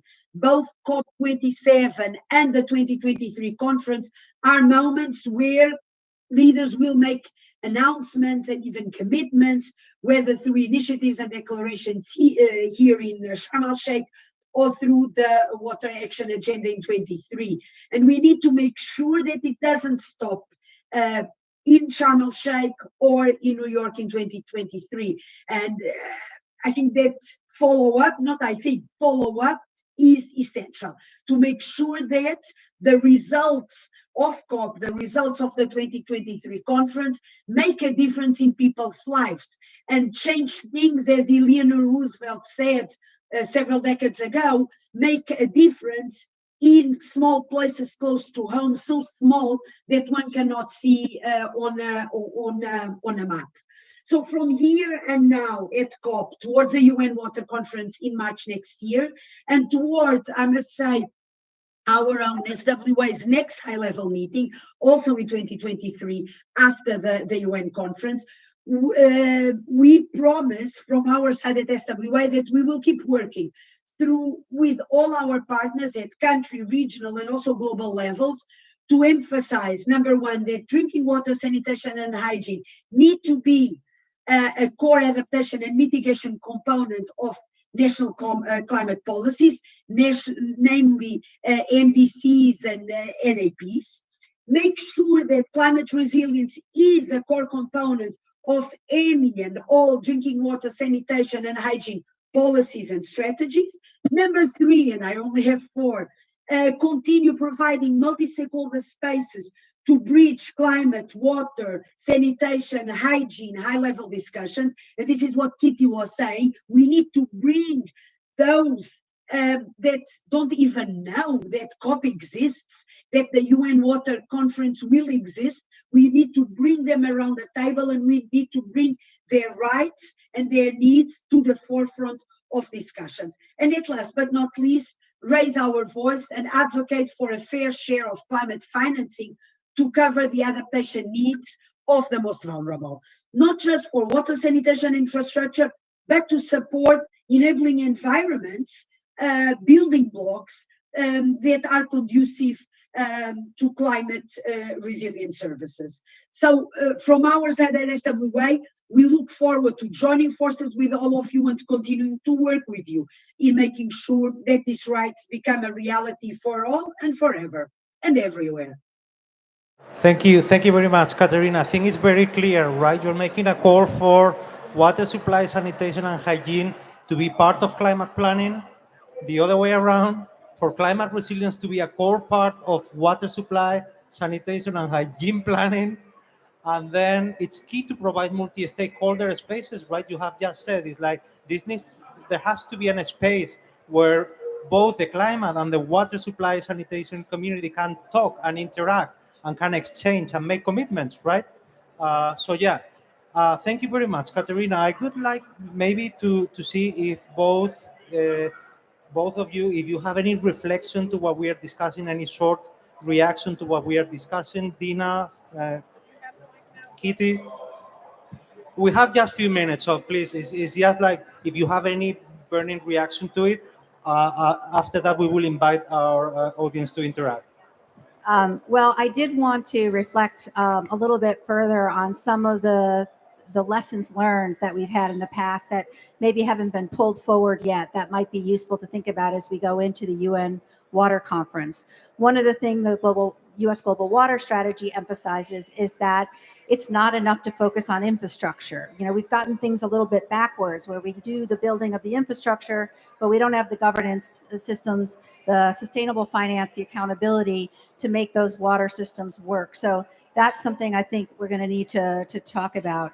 The second is that the targeting households, first 1,000-day households or subsets of communities hasn't really led to the thresholds of sustainable access that we need. And so again, going back to this idea of systems level, landscape level approaches that get the water system to work, and then we can target that system to the most vulnerable. But you've got to do both of those things. We also know that focusing on women as beneficiaries of services rather than as leaders and change agents has not actually shifted harmful gender norms. We have a lot more to do about that, and that others have been left behind in this exclusive focus on the gender and poverty dimension, that there are other issues that we need to look at. And then finally, that national level climate change plans and financing is largely silent on water. So we're going to have to change that if we're going to reach our collective goals. Finally, yeah, just more different and better data, absolutely required that we have those data and that we have the analysis of that as a transformational approach to improving the water system and water sanitation and hygiene. Thank you very much, Dina. And I start to see convergence of the conversation. So Kitty was mentioning the systemic issues, right, that you have also mentioned now. We are discussing about water supply and sanitation into climate policy a couple of times already. So yeah, I mean, there starts to be some convergence of our discussion. We invite you now, Kitty, to share some further reflections. Well, I'm not going to provide a radically different perspective. I think we're all thinking very like-minded, right? So first of all, it takes the world to realize, you know, sanitation and drinking water, SDG 6 writ large. So you mentioned the point, Dina, about women, and I just want to underscore that. I mean, very often water is seen as a technical issue that requires engineering, technical solutions. But unless we address the social norms and unless we address who this is actually for, and it often is for women and for girls, they are the beneficiaries. If we do not get women into the solutions, we simply won't get there in time. So I'm happy we have an all-female panel, barring our moderator. We have just agreed in the Netherlands to have a feminist foreign policy, which means that we will look at everything we do, whether it's diplomacy, whether it's funding, whether it's development cooperation, around where do the resources go, who benefits, do women have a place at the table? So participation, representation, and being the recipient of funding. And I think when it comes to water, that's incredibly important. You mentioned, Dina, water security is global security. And I think that's an incredibly important point in an incredibly fragile, multi-polarized world that we're in right now, where threats are increasing, vulnerabilities are increasing, but through water we can also bring peace. So it's a driver of conflict, but it's also an opportunity to bring peace, to bring collaboration, because it is something that you can only do together. It's human rights, it's growth, it's biodiversity, it's health, it's everything. One point that I think Katerina mentioned that I think is incredibly important, that we really need to start advocating for a fair share of this incredible pot of money of climate finance for the WASH agenda. We are not going to get there if WASH remains this nice, fuzzy, furry little thing for women and girls somewhere far away. This is important. This is about human rights. This is about climate change and not having enough.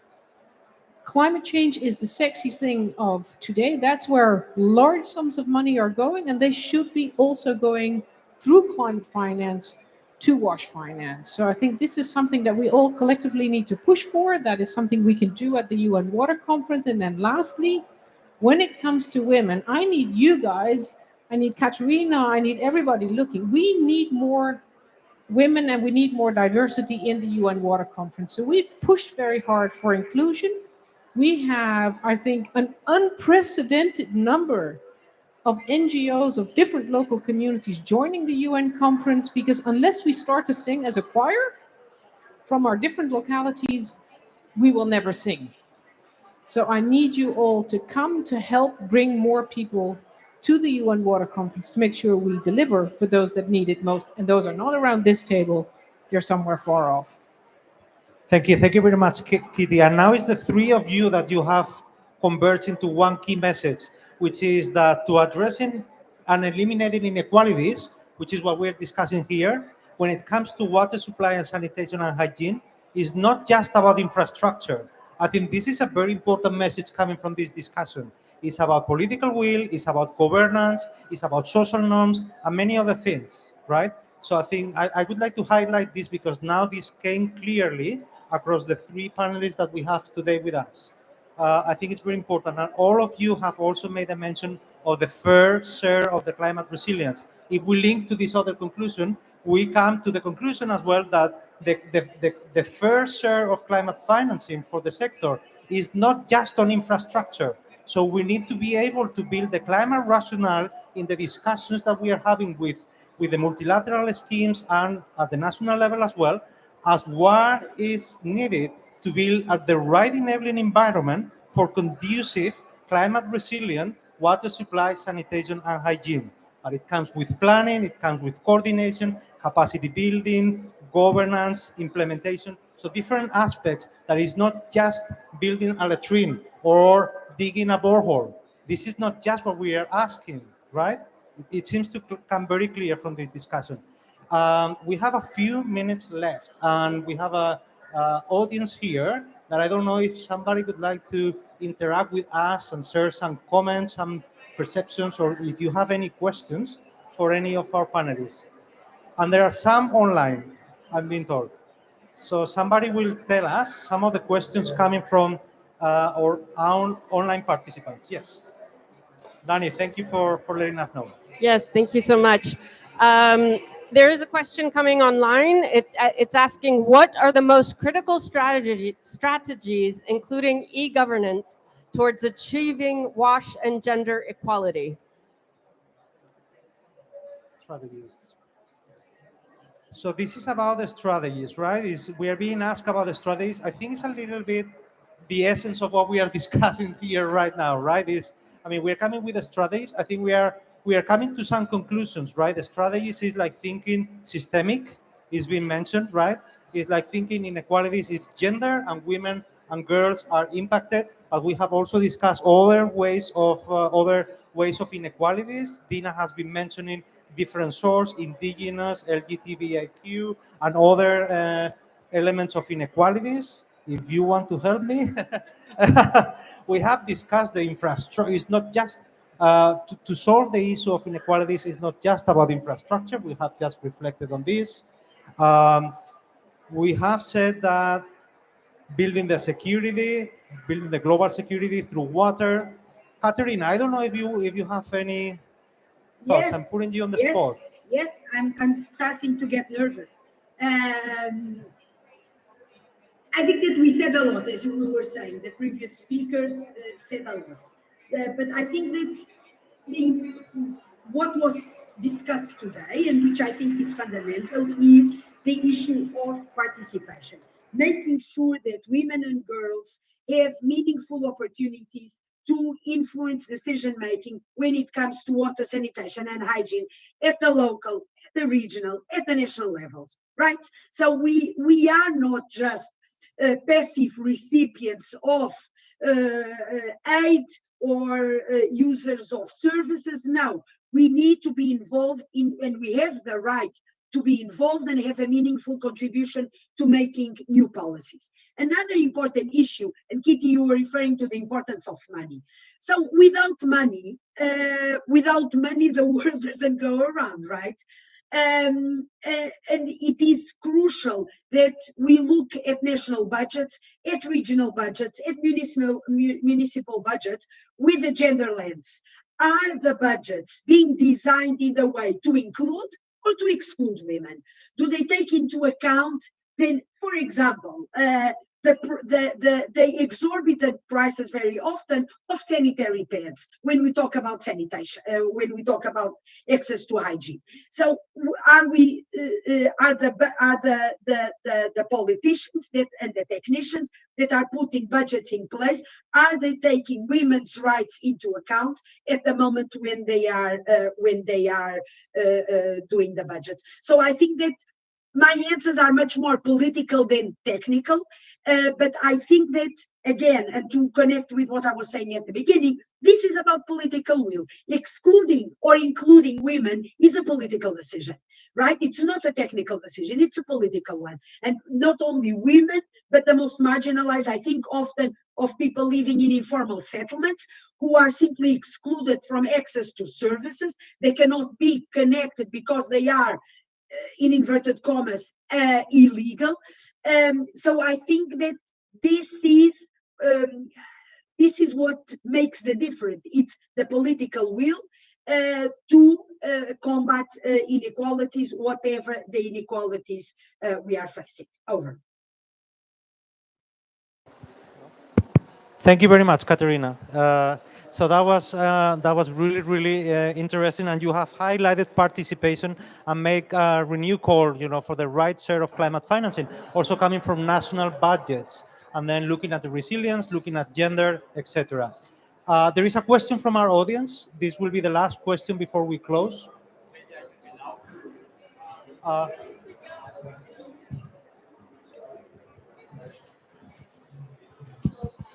Thanks. I'm Binayak Das from the Water Integrity Network.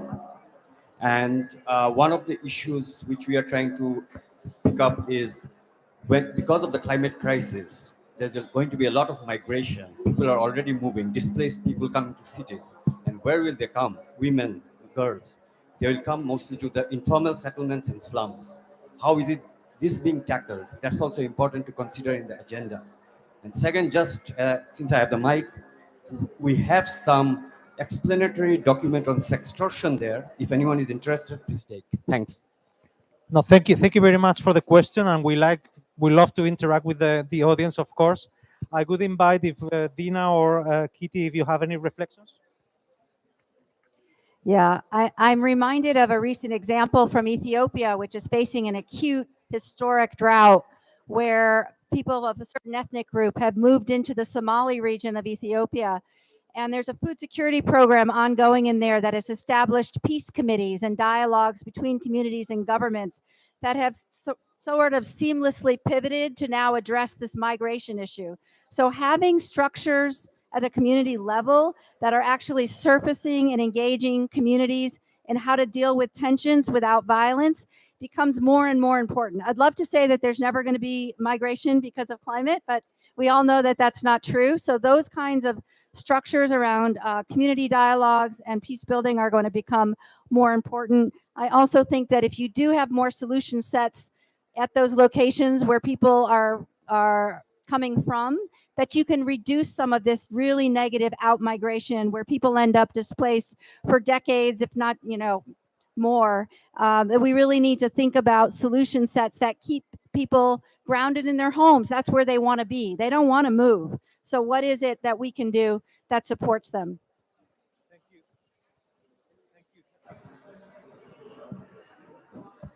Kitty, please. No? It was working. So I think Dina has taken the words right out of my mouth. Nothing much more to add. I mean, we do need to realize cross-border migration is something that has been happening for, I would say, centuries, particularly with herders. So in essence, it's not news. It's the number of people on the move, not because they want to move, but because they have to move, because there is no perspective of a life in dignity. I think that's the essence. If we cannot offer the perspective of a life in dignity, and water is an absolutely essential part of that, people will start to move. And so for me, that's why I said, who is here? Let's think of who is not here. We have to think of the perspective of those people that are not here, that are going to start to vote with their feet because their children have no perspective of a future. Right? And so for me, thinking of that perspective, that inspires what I do, how I do it, with whom I do it. One point that we haven't really touched on, but I wanted to use my last minute, is not just to talk about, is this about engineering or about social norms and inclusion? This is very much about locally driven development. And so we have just revised our new development strategy, and one of the central tenets of that strategy is localization of aid. What does that mean? Aid that you really look at the local circumstances. What happens in Mali is different from what happens in Mozambique.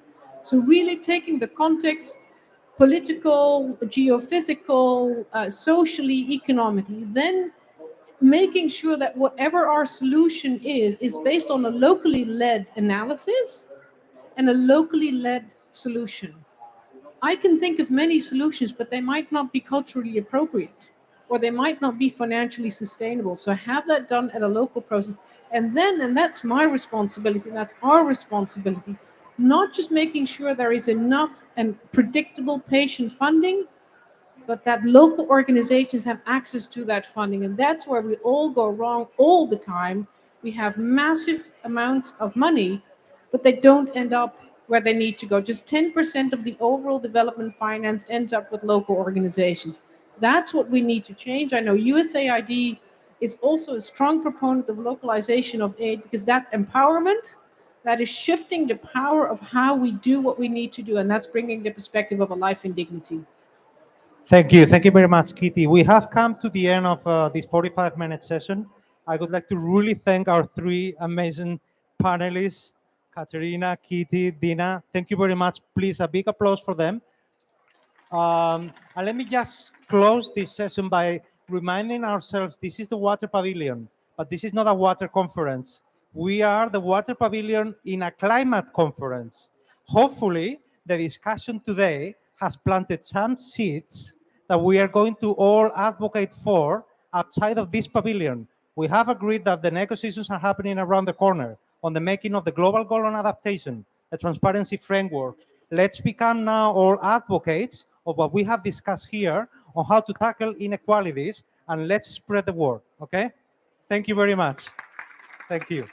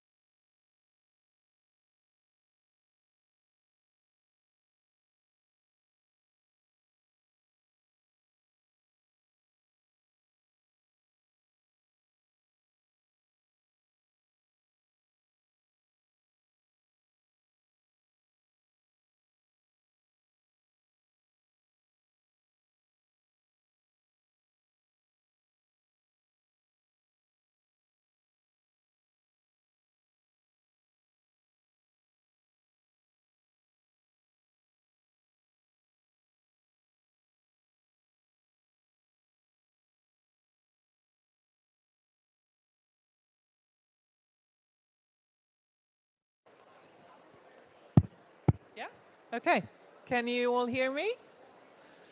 Right, I think so. Thank you very much. It's time to kick this off. My name is Maria Selin. I work at the Swedish Embassy in Amman, Jordan, where I head our Regional Development Cooperation Program. I'm sent out from CRIDA, as some of you may know, which is the Swedish International Development Cooperation Agency. And I've been asked to open this seminar, and I'm very grateful for that. I've been invited by Guidon and partners to say a few words just to get us started. And of course, I'm delighted to be here. We have been working with EcoPeace and the other partners for many years, and this is indeed a very important seminar, and particularly on this day, talking about adaptation, of course. And I also want to thank, alongside with EcoPeace, the African Development Bank and IWMI, who we're also partnering with in other programs, for giving me the opportunity. And of course, we know that the MENA region, where this COP is held, and next one also actually, that climate change is indeed a very stressing factor. It is putting a lot of hardship on societies, communities, and individuals. And we also know that this is a region where water scarcity is a real and pressing, urgent problem. And we have, from the Swedish side, a very long-standing engagement in the MENA region. And we work, our main objective is obviously to lift people out of poverty and oppression. That's our main goal. And in doing so, we are very keen to underscore the need for transformative and systemic approaches, holistic approaches, which also means that we need to see some of the issues as cross-cutting, and gender equality is one of those. And I also want to really just mention the need for accountability, transparency. I always push in the word corruption in any of my speeches, because I think we talk too little about actually where some of the resources are going, where they should not be going. So we also need to put that on the agenda. Why do we need to collaborate around water? Well, obviously, it's the water resources in many cases are shared. And we need to see cooperation to tackle those challenges that the transboundary waters are facing. And this, of course, is something that EcoPeace, our partner, has been doing for many, many years, and very good success, looking at the Jordan River as the key case here, where you build trust and relationships around the common resource that you have, and also trying to tackle the common challenges. And we are very proud and happy that we just recently actually renewed our cooperation with EcoPeace for another 3.5 years. I'm very proud to have done so. I won't be very long, but I do want to come back to the issue of gender and gender equality and gender mainstreaming. As I'm sure all of you have done, you've been walking around, you've been hearing and seeing how many sessions talk about the need for women's inclusion in decision-making processes, also because women are absolutely the hardest hit by climate change and water constraints. And I just read, a colleague of mine showed me that if we look at the 110 world leaders that have attended the COP, you will be surprised, if not shocked, to know that 7 are women. I was just passing by another panel here. There were 9 people on the panel, and the only woman in that panel was moderating. So I think we need to look at ourselves too and say, what are we doing? Because we need to bring women into decision-making, whichever level we're talking about, from the top to the grassroots level. So that's something that I'm very passionate about, and I really want to make sure that when we talk about collaboration and cooperation around shared resources, then we should always include women, as well as youth, obviously, in the decision-making.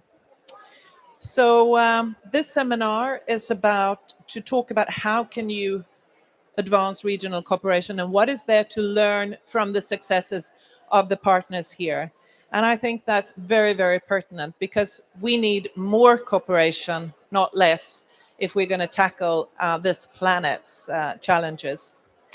So with those remarks, I want to conclude, and I really want to thank the partners, and I'm looking forward to the discussion, which I know will be very fruitful, and I hope that there will be a lot of engagement around these issues. So thank you again, and I'll hand over to you. Thank you.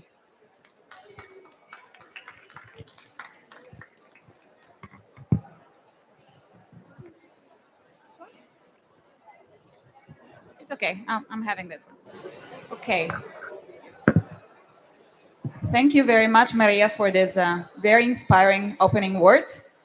I do share your passion, and I want to relaunch your call for more inclusion, wider gender inclusion when we're talking about climate. So thank you very much for remarking it.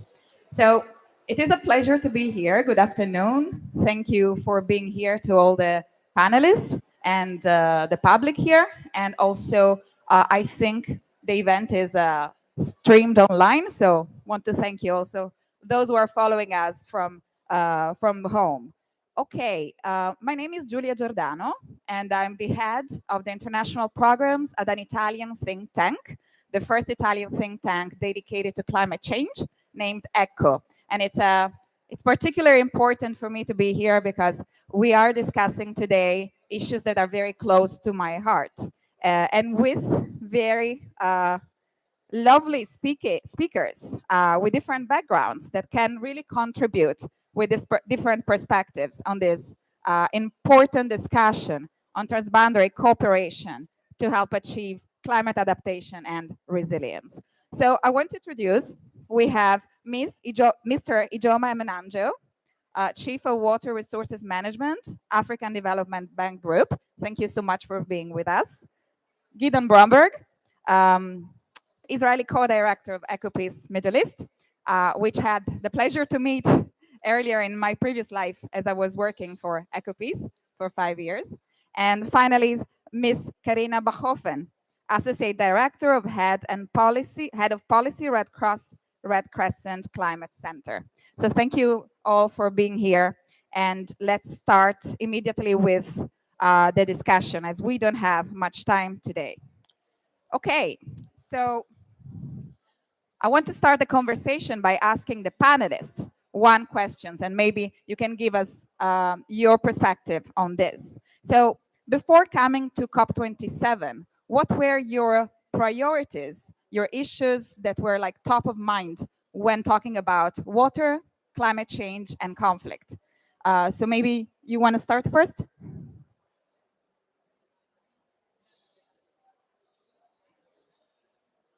You want to use mine?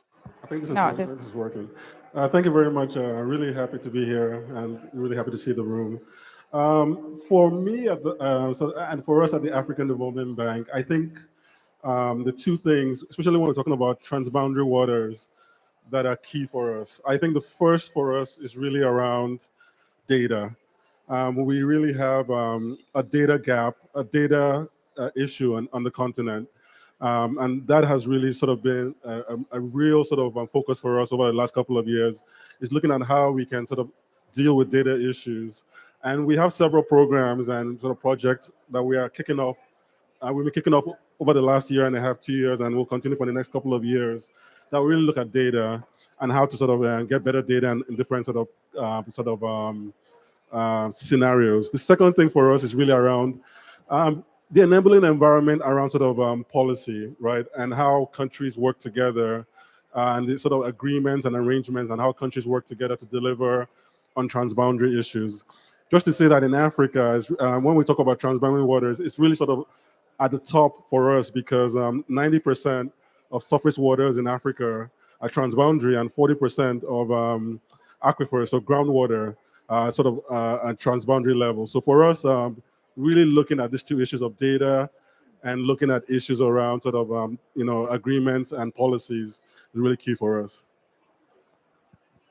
Thank you very much, and thank you for having me on the panel today, and thank you all for being here. We heard about data and policies, and I would say from the perspective of the International Federation of Red Cross Red Crescent Societies and my own climate center, for us it's all about, of course, people. And we know that with climate change, we have rising risks, greater frequency, intensity of events, and of course, greater stresses, including water-related stresses, which is reducing food security, water security, rendering some climate-sensitive livelihoods untenable, and of course, exacerbating conflicts in some contexts. And so when we're here at the COP, we know that people that are affected by conflict are those that are living often in situations of greatest vulnerability and where the least amount of resources are reaching them. They're not only excluded from efforts to adapt, funding for adaptation is not getting to the local level and to these particularly complex, fragile and conflict-affected contexts. And so coming into COP, one question very front and center on our mind is how can we ensure that the decisions here that come out of COP not only reflect the urgency of the situation, but the need to really get resources and support to the most vulnerable around the world, particularly those living in contexts that are fragile and conflict affected. Thank you, Karina. So really building on Karina's words here of urgency and risk, at EcoPeace Middle East, a key issue that we were thinking of before coming here is cholera. 3 months ago, cholera broke out in Syria. It broke out because of the connection between climate, conflict, and water. Yesterday, cholera for the first time was discovered in the waters out of the Yarmouk River. So now we know that cholera is not just in Syria and Lebanon and the tragedy of death. So there's been 100 people that died in Syria in these last 3 months, 20 people in Lebanon, 30,000 suspected infections in Syria. We're now seeing cholera in the Jordan River Basin. And that must alarm us all. And I hope it brings home the message that I think everyone in the panel here is trying to relay is decision makers need to wake up. The connection between water, conflict, and climate is real, and people's lives are at risk. Well, thank you so much, Gideon, for highlighting this top priority in the Middle East. Maybe I would continue with you because, you know, in the Middle East, there is really a strong connection between water scarcity, conflict, and climate change, as you mentioned. But there are also some step forwards that are being made. Especially like I've heard that here at COP was signed an MOU between Israel and Jordan to advance a water and energy exchange between the two countries. So how this kind of action can actually contribute to advance the climate objectives?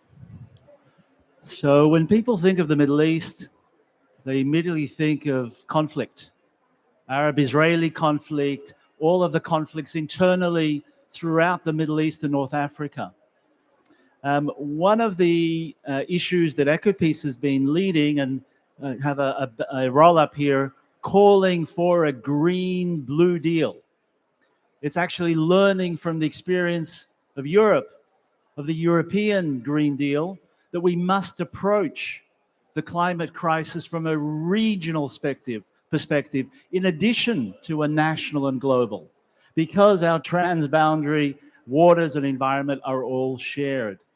So we were truly delighted, and EcoPeace, of course, played a role by undertaking a study highlighting that we can trade, we can use the comparative advantages of hinterland countries such as Jordan that has vast desert areas that can produce renewables at scale and at prices that in our case, Israel and Palestine would only dream of.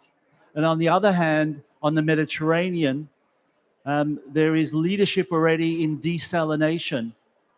And by using renewable energy to desalinate, Jordan can meet its very dire water scarcity issues by buying desalinated water. So the MOU that was signed here builds on a letter of intent that was signed a year ago, where for the first time we're seeing an advance of both climate mitigation through renewables and climate adaptation through meeting the water scarcity issues.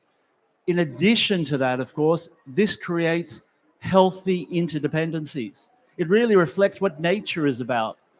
In this case, each side has something to buy and each side has something to sell. If it reminds you of something, again, I hope it reminds you of how Europe moved forward after World War II on coal and steel, last century's critical resources. This century's critical resource in the climate challenge is how to harness the sun and the sea to build stability in troubled areas of the world like ours. Thank you so much, Gideon, for explaining how these kind of developments can actually align to our action on climate and how things can happen actually at COP and can really progress in this sense. And I think it's a lesson that comes from the Middle East, where it's not just about conflict, but it's also about cooperation, especially on environmental issues. But I think I want to build on what you introduced earlier about the risks that climate change, health risks, but all kind of other risks that climate change and the impact of climate change is bringing with it. In particular, I wanted to ask to Katrina,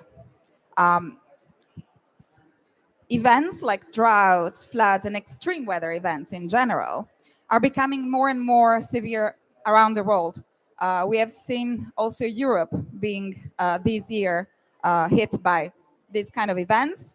And I know that organizations like Red Cross, Red Crescent movement are actually promoting anticipatory actions. And this is a mean to prevent crisis and reduce costs. So first, if you can say a few words about these actions, and also if you can explain if this can support the nexus between humanitarian development and peace. Thank you. Thank you very much. So indeed, the humanitarian sector has become more anticipatory than ever before. We are now taking action before a hazard strikes based on scientific weather and climate information, based on scientific forecasts.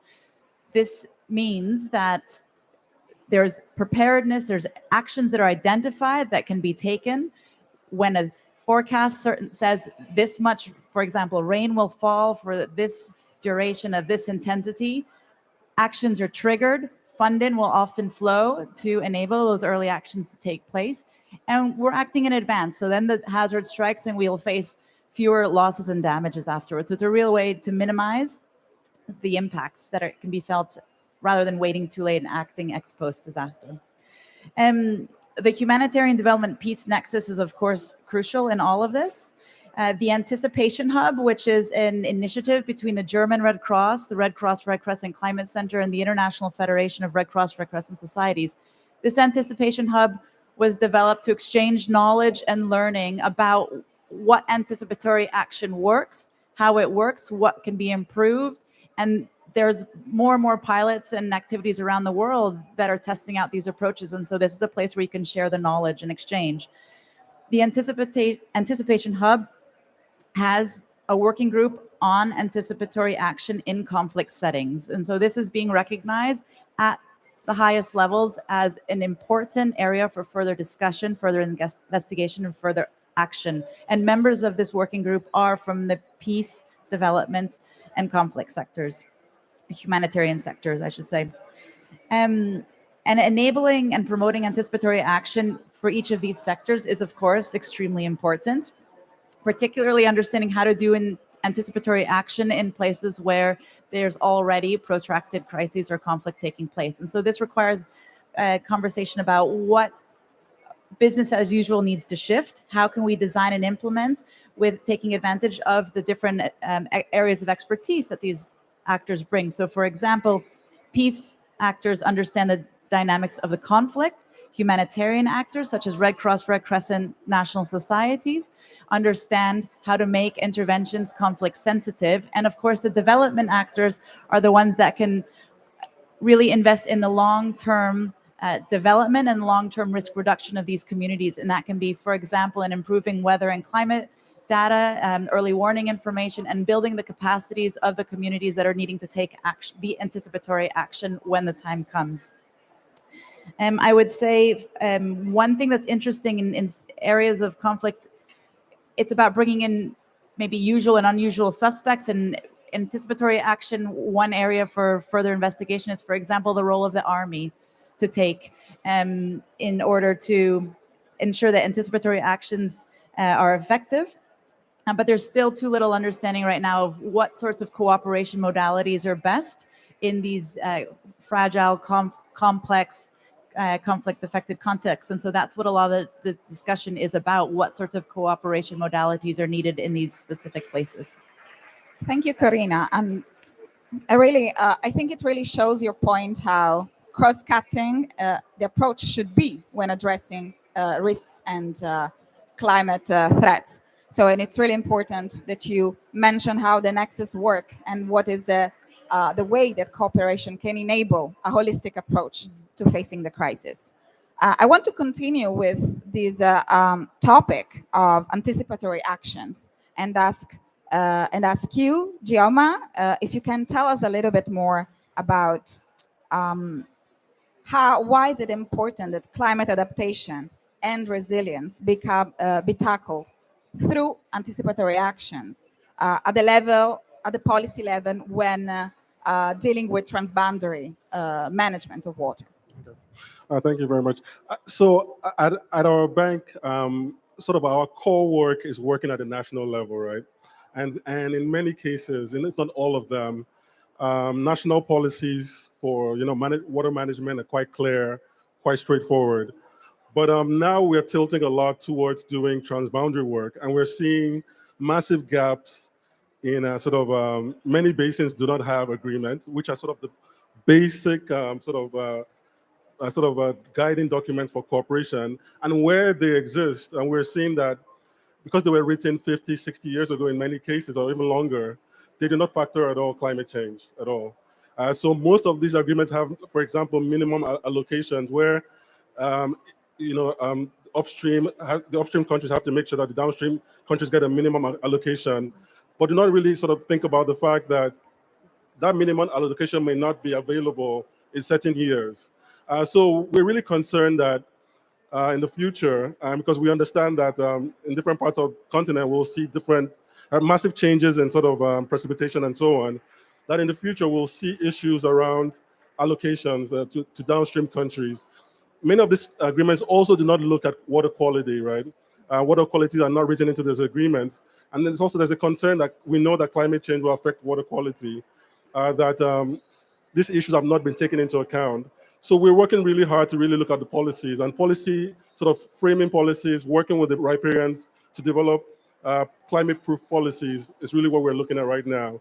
So really, climate proofing is the key for us, and really looking at all these agreements across the board and how we can work with different basins, different regions in Africa to ensure that, really sharing water and benefit allocation, benefit sharing and all that, and water allocation is looking at sort of the 21st century and future issues as opposed to just water quantity issues that were looked at 50, 60 years ago for many of these agreements where they exist.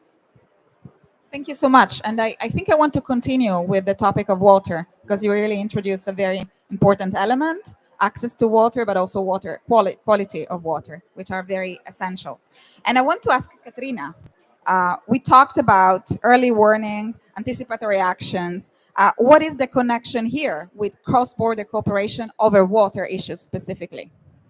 Thank you very much. Well, we heard about the policies, and what we are also looking into is the cooperation models that are needed in order to be able to really have effective cooperation across boundaries. And so while there is recognition that anticipatory action systems are effective and have potential, there is still a need to look at the dynamics of anticipatory action systems across entire cross-border river basins. And in many cases, these transboundary cooperation models exist. In many cases, they need to be established, but there is room for greater improvement. So for example, how can cooperation models allow for greater forecast monitoring across borders?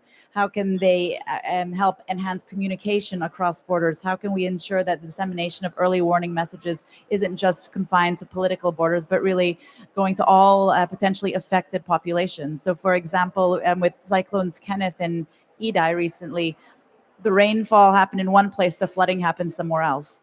And what can we do, knowing that if we can get good forecast information to ensure that people are able to take earlier action? And so one thing we can do is gain a more detailed understanding of what are the existing water management initiatives that are in place that include action on climate change adaptation in one country, and how can we see how their activities might help or might jeopardize activities of a water management corporation in another country, and how can we really start to put two and two together, because we know that what happens in one place may really, of course, have negative impacts in another place. And so one idea to consider is bringing different water management initiatives together and thinking about joint multi-country knowledge exchange and developing measures that can really truly benefit all. The last thing I would say is that water scarcity due to climate change, as we know, may be a threat multiplier in future, especially in situations of existing conflict. The water piece is going to be leading to even greater levels of vulnerability, greater complexities. And so it's not just about focusing on the hazard, I would say, and what the climate is going to do, but also what are the existing vulnerabilities and the exposure of the population, and how can, for example, improved water management and investments in development interventions also help with climate change adaptation interventions. So it's really not just about focusing on the climate, but also how can we address root causes of vulnerability, for example, starting with improving water management in some locations. Thank you so much, Katrina. And I think you highlighted a question that I wanted to ask Ijoma now, because water management is essential for many reasons, as she mentioned, but also in building resilience and adaptation. So if you can give us some concrete examples of how a good water policies can enable adaptation and resilience. Okay, thank you. So I mentioned earlier climate proofing, which is something we're really and this is at the transboundary level, right? Something we're investing a lot of, our efforts in is really looking at climate proofing. And what that really means is making sure that these agreements really factor in climate change, right, and are flexible. So one of the mechanisms that we're looking at now is really flexible allocation mechanisms. When we're working with different basin authorities, we're talking to them about making sure that there's real flexibility in the allocation, right? That the countries are aware of what is happening at the transboundary level with the water, and then are able to talk to each other based on this, agreements on how to sort of be flexible with the allocation. But this really is tied to very strong data. This is why I mentioned data at the beginning, that for there to be trust and for there to be sort of, clear understanding at the transboundary level, we need to have good data and data that really sort of is clear on, when we need to, when the flexibility needs to come into place and how it needs to work. So for us, we are really working. I mean, all these other topics are very key to us. I mean, I don't want, but for us, in sort of marrying these topics, we are really very focused for the next couple of years around, really sort of the, big ticket items in terms of investments around data and making sure that very expensive data modeling is available, but also that we are working with our political capital to have the countries work together around flexibility to ensure that conflict is, abated when there are water issues. So I think you really introduced the last questions about conflict and water issues. And I want to ask Gideon,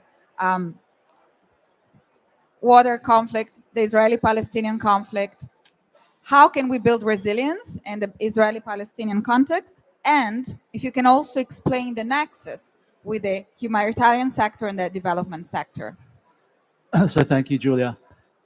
I think the comments that we've heard is the necessity of cooperation in transboundary water settings.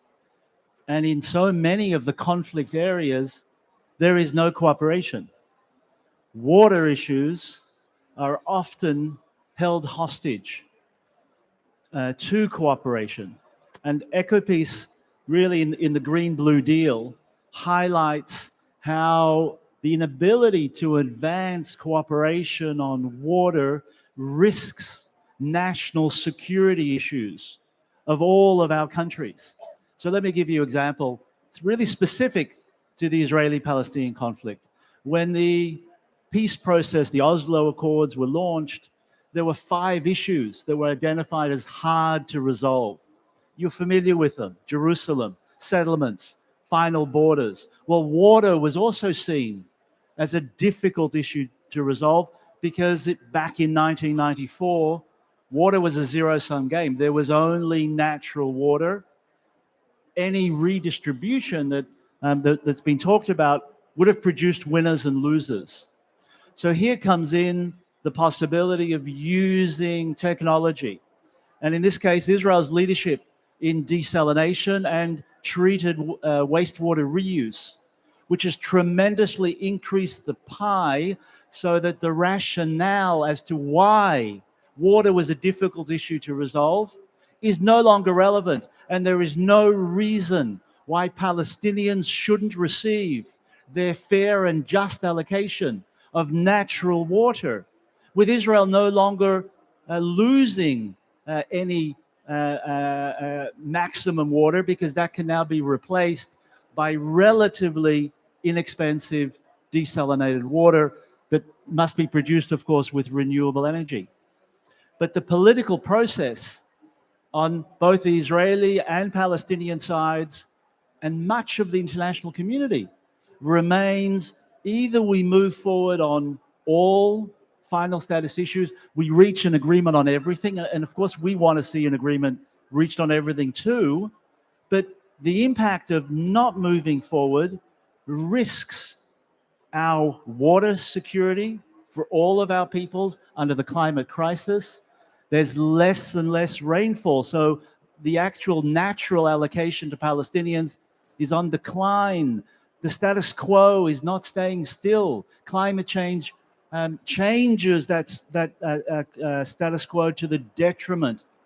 And that has implications not only for Palestinians, but clearly also for Israelis. The second aspect of water is once we've used that water, it becomes sewage. And if we don't treat sewage, it pollutes the scarce waters that we currently have. Failure to move forward on a fair Israeli-Palestinian water allocation is also very much contributing to the failure to treat sewage. So we're in a lose-lose scenario. And then we now have cholera in our region. How does cholera spread? It first and foremost spreads through the failure to treat sewage. In every cross-border stream between the West Bank and Israel, there is sewage flowing. With the fear of cholera, and it's a real fear, I hope our decision makers will wake up. And I hope the international community will bring an even stronger call that water cannot wait. In the midst of the climate crisis, this is the most solvable issue that speaks to national security interests, so that combining, so there's the humanitarian aspect, that there isn't sufficient water throughout the West Bank and Gaza, also in Jordan. But in the West Bank, in areas of the southern parts of the West Bank, there are communities that get water once every 2 months from the municipal system. No one's dying of thirst. You can always buy more water from a truck, from a water tanker, but it can be 10 to 20 times more expensive than municipal water. And the sanitation crisis, again, brings home national security interests. EcoPeace was responsible for releasing information that the sanitation crisis of Gaza was directly contributing to water security issues in Israel. Because, again, our environment is interconnected. when water is flowing into the Mediterranean from Gaza for whatever reason, it doesn't just stop on the beaches of Gaza. The currents bring that sewage also to Israel. And we disclosed that because of that sewage, Israel's closest desalination plant to Gaza in Ashkelon was intermittently closing down. That's 15% of Israel's drinking water today. Later, further evidence showed that the second desalination plant in Ashdod, a few kilometers further north, was equally at risk. We're able to get satellite imagery. Again, the importance of data to release that to, first and foremost, the local communities. So to get the mayors behind cooperation to solve these issues, to get this into the media. Today, 65% of the sewage of Gaza is treated. We're not at 100%. But back in 2016 and 17, there wasn't a single sewage treatment plant. All of it was either going into the groundwater or into the sea. The first good news to come out of Gaza, and there's still a lot more to be done, is this summer, where for the first time, 2.2 million Palestinians can go back to just swim in the beach without fear of catching disease, and equally on the Israeli side. So these are national security issues. If we bring the right approach and we highlight that security is not just military security. Security is also environment, water, and climate. And when we bring that information with clear data, with support from communities, first and foremost, that can be the advocates, because we're clear suspects. We're always going to speak about cooperation and solving these issues. But when Palestinian, Jordanian, and Israeli residents and mayors become vocal on these issues, then we see powerful change. Through this action, $250 million was able to be channeled into Gaza that was otherwise being held up because of conflict. So I think it's a real important example that links humanitarian development, climate, and security issues. Thank you so much, Gideon. And yes, the experience of EcoPeace really, really shows how it is important to see those issues as interconnected. Climate security, water security, they need to be seen as part of a wider human security concept. And I think the common point that emerged from all your contribution was this one, that we need to cooperate. Either it is for sharing data to advance solutions that are concrete and to prevent risks, and to advance also progress on peacemaking, as Gideon's experience in Israel and Palestine and in Jordan. I think before doing the final question, I think we might have time for one question from the public, if there is anyone. I think you could come here maybe. And we have, okay, I think we can take only two.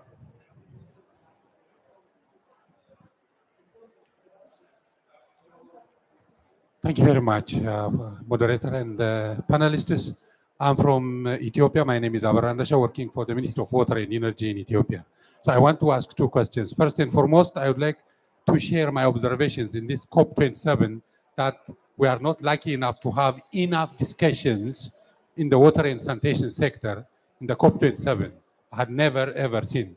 While we are talking about environment and climate change, and whereby water is very central to this issue, we are not able to expect, to have much discussions. Having said that, I want to ask my question, my friend from the African Development Bank.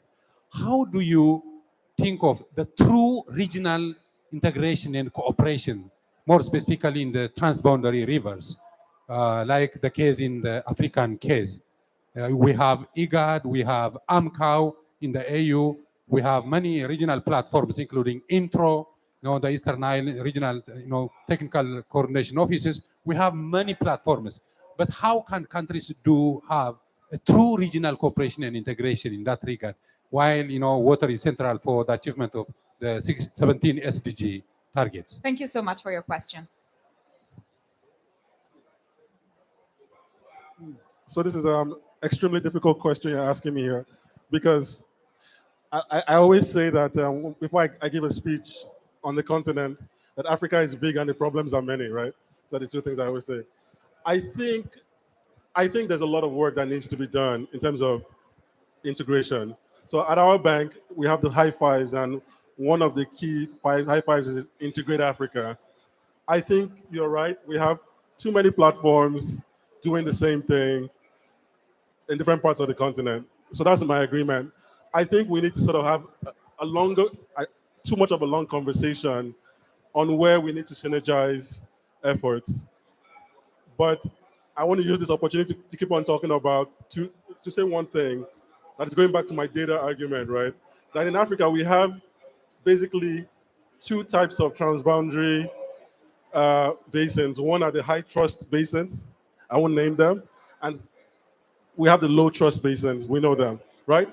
It is really important for the future when it comes to climate change that we deal with data issues, because in these high trust basins, there are going to be massive challenges. And if we do not have access to data, there will be low trust.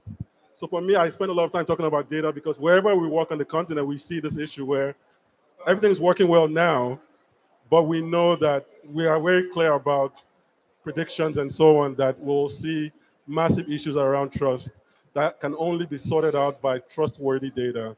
So yes, integration is important, but data underlines a lot of things and will solve a lot of things for us on the continent. Thank you so much. I think you really touched on a very important point. We are getting more and more climate insecure. We're getting more and more warmer with more water scarcity issues that are, being shared all over the planet. And trust in the data can actually help building trust in relations between people, starting from there. I think we have time for one more question. There was a lady here. You wanna come? Thank you very much, Gideon. Thank you very much to all presenters. My name is Malani Mehra, and I have a question for you, which is regarding the framework, the Sendai framework on disaster risk reduction. Because in 2022, 7 years after the adoption of the Sendai framework, and I was thinking specifically with regard to what you were saying about anticipatory. Anticipatory is nothing more than investing in prevention. Investing in prevention is one of the principal pillars of the Sendai framework. And it's high time, don't you think, that these communities, water, development, humanitarian, engaged with the DRR community? That's my question. Yes. Why aren't you doing it more effectively?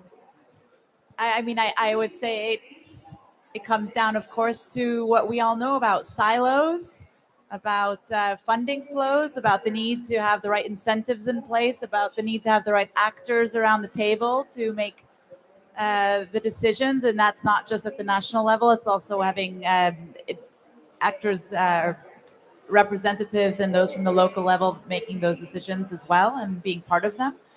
So I completely agree. I mean, we need to have a more joined up approach, a more integrated approach, and a lot of the work that we do. I mean, the Federation is at the COP. We're here with the pavilion with a big, diverse delegation with technical messages on the global goal on adaptation, on loss and damage. I mean, we're entering humanitarians into what is a climate space to also bring attention to the need for integrating climate change adaptation, disaster reduction, not just thinking about short-term risk management, but how do we build resilience over the long term.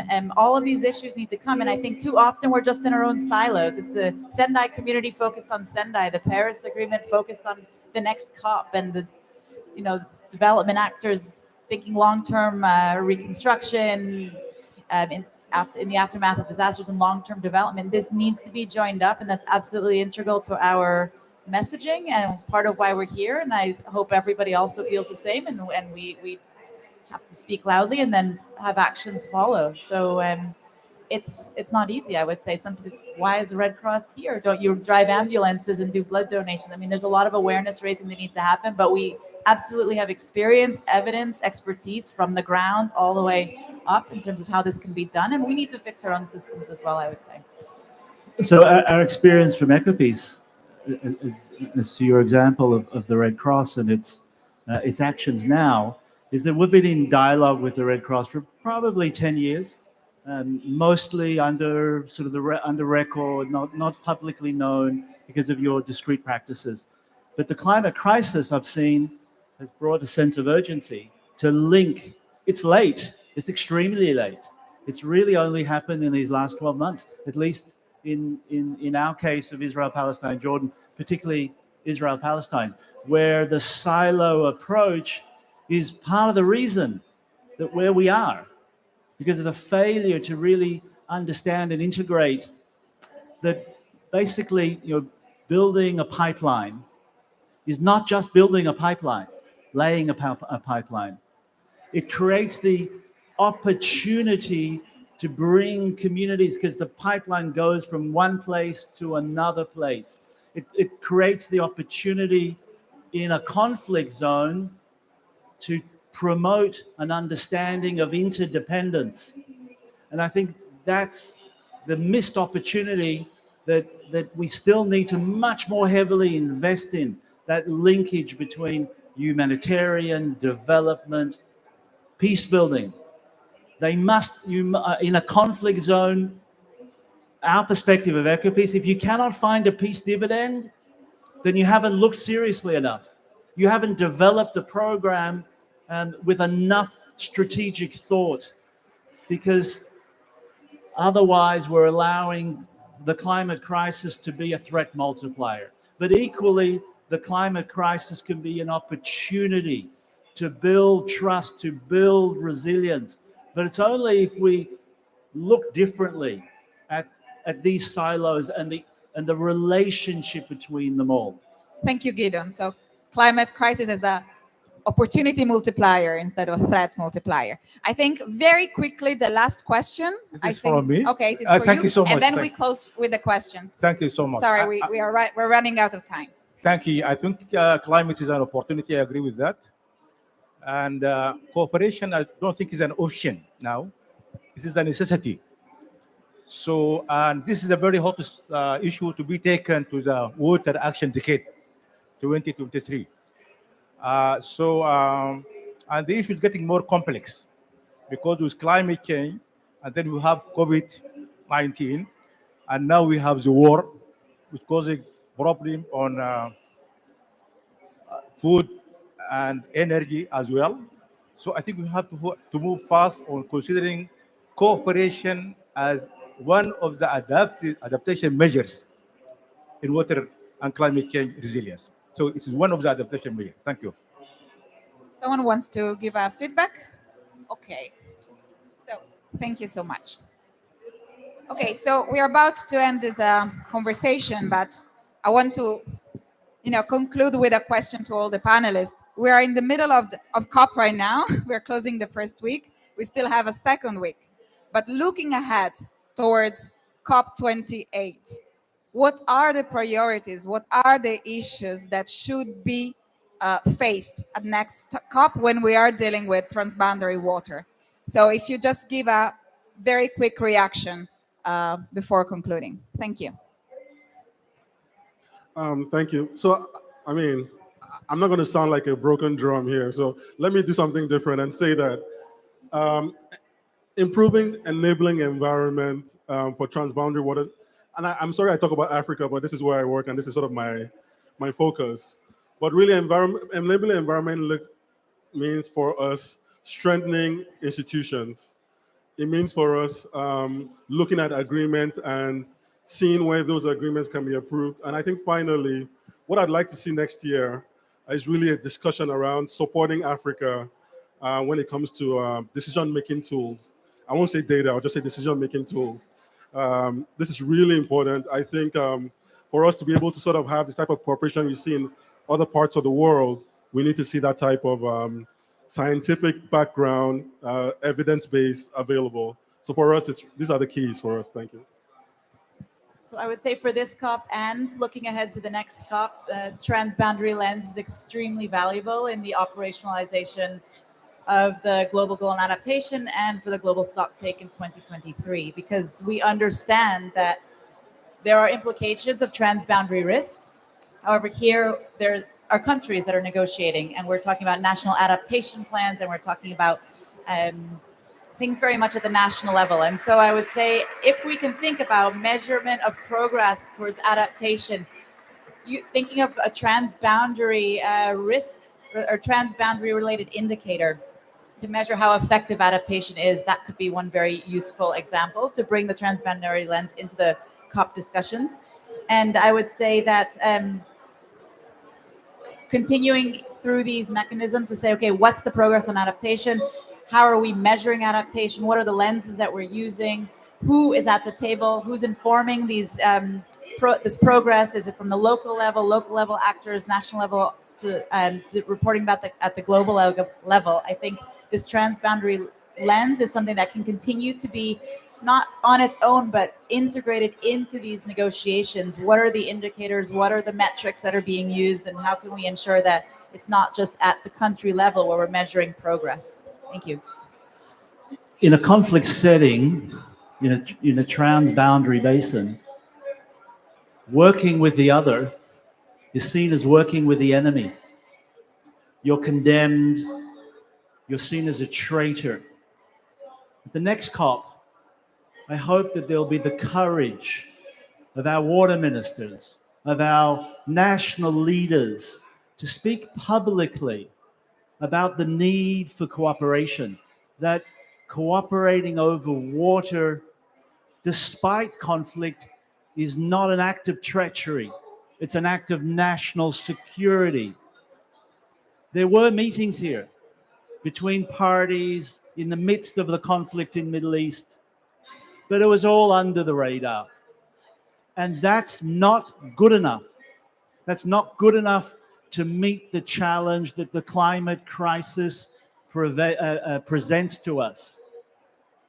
You know, civil society is out there on its own, and without the leadership of our national governments, we're not going to change the paradigm sufficiently.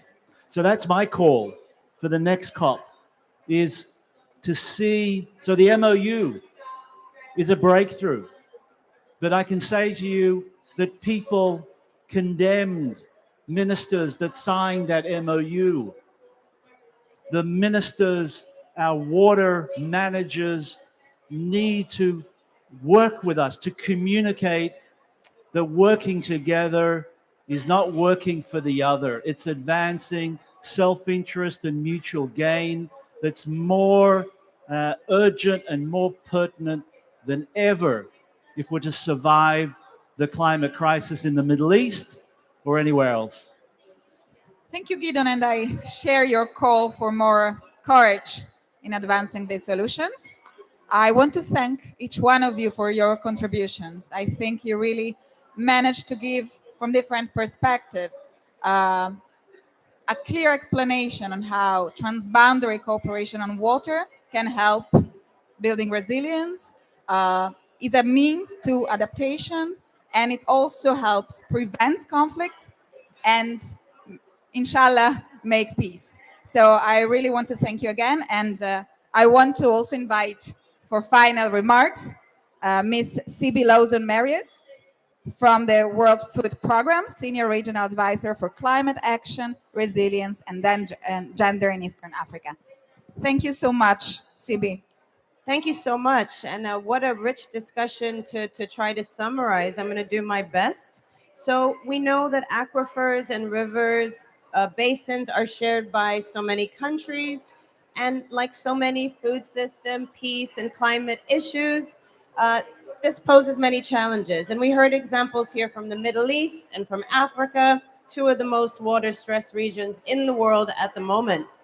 I appreciated how you kicked us off, Maria. She said, let's not shy away from talking about some of the tough issues, the lack of women in decision-making processes, the lack of women at COP and in panels, but also corruption, that means that some of the resources that are so scarce already don't get where they're really most needed.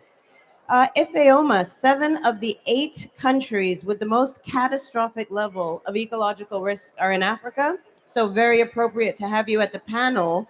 You work mostly at the national level, but you highlighted again and again the critical data gaps that your organization sees and how we cannot move forward without those. That we need basic agreements that will allow for cooperation, and that many of the agreements that are in place today were drafted 60 years ago and are missing really important aspects to them. And if we are to make them climate proof, we need to update them on the basis of data. Flexible allocation mechanisms is one thing that could be introduced there that's not there at the moment. Karina, always advocating for the most vulnerable, those who are getting the least resources to adapt. You gave us really concrete solutions like anticipatory action, really asking us to make sure that we pay attention to the fragile and conflict-affected contexts, which are the hardest to reach, but which are essential to engage with if we are to leave no one behind. Gideon, yes. What an exciting intervention from you. You talked about how climate, conflict, and water can come together in noxious ways that we might not expect, right? Such as cholera right now in Syria and the Middle East. But you also gave us a lot of reasons for hope with the Green-Blue deal, some concrete ideas about how we might harness the power of the sun and the sea for desalination. Really, really fascinating. You wanted to challenge us to be courageous enough to have people that are often on opposite sides of the agreement talk about issues like water, not under the radar, but openly as a peace dividend. I think we got an extremely strong message about the interconnectedness of climate, food security, water, that we not have too many frameworks. We already have Sendai and other useful frameworks, that we come together for regional integration. You said, I think, Ifeoma, if I can borrow from you, Africa is big and the problems are many. I think that goes for our whole earth right now. But really, the takeaway for me here is the urgency of this issue, how little attention is going to this transboundary issue, that we need cooperation. Thank you for your excellent facilitation, very efficient. And we hope that you're leading here inspired to do more on this important issue. Thank you very much. Fantastic.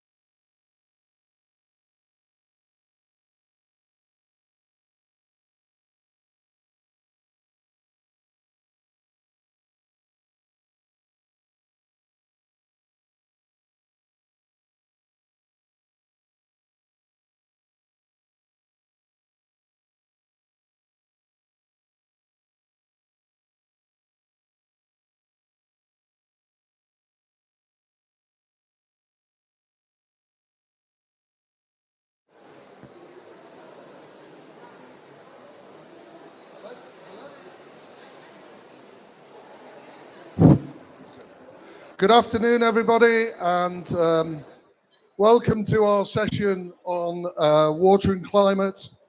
This is session 4. It's collective climate action for water resilience in cities. My name's Mark Fletcher. I'm the global water leader of ARUP, and I'm going to be your moderator for this session. So I hope you enjoy it. We've got lots to pack in. This session is going to explore positive examples of partnerships between national governments, cities, and the private sector to demonstrate how public bodies and specialist organisations can collaborate to take action, develop solutions, and share learnings and expertise to deliver climate-resilient water sectors and infrastructure critical to thriving cities. So, I'm going to introduce some of our speakers as we go, but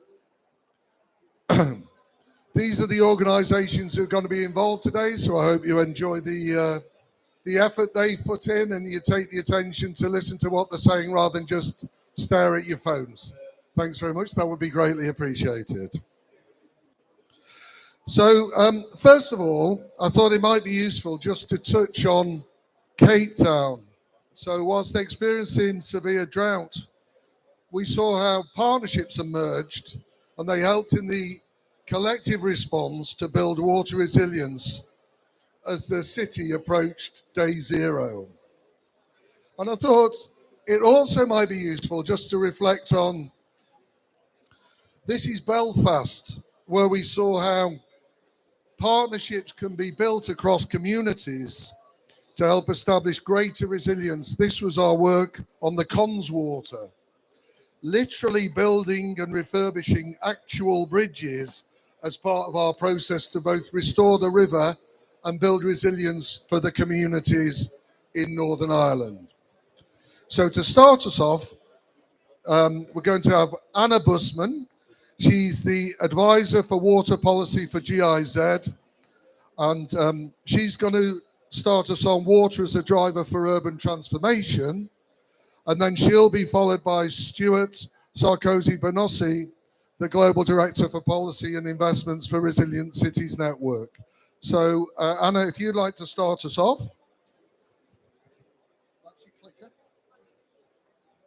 Okay.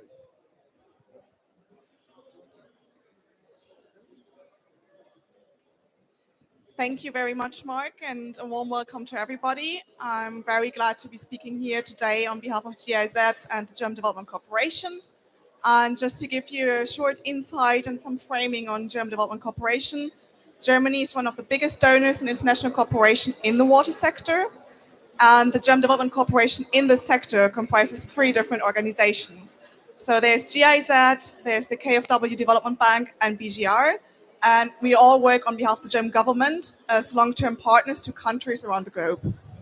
And we support our partners in reforms, in building required capacities, attracting and implementing infrastructure investments, and in building reforms. And German Development Corporation has been doing so for decades. We see our role in supporting all levels of government, and this also includes cities and their residents, to be better prepared to respond to increasing hazards and to shape their own sustainable, inclusive, and resilient future. Yet we know the world around us is changing rapidly.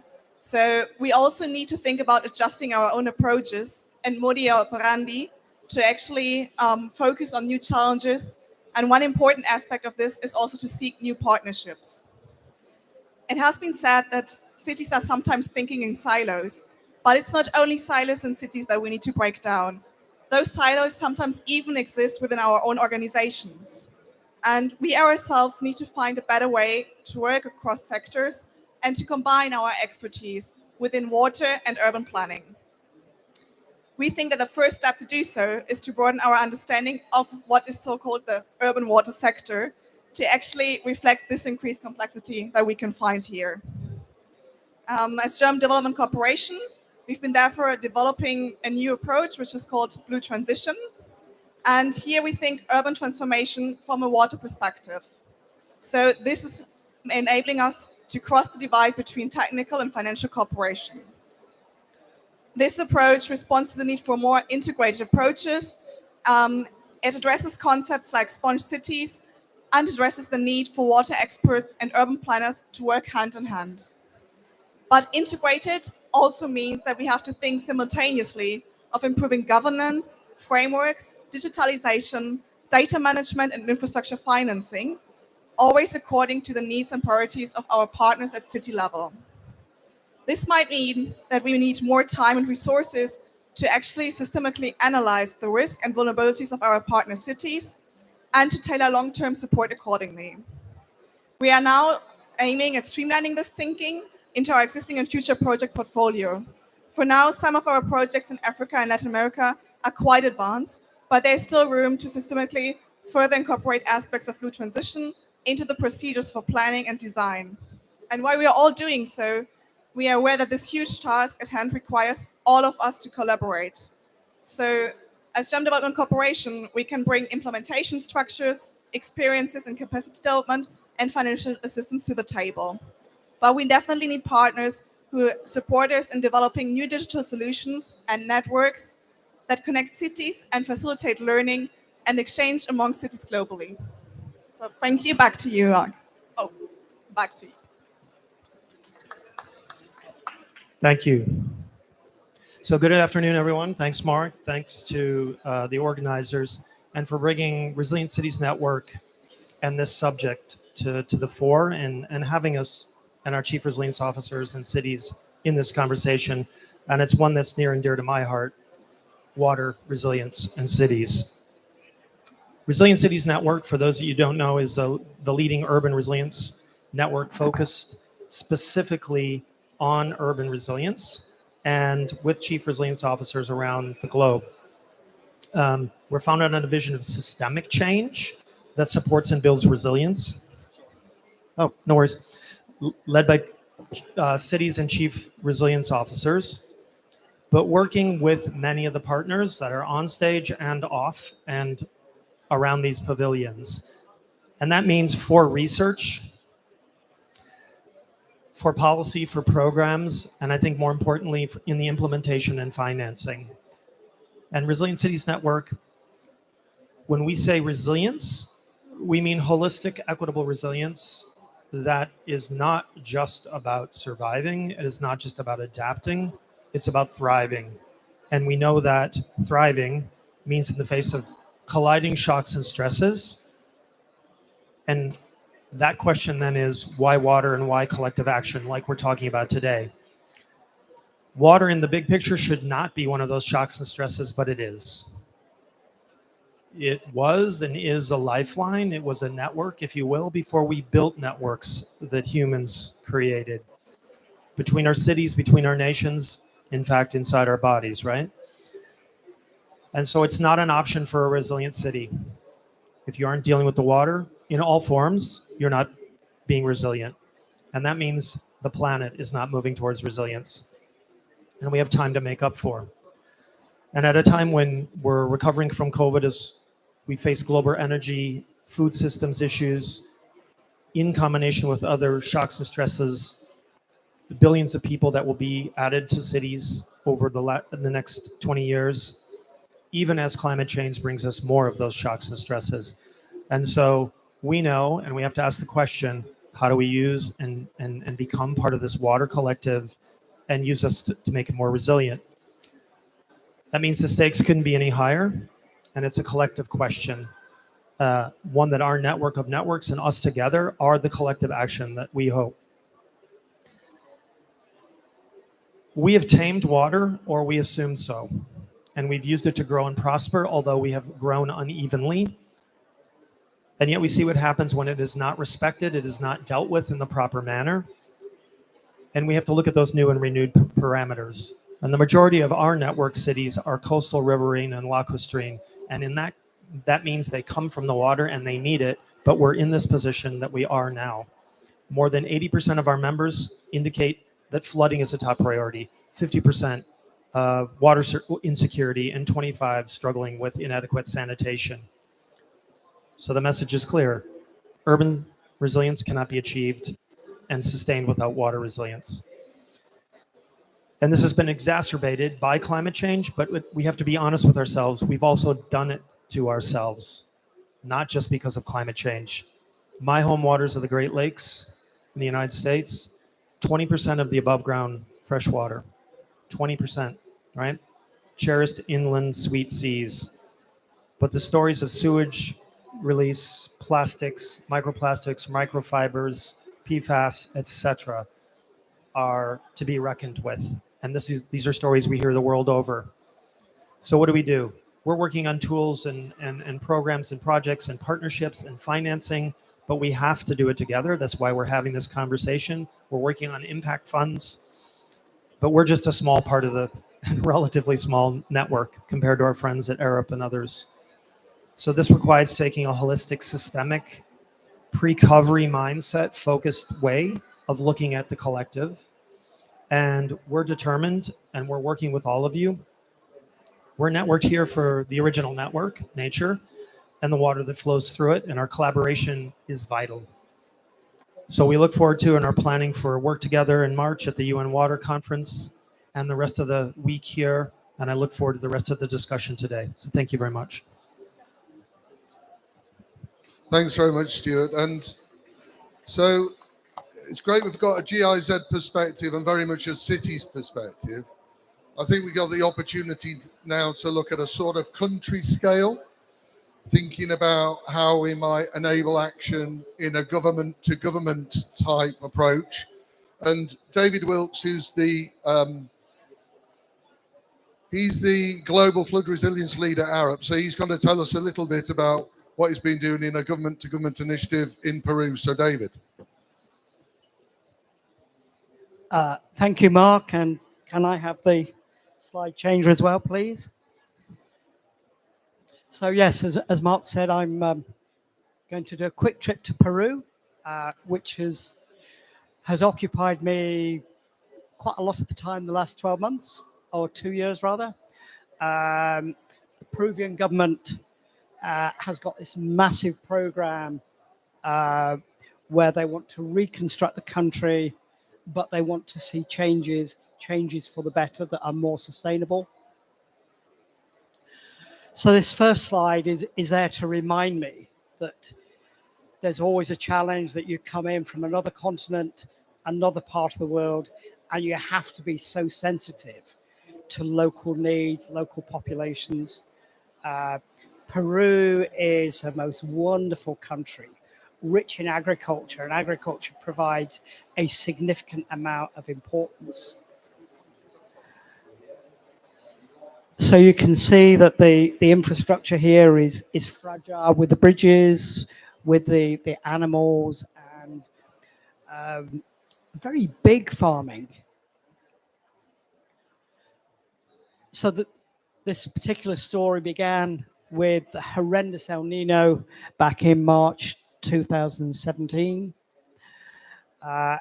63,000 people were blown out of their homes by the waters. Nearly 200,000 people were directly affected. They weren't able to earn their living. 9,000 homes collapsed, damaged houses, and really importantly, a lot of medical centers were also affected by the floods.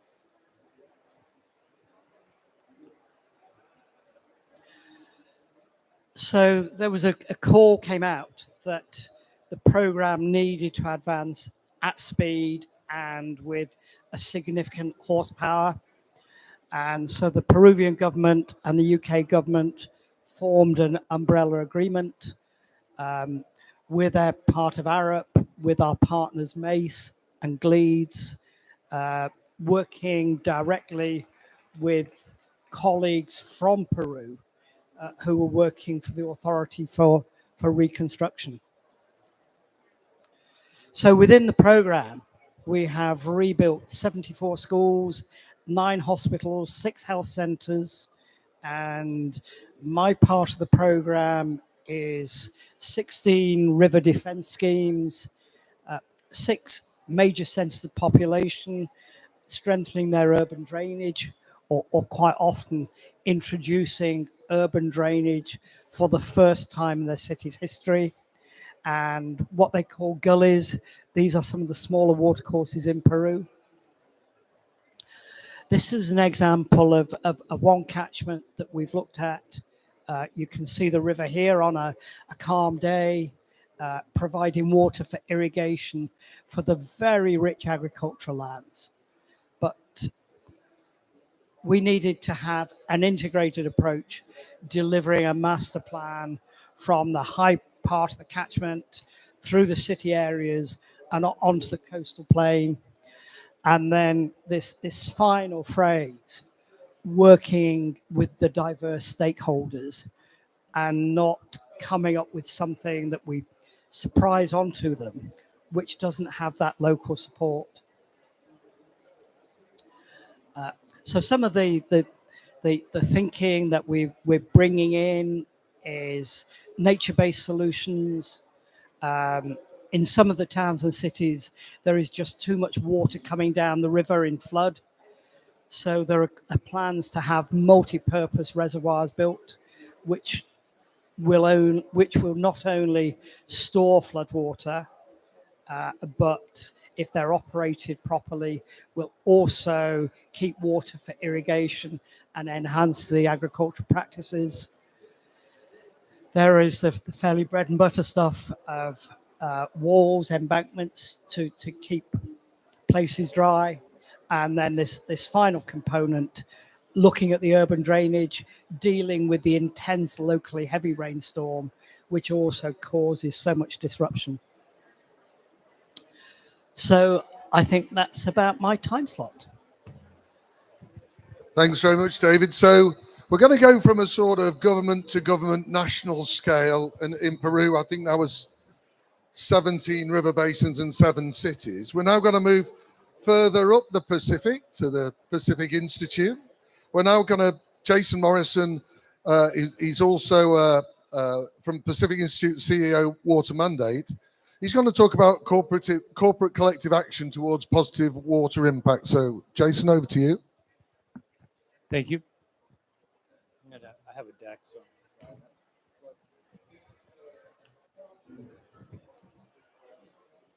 Appreciate the opportunity to talk to you about collective action from the business community. And we've heard about what this looks like within the urban core.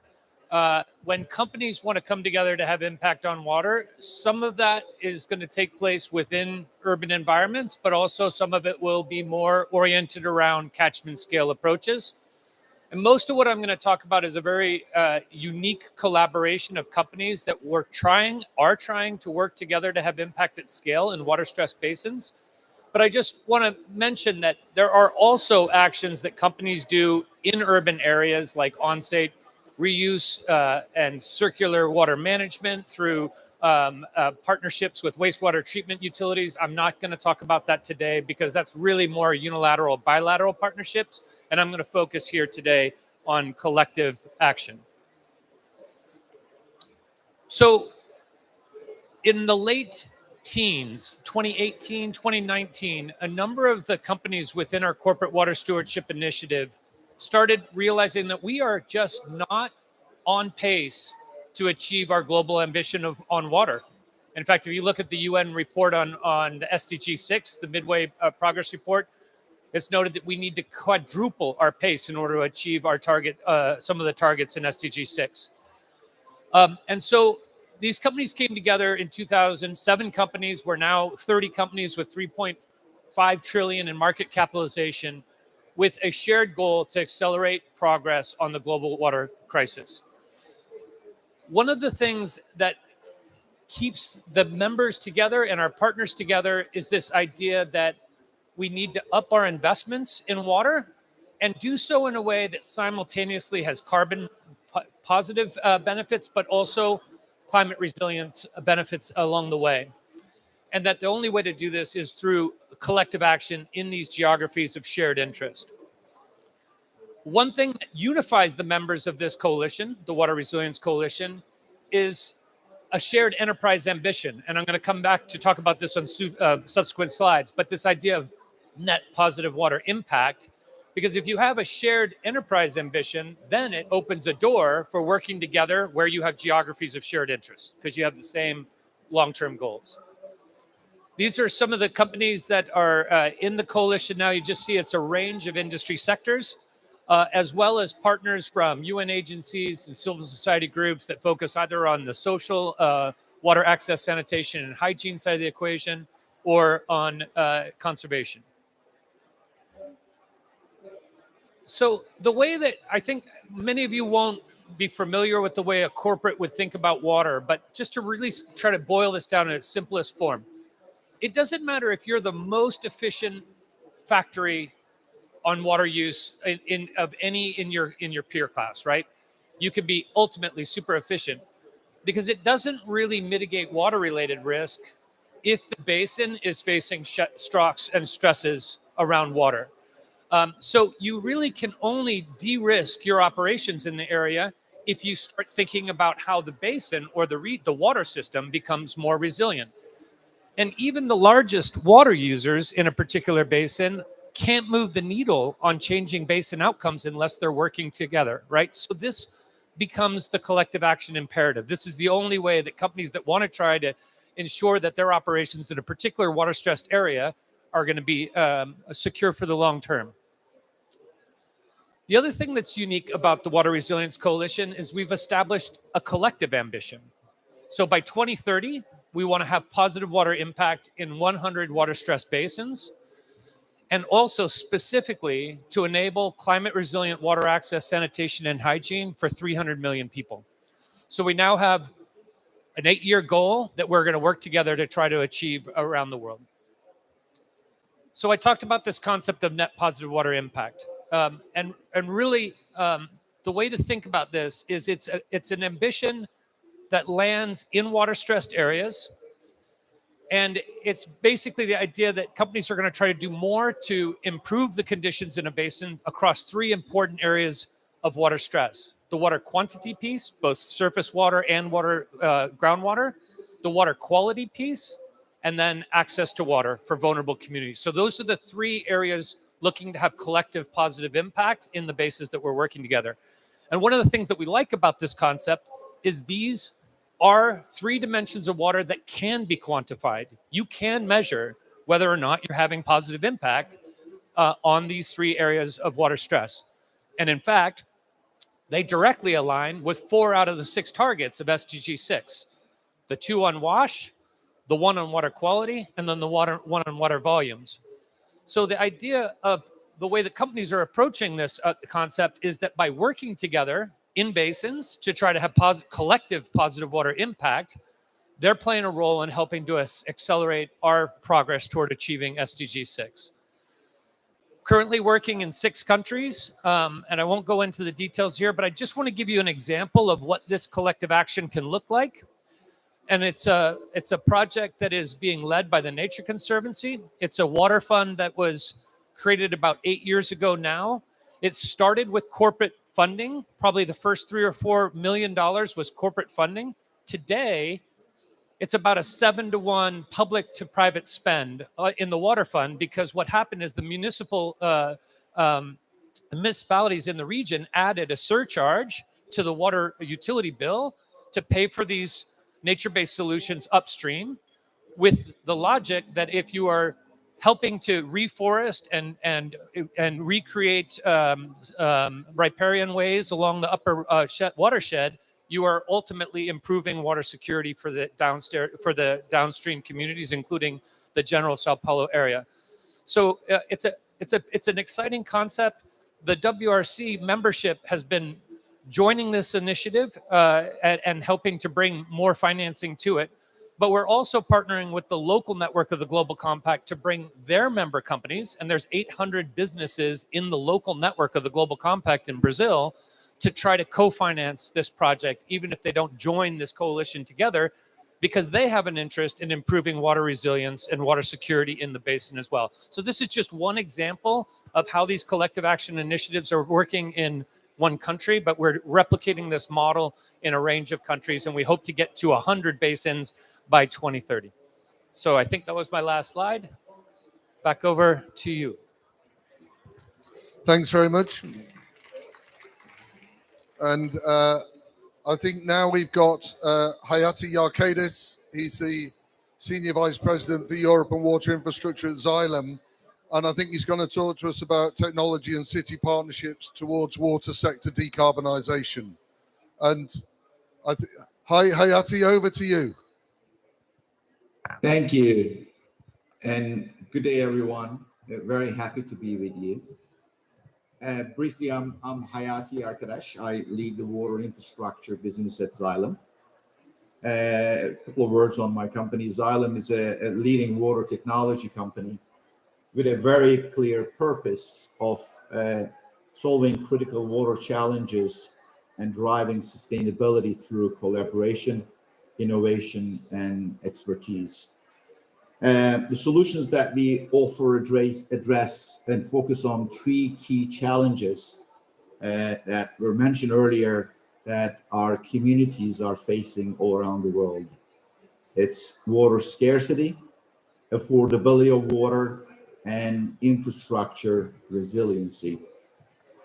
So what are the key challenges and opportunities ahead of us in decarbonizing the water sector?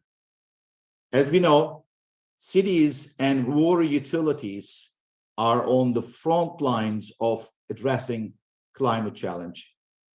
For example, in Europe, recently, temperatures have increased at more than twice the global average in the last 30 years, leading to droughts, heat waves, and wildfires. The crisis is not only causing water scarcity. Historic flooding had devastating impacts, as we have seen recently in Europe, China, and Pakistan. And on top, this winter, many countries are facing a generational energy crisis. Cities and utilities, as we heard earlier, are at the front to protect their communities, providing aid and services. And conversely, water utilities use energy and emit greenhouse gas emissions in the process. And we know that water and wastewater infrastructure make up about 2% of global greenhouse gas emissions, similar to global shipping industry, for example. The good news is that efficient technologies, together with changes in process, in policy, and practice, can drive rapid progress without adding cost to the current operations. We have the technologies in our hand to reduce today half of the emissions in wastewater sector. Technologies like intelligent pumping systems, adaptive mixers, and real-time decision support systems. And very importantly, we can do this at no cost today to utilities and cities.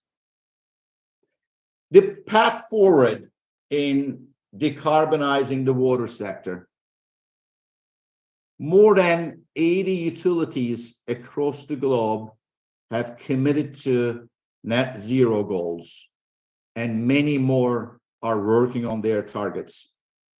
These include some of the largest utilities in the world, from Melbourne to California and London.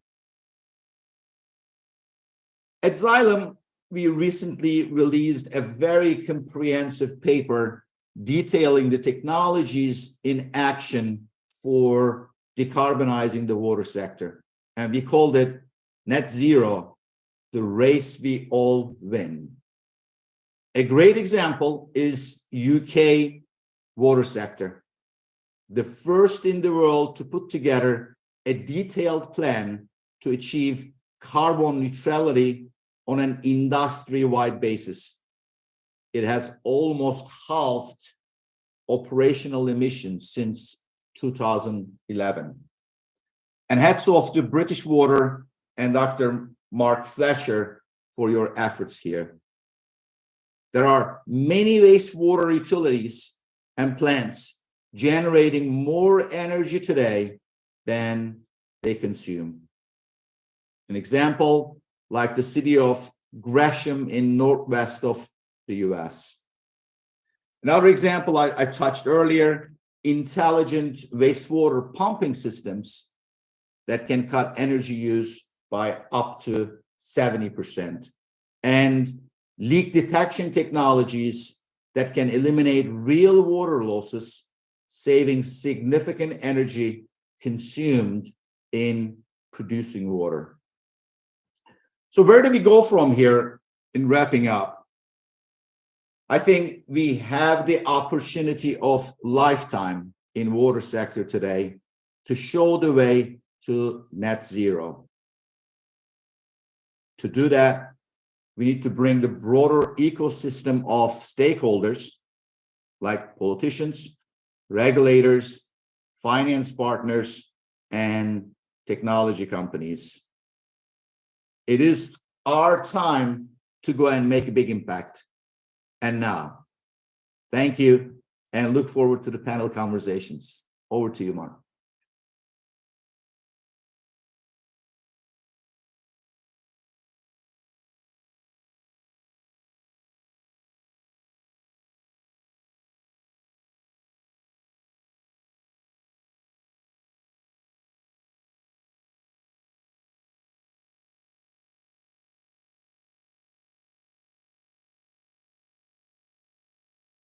With us a perspective on fair water footprints for resilient cities. So I think this should come up now.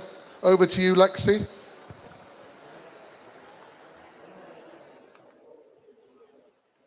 There we go. Yeah.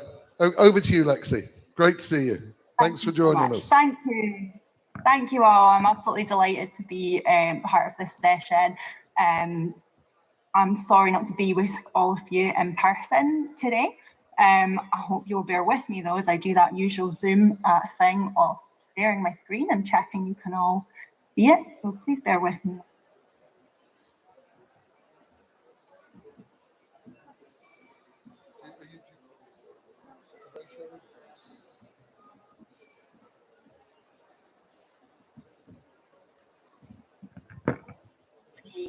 See that now. We're there now. That's fine. Excellent. Thanks so much. Yeah, I'm delighted to be here to join this really dynamic and action-focused session this afternoon to talk about the Glasgow Declaration for Fair Water Footprints and the role of fair water footprints in building climate-resilient cities. From my perspective, this is an initiative that is really exciting, it's really bold, and I hope that you will all be leaving this session feeling as excited and fired up about this as I am. My name is Lexi Parker. I'm Director of Communications and Campaigns of Water Witness International, an organisation working on research, advocacy and action on the global water crisis. I know I don't need to explain to this audience the links between water resilience and climate resilience, but it's great to start to see water getting the billing that it deserves at COP, especially given some of the impacts that we've seen this year alone. So water footprints, as I'm sure you'll know, water footprints is the water needed to produce the food, clothes and goods that we consume. And our water footprints shape the water and climate security for millions of people across the globe. If we look at some of the stats, just one pair of jeans needs 8,000 litres of water to produce. A glass of orange juice takes 200 litres and one mobile phone takes an astounding 12,000 litres of water to produce. Now, I'm from the Highlands of Scotland, which is famously rainy, and if you ask the people here, you'd no doubt get the impression we have a surplus of water. But let's look at the example of the UK's water footprint. Over 60%, at least 60% of Europe's water, UK, of UK's water footprint lies outside its borders, and around 50% of that UK water footprint comes from unsustainable sources. Through our water footprints, we and the multinational companies that manage these global supply chains influence as much as 70% of the world's water use and employ 1 in 5 of the global workforce. Much of that's happening in the communities and cities facing the greatest water and climate challenges on the planet. But where water is used responsibly, water footprints can be a force for good, bringing jobs, trade, and much needed export revenue. So our priority isn't necessarily to reduce our water footprints as we would a carbon footprint, for example, but to make them sustainable. So if our water footprints can drive sustainable, resilient and equitable water use, we can reduce climate risks to people, economies and ecosystems. So the IPCC has been really clear that the ambition on water is not ambitious enough. The Glasgow Declaration for Fair Water Footprints is a direct response to the need for greater ambition. It has to be, given the need and the opportunity. And it can be because it's building on what we know works. So we're building on the legacies of, for example, Arjun Hoekstra on fair water use and supply chains, and Tony Allen on virtual water. We're building on the learnings and good practices of water stewardship and disclosure. And we're building on existing examples of market transformation. So for example, deforestation-free products, marine certification, and ocean plastics.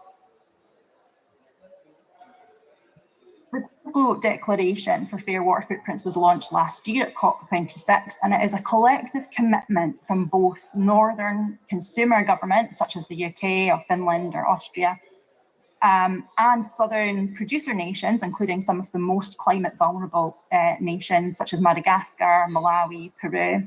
It's also global corporations, financial institutions and investors, and civil society and researchers, all committing to transformative action to ensure fair water footprints by 2030 within supply chains associated with high water and climate risk.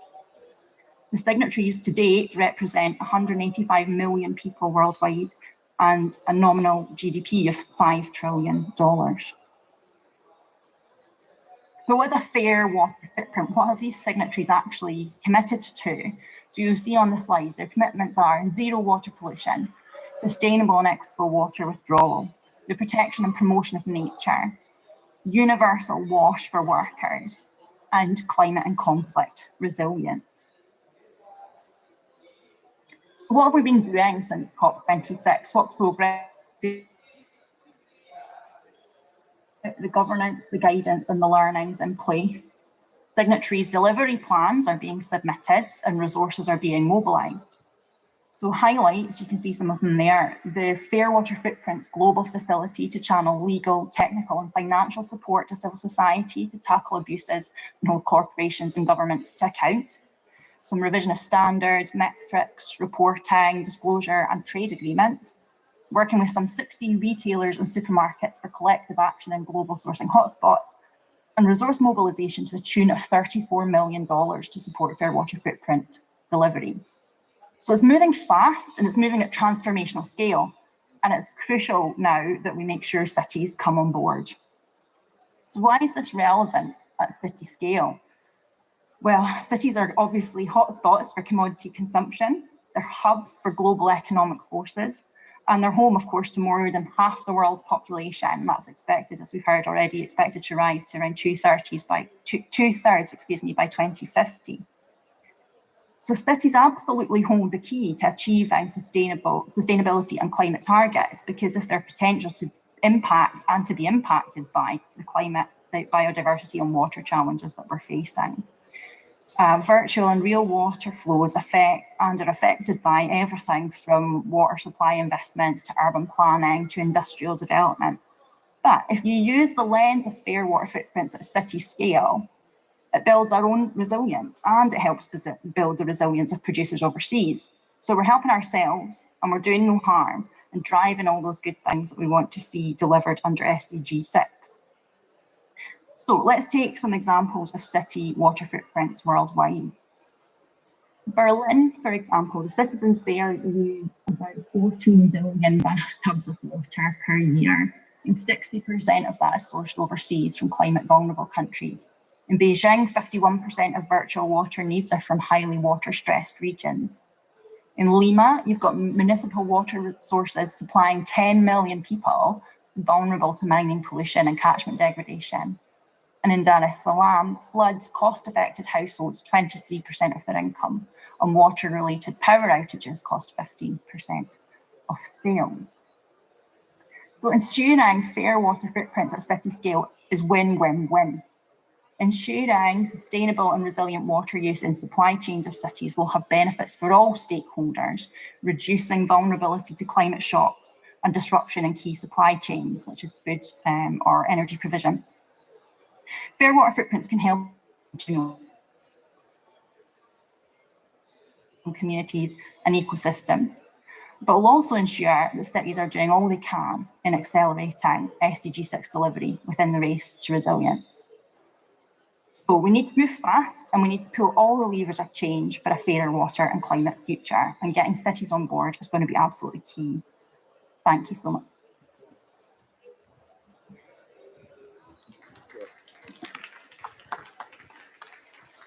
Thanks very much. So we're now going to have a panel discussion. So could Ezgi Barcinas, the Chief Sustainability Officer of AB InBev, join us up here, please? Thanks, Ezgi. And Dr. Folayinka Danya, the Chief Resilience Officer of Lagos. Fola? No. I think we'll adapt our approach and take that into account, so we'll see how we get on. As you can see, we packed an awful lot into this session, and so we're trying to really hard to try and get the most out of it whilst we've got people here. So maybe just as a sort of a starter for 10, and maybe for you, Ezgi, we've heard many positive examples of partnership in the talks today. What do you think are the key conditions and attributes for a successful partnership from your perspective?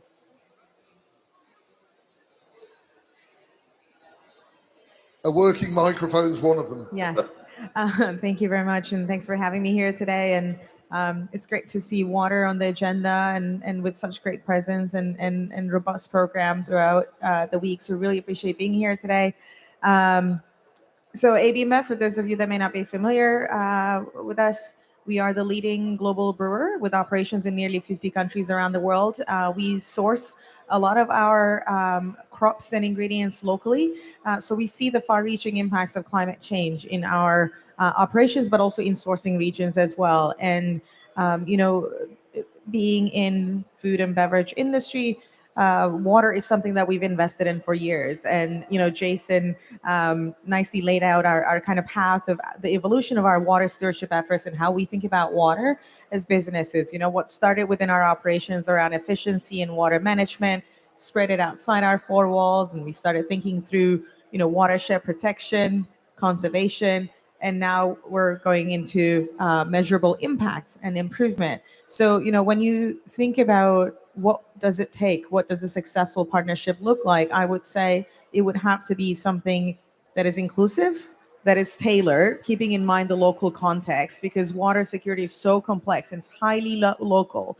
You know, it's not as easy as talking about climate and carbon, where you can narrow it down to 1 or 2 metrics and you can offset and do a lot of calculations, and a simple formula would give you a number. Water is a lot more complex than that. So it would have to be inclusive, it would have to be tailored and based on local context. And I would say it would have to be based on science. And science is the bit that we're all working together to build out and make it more robust, inviting in the partners, some of the partners that you see on the wall here, and really building that network of networks so that we can all advance our learning. We can invite in the hydrologists, the geologists, you know, the engineers to come in and take a look at a basin and really think through, you know, how do we bring in a community perspective, right? We talked about development agency perspective, country and city perspective, but the way we approach it at AB InBev is, how do we think of 100% of our communities in those high stress areas to have measurably improved water availability and quality? So really bringing in that social angle as well as you're building this out. Thanks very much, Ezgi. That's really useful, because I think that's sort of, it's built on what we've already discussed, but really useful from AB InBev's perspective. I wonder, maybe as Fola's not joined us yet, David, maybe you talked about Peru there and a government-to-government initiative. What do you think have been the benefits of a government-to-government partnership? And how can more government-to-government partnerships be catalyzed from your experience? Okay, thank you for the question. The benefits of a government-to-government agreement is that you have that North Star, that guiding principle of what it is we wish to achieve. And in the Peru case that we discussed, so many people's lives, incomes, homes were devastated that they were crying out to see responses happening quickly. And with the best will in the world, the number of people to deliver that work did not exist within the country. So having had experience of delivering other projects, we were delighted when the Peruvian government turned to the UK and said, could you help us with this? And part of the story is making the best use of data, technology, the automation that comes, balanced with this really important feature, which hopefully you got from my early slide. You cannot just impose things from a different country on people. You have to get their permission. You have to understand what's important to them. And also another benefit of the government-to-government agreement is that it tends to ease the finance. It oils the wheels so that the money flows, so that you don't get the stop go. So I think there was a second question. What could be done to encourage more international cooperation under a government-to-government type agreement? I would say it's about relationships, it's about trust, it's about recognizing the need that we have to move quickly and we have to move in a transformational way. And I think there's something there to do with the scale of the challenge also.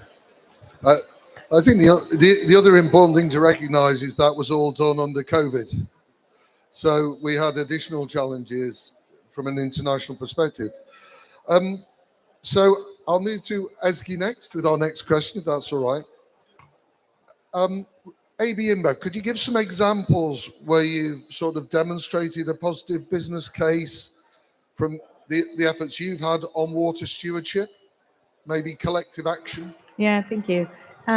So back in 2018, when we announced our sustainability goals, our latest set of public commitments, having learned from thinking through that water stewardship journey, we said, okay, we really want to be able to invest in a watershed and ultimately be able to say that watershed is now better off than it was 5-10 years ago, because we did not have the science and the data. We were investing in these watersheds through fantastic partners to protect the watersheds, to conserve them, but never really looked at it from a measurable impact, positive impact angle. And this, when we were going through the goal setting process, we've engaged with many partners like the Nature Conservancy, like WWF, like the CEO Water Mandate that we were a founding member of. And this was very much welcome within the water community in how we think of challenging ourselves to say, how do we bring that shared accountability on ourselves, but also on our science partners, implementation partners, that if we're investing, we need to be able to build frameworks towards that measurable impact. At AB InBev, we came up with a 7-step process. It's a very simple process in how you approach in understanding the problem at the watershed level, at the community level, how you invite others in, really take the context-based metrics into account, and then follow science. And now we're seeing results. The Sao Paulo example that Jason Morrison gave earlier is one of those. And it does not only take AB InBev, right? It takes all of us to come into watersheds to build towards that measurable impact. Another example is, after we started investing in a couple of the watersheds in Mexico, we actually applied for a GIZ funding to come in and invest in the same watersheds with us through kind of matching funding. And again, the only way we were able to do that was because we started putting in place the frameworks and the science and started tracking those KPIs over time. Do we know everything? Do we have all the answers? No, but are we actually heading in the right direction? I firmly believe, and I think by doing that, by providing the world reasons to believe, by coming up with proofs of concept of what could work on the ground. We always talk about gray infrastructure versus green infrastructure, but we don't really translate it into what does this mean in terms of real world impact. Once you start really doing that, then you can invite others in where you can see that ROI or where you can see that impact, and then that becomes scalable, back to your point. And how do you see a sort of role for innovation as we look at collective action? Or could you give any examples of where you've really innovated as AB InBev and your partners? Yeah, of course, innovation plays a huge role. I always say, I'm an engineer by training. I'm a naturally curious person. I try to, look at things from a mindset of an engineer, and I think sustainability is a design problem, right? So if you think of it as a design problem, then you're actually going to improve how you design your processes, your products, your operating model. Therefore, of course, innovation plays a big role in that, but innovation not just for the sake of innovation, but innovation in a very, very purposeful way in how you think of your sourcing strategy, how you think of your product pipeline, how you think of innovation R&D within your own team. So absolutely. We have a 100+ accelerator program where we go out and we select startups to come in and pilot with us. There is several water startups as well in that space, and there's a lot of really good work out there. I think the challenge is how do we take them, implement, see the pilots, the results, and then we can scale them up. But this could be anything from satellite imaging to sensors to anything you can imagine. Recycling, upcycling of water resources, how you think of it at the field level in agriculture. I think agtech is a big player in that space when you think of innovation and water. I think what we need to remember is we need to multi-solve.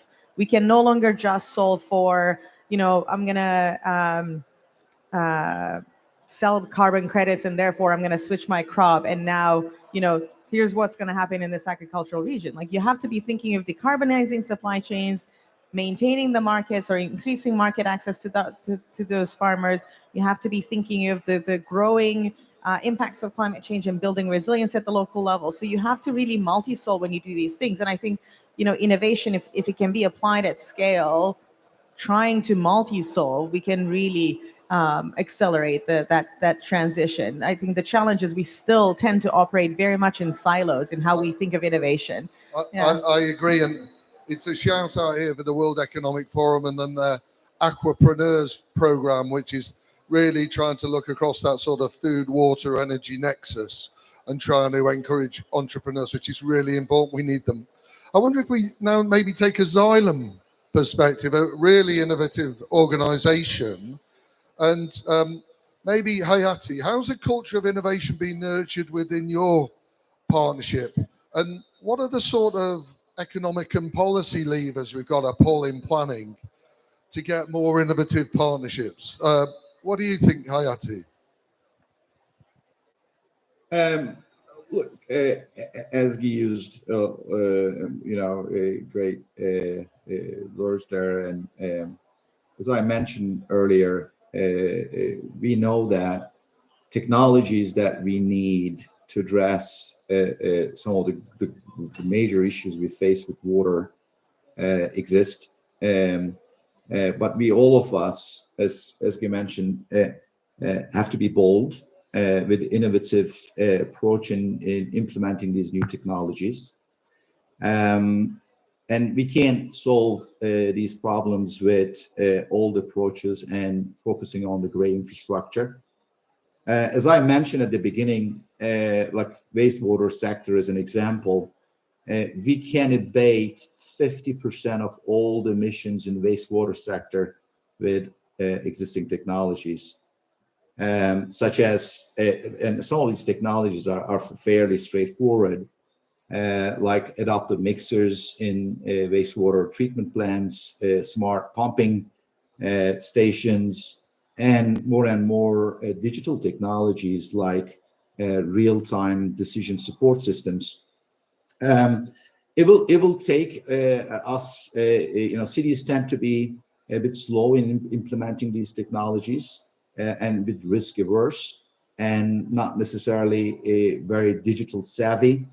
There are a couple of things that we can do as all ecosystem, starting with different business models that help with the financing, creating global open innovation platforms with startups, universities, local NGOs, and that will all take partnership around the ecosystem. And that, Mark, I mean, at Xylem, to your question, that runs through in every process from product development to our supply chain, and all the way to how we design our products. Mentioned earlier, it's a design problem. So we have to design sustainability and water reuse and stewardship for water in the way that how we deliver our solutions and products for our customers. And that's how we look at it. Yeah. And Hayati, what's been the biggest win for decarbonisation partnership in your experience? Look, I mean, we are at the beginning of the journey, but there are great news. As I mentioned, having 80 plus water utilities across the globe. Some of them are very large water utilities, committing to net zero over the next 20-30 years, and putting together a very comprehensive action plan year by year is a fantastic news. Again, UK water sector is leading the pack here, first in the world to put together a very detailed plan to achieve carbon neutrality. Look, opportunity is very, very clear. Components of success are available. Technology, experience, funding is more and more flowing into the sector. It will take collaboration, the incentives, all around the ecosystem to go and make an impact. So thanks very much for Hayati. And it's really important that we think about the context when we're looking to transfer innovation and we don't just take it literally. Really important. So maybe Lexi, over to you. How does the Fair Water Footprint Declaration support and encourage change towards water and climate security? And how does that partnership provide accountability mechanisms? Thanks so much. Great question. So the Declaration for Fair Water Footprints commits all signatories to transformative action to protect water for people and ecosystems, and to plan for climate resilience throughout the supply chains, across economic production, trade networks over which they've got control and influence by 2030. We know there's obviously a significant overlap between locations for commodity production, so farming, factories, mines, and locations where climate impacts are being felt most acutely. So, as I said before, we have to pull all the levers available to us. We have to pull new levers for change. We want to change the political climate, really, to establish fair water footprints as the global business norm.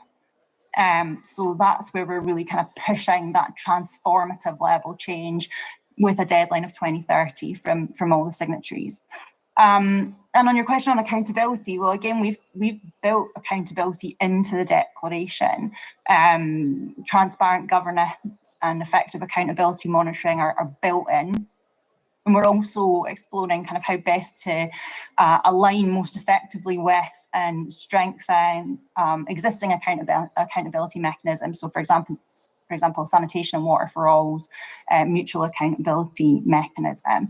And expect more on this actually as we get towards UN Water in March next year. So we're aiming to build fair water footprints into the water action agenda there as well.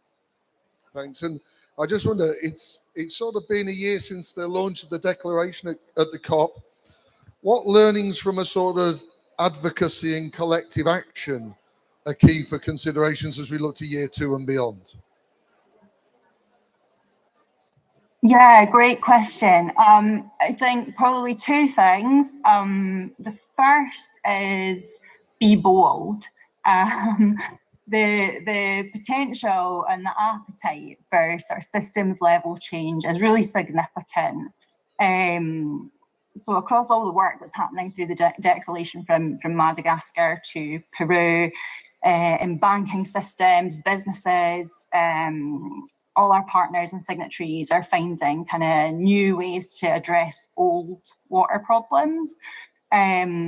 And to incentivize good performance and collaboration.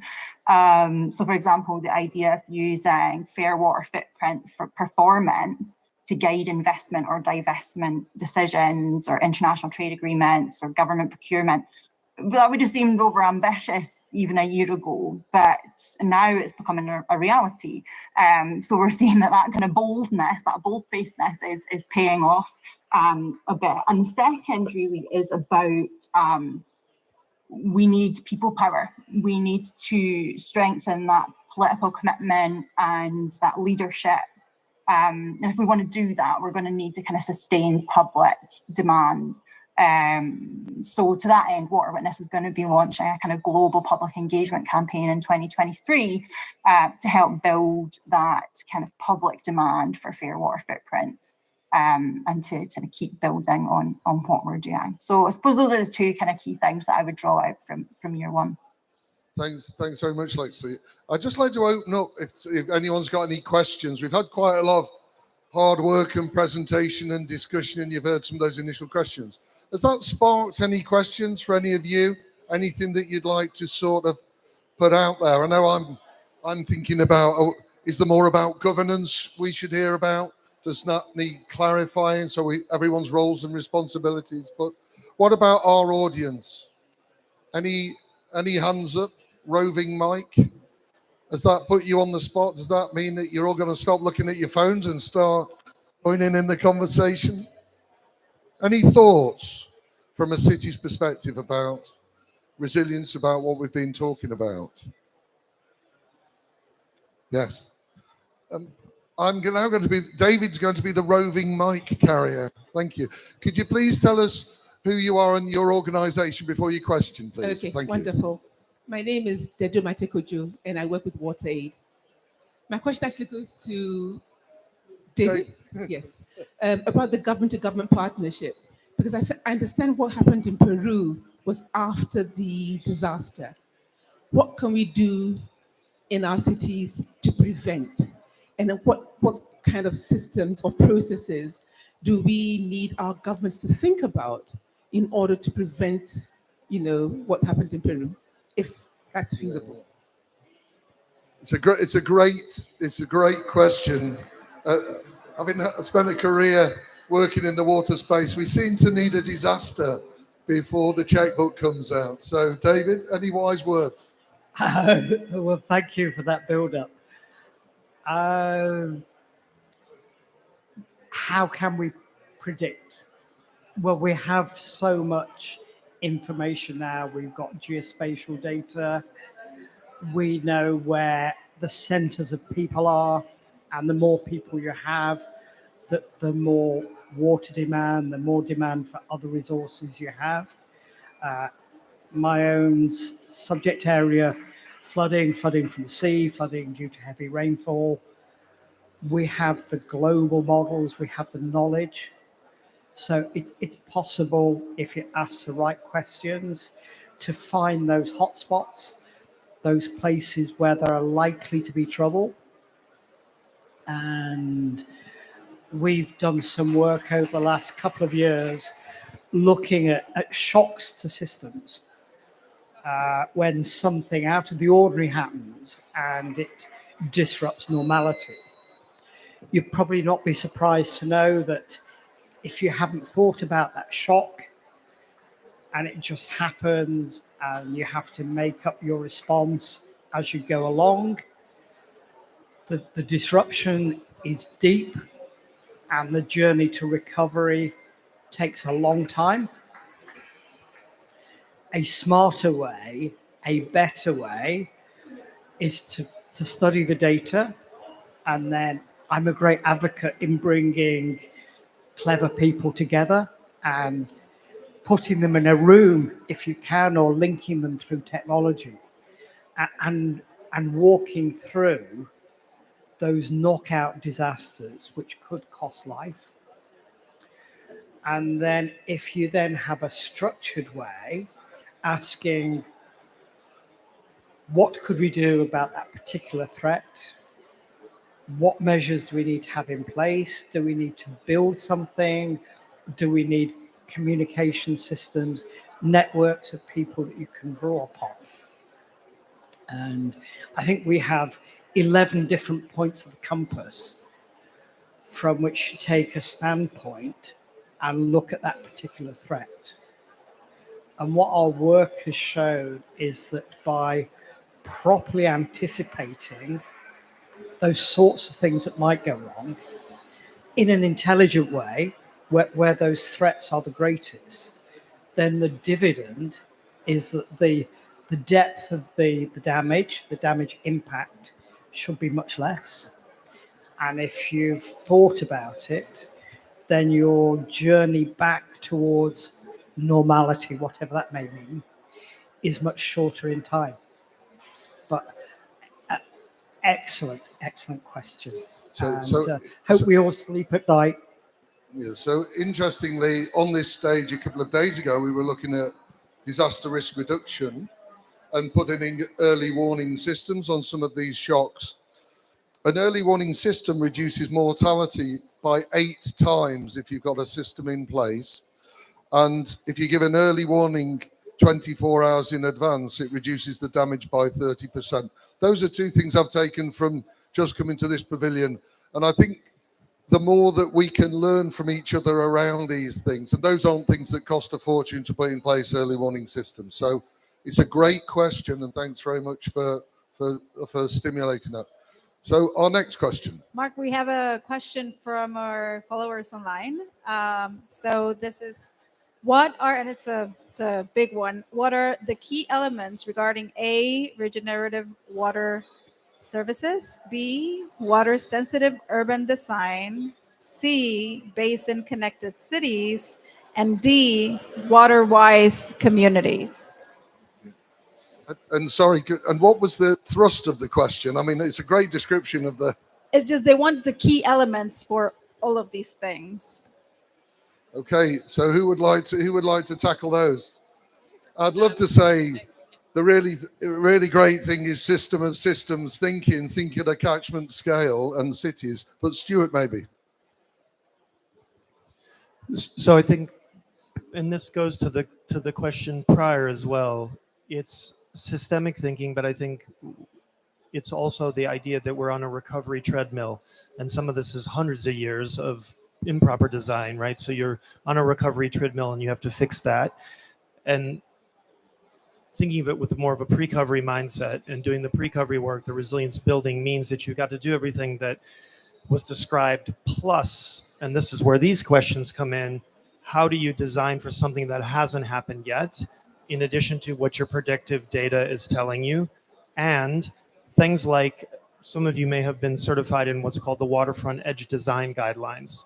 And that is an attempt to take sort of a very broad resilience lens and look at how you build anew and also build back. And I think part of that collective piece of that is to do the pre-design, the pre-recovery work. And it gets to the question, and it gets to some of what they're asking in terms of that knitting together. Humans don't like to pay for things that haven't happened yet. So you've got to prove that ahead of time and piece it together. And I just wonder, Stuart, because you just triggered something. This whole resilience dividend, there's one thing's the survive, but if we get that resilience right, what about the thrive? What about the dividend that we can get from being more resilient? I think so one of the tools, one of the tools we've been working on, we've gone from resilience dividend to say, what is the return on resilience value? Yeah. So yes, we have to have a return on investment. And as we've tested the tool with bankers and lending institutions of varying kinds, they're still talking about return on investment. And there are ways that you have to deal with that. But the return on the resilience value means that even if it's imperfect at the beginning, you've built in co-benefits. And it's difficult because it does change the pricing. But if the pricing's a little bit more and you save so much more on the back end, then it's worth it, right? So starts to answer the three-part question, but it also goes back to that question. Okay, so Mark, could I chime in on that one? Just want to reflect. Yeah, Hayati, and then Ezgi. Thank you. Thank you. Just want to build on what the steward said when he talked about return on investment. Look, affordability of solutions, and at the end of the day, affordability of water is so critical. Our cities are not only faced with water challenges, they're faced with multiple other challenges. So in my view, it's going to take a good use of technologies that are available, that we've seen in multiple other industries, that when the right technology used at the right place with the end-to-end thinking, that could help significantly the affordability of the solutions and adopting those technologies. Okay. Yeah, thanks for that, Hayati. And Ezgi, I think you've got a take on this. Yeah, I was just going to build on what Stuart said. It's exactly how we think about it at ABMEV as well, because we always get this question from our investors around, what is the ROI on all these initiatives you're doing? And, there's a very clear way of explaining why sustainable business is good business, because you're building, you're future-proofing your company. It's about supply security and it's about the future. And I can now tell you that when we invest in renewables, it's lower cost. When we introduce more recycled content into our packaging, or we invest in circularity of that packaging, it's lower cost. And it's lower cost not only from material, but also input cost, because it requires less energy, lower energy. When we invest in agriculture and local sourcing, it's lower cost.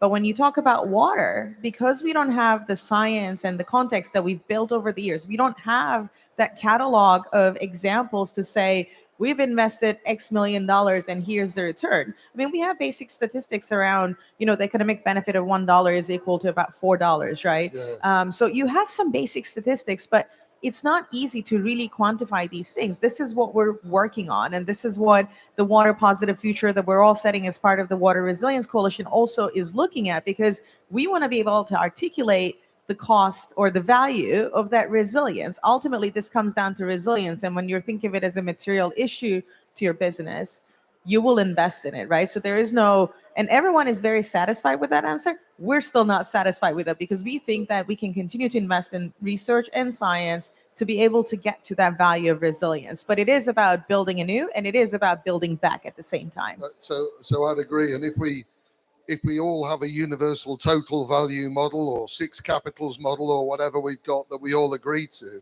we shift the economics and make different decisions. So I think that's quite valuable. David, I think you've got a perspective. I was going to play the slightly old age card. When I started work in the late 1970s, early 1980s, water was not really on the agenda. We talked about urban planning, and everything else was considered other than the importance of water. There was just an automatic assumption that there was a solution off the shelf, you could pick it out. I think our community has been very vocal over the last, let's say, 3 decades, and the city planners, the financiers, ordinary people, governors are now saying water is really important. Is it almost center stage of city planning? I think it's a very serious consideration. And then there's this whole agenda of retrofit, of trying to put right the mistakes of previous generations. So my final kind of rallying call from this, it's been a privilege to see it. It's been a privilege to play a little part in that, but we should not be downbeat. We're getting attention, and thank you to all of you. Well, thanks. This question has gone on and on and on, and Jason is now going to continue.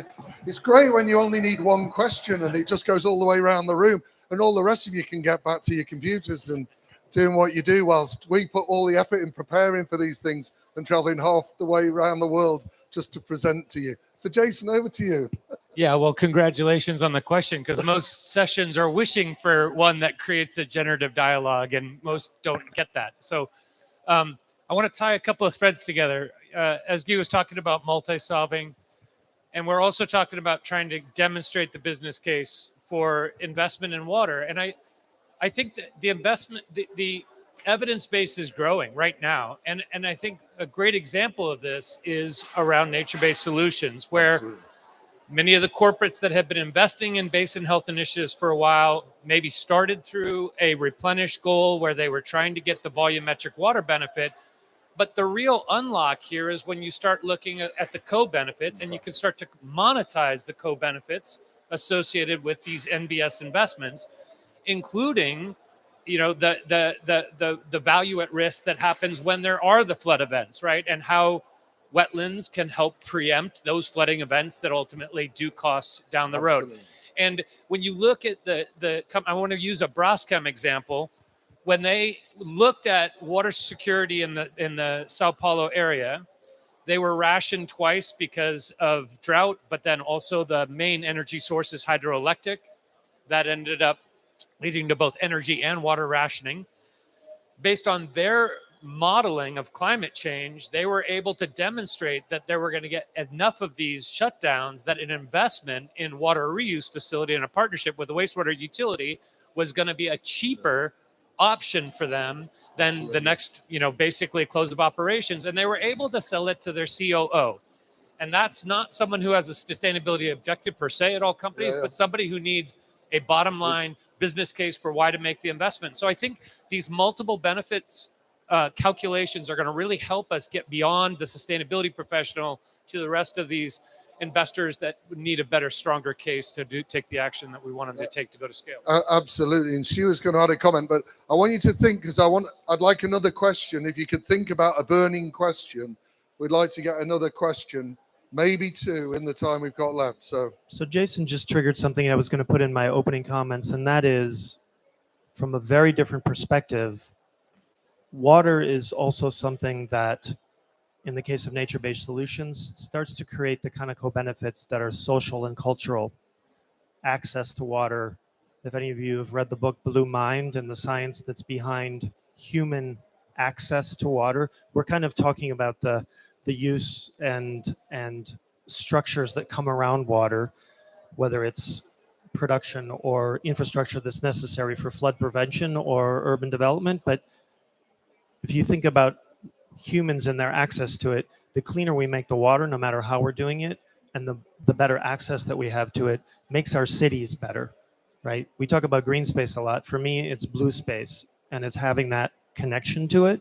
So from a completely different kind of angle, the co-benefits of doing nature-based solutions gives us something as well. We see it here when we look out the windows, even though we're trapped in here most of the time.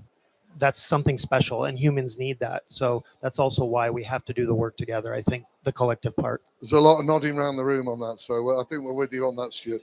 So who's got Kate? Could you tell us who you are in your organisation, please, Kate, from CDP? Yes, thank you. You've done my job for me. I'm Kate Lamb. I'm the Global Director of Water Security at CDP, and I was the high-level climate. Pop it closer. High-level climate champion lead for water for COP26 as well.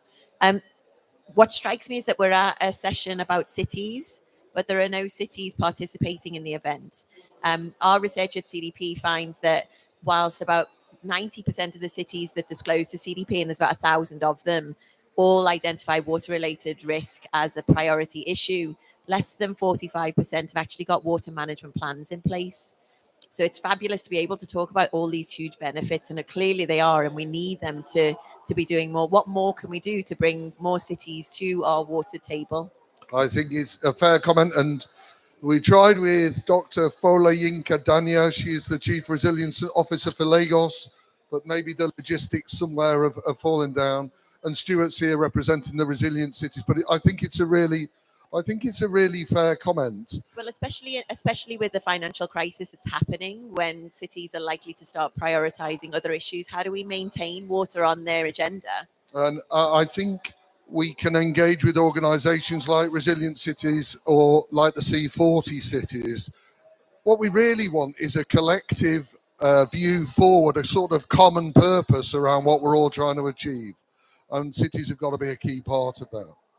Now, We have time for just one more question, and then we're going to have a sum up from Titileo Adebayo, who's the Regional Youth Focal Point for Sub-Saharan Africa for UN1FY. That's the official youth constituency of the UN Water and Climate Coalition. Did I get that right? Yeah, but first of all, we're going to see if we can take one more question. So, nobody's got a question?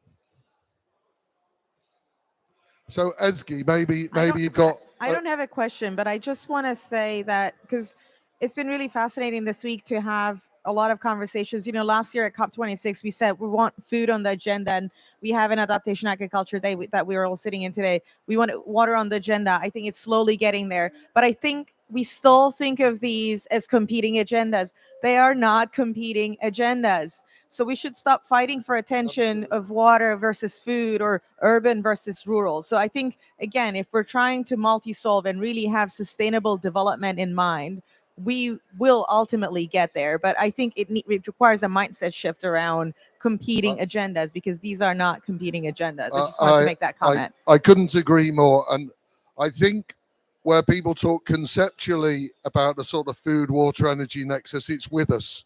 And those are really, you know, there's really rich space in there for us all to work together. So could I now ask for Titileo, could you just give us your maybe your closing remarks? Before she does so, could we have a round of applause for everyone who's presented, and for our question? Thank you. So. All right, thank you so much. Good afternoon, everybody. My name is Titileo Adebayo. I'm the regional focal point, youth focal point for Sub-Saharan Africa with Unify, United International Federation of Youth. Thank you so much for all the sessions. And one thing we can all agree with is that the key words from all the sessions is water and partnership. I can decide today to stop eating meat and go vegan or vegetarian.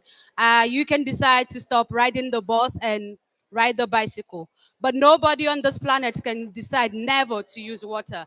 It's inevitable. We use water one way or the other. And so it is very, very important that partnership is the only thing that can help us come up with region-specific solutions. And this is one of the really heart of Unify, because we believe either bilateral or multilateral partnership is key.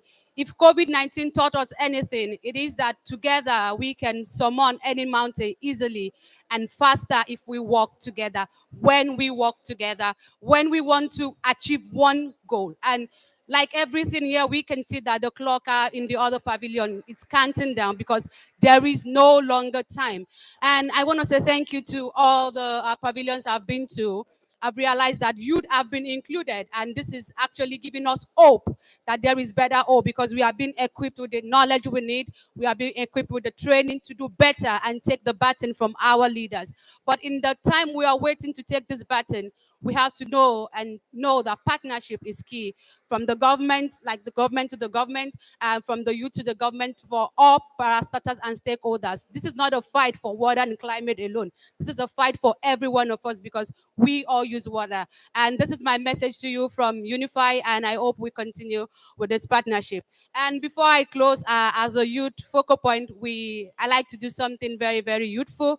And so you're going to join me in it. It goes, if you're happy you are in COP, clap your hands. If you're happy that you're here, clap your hands. So if you're happy you're in COP and you're here for water and climate, if you're happy you're in COP, clap your hands. Thank you. My name is Titileo Adebayo.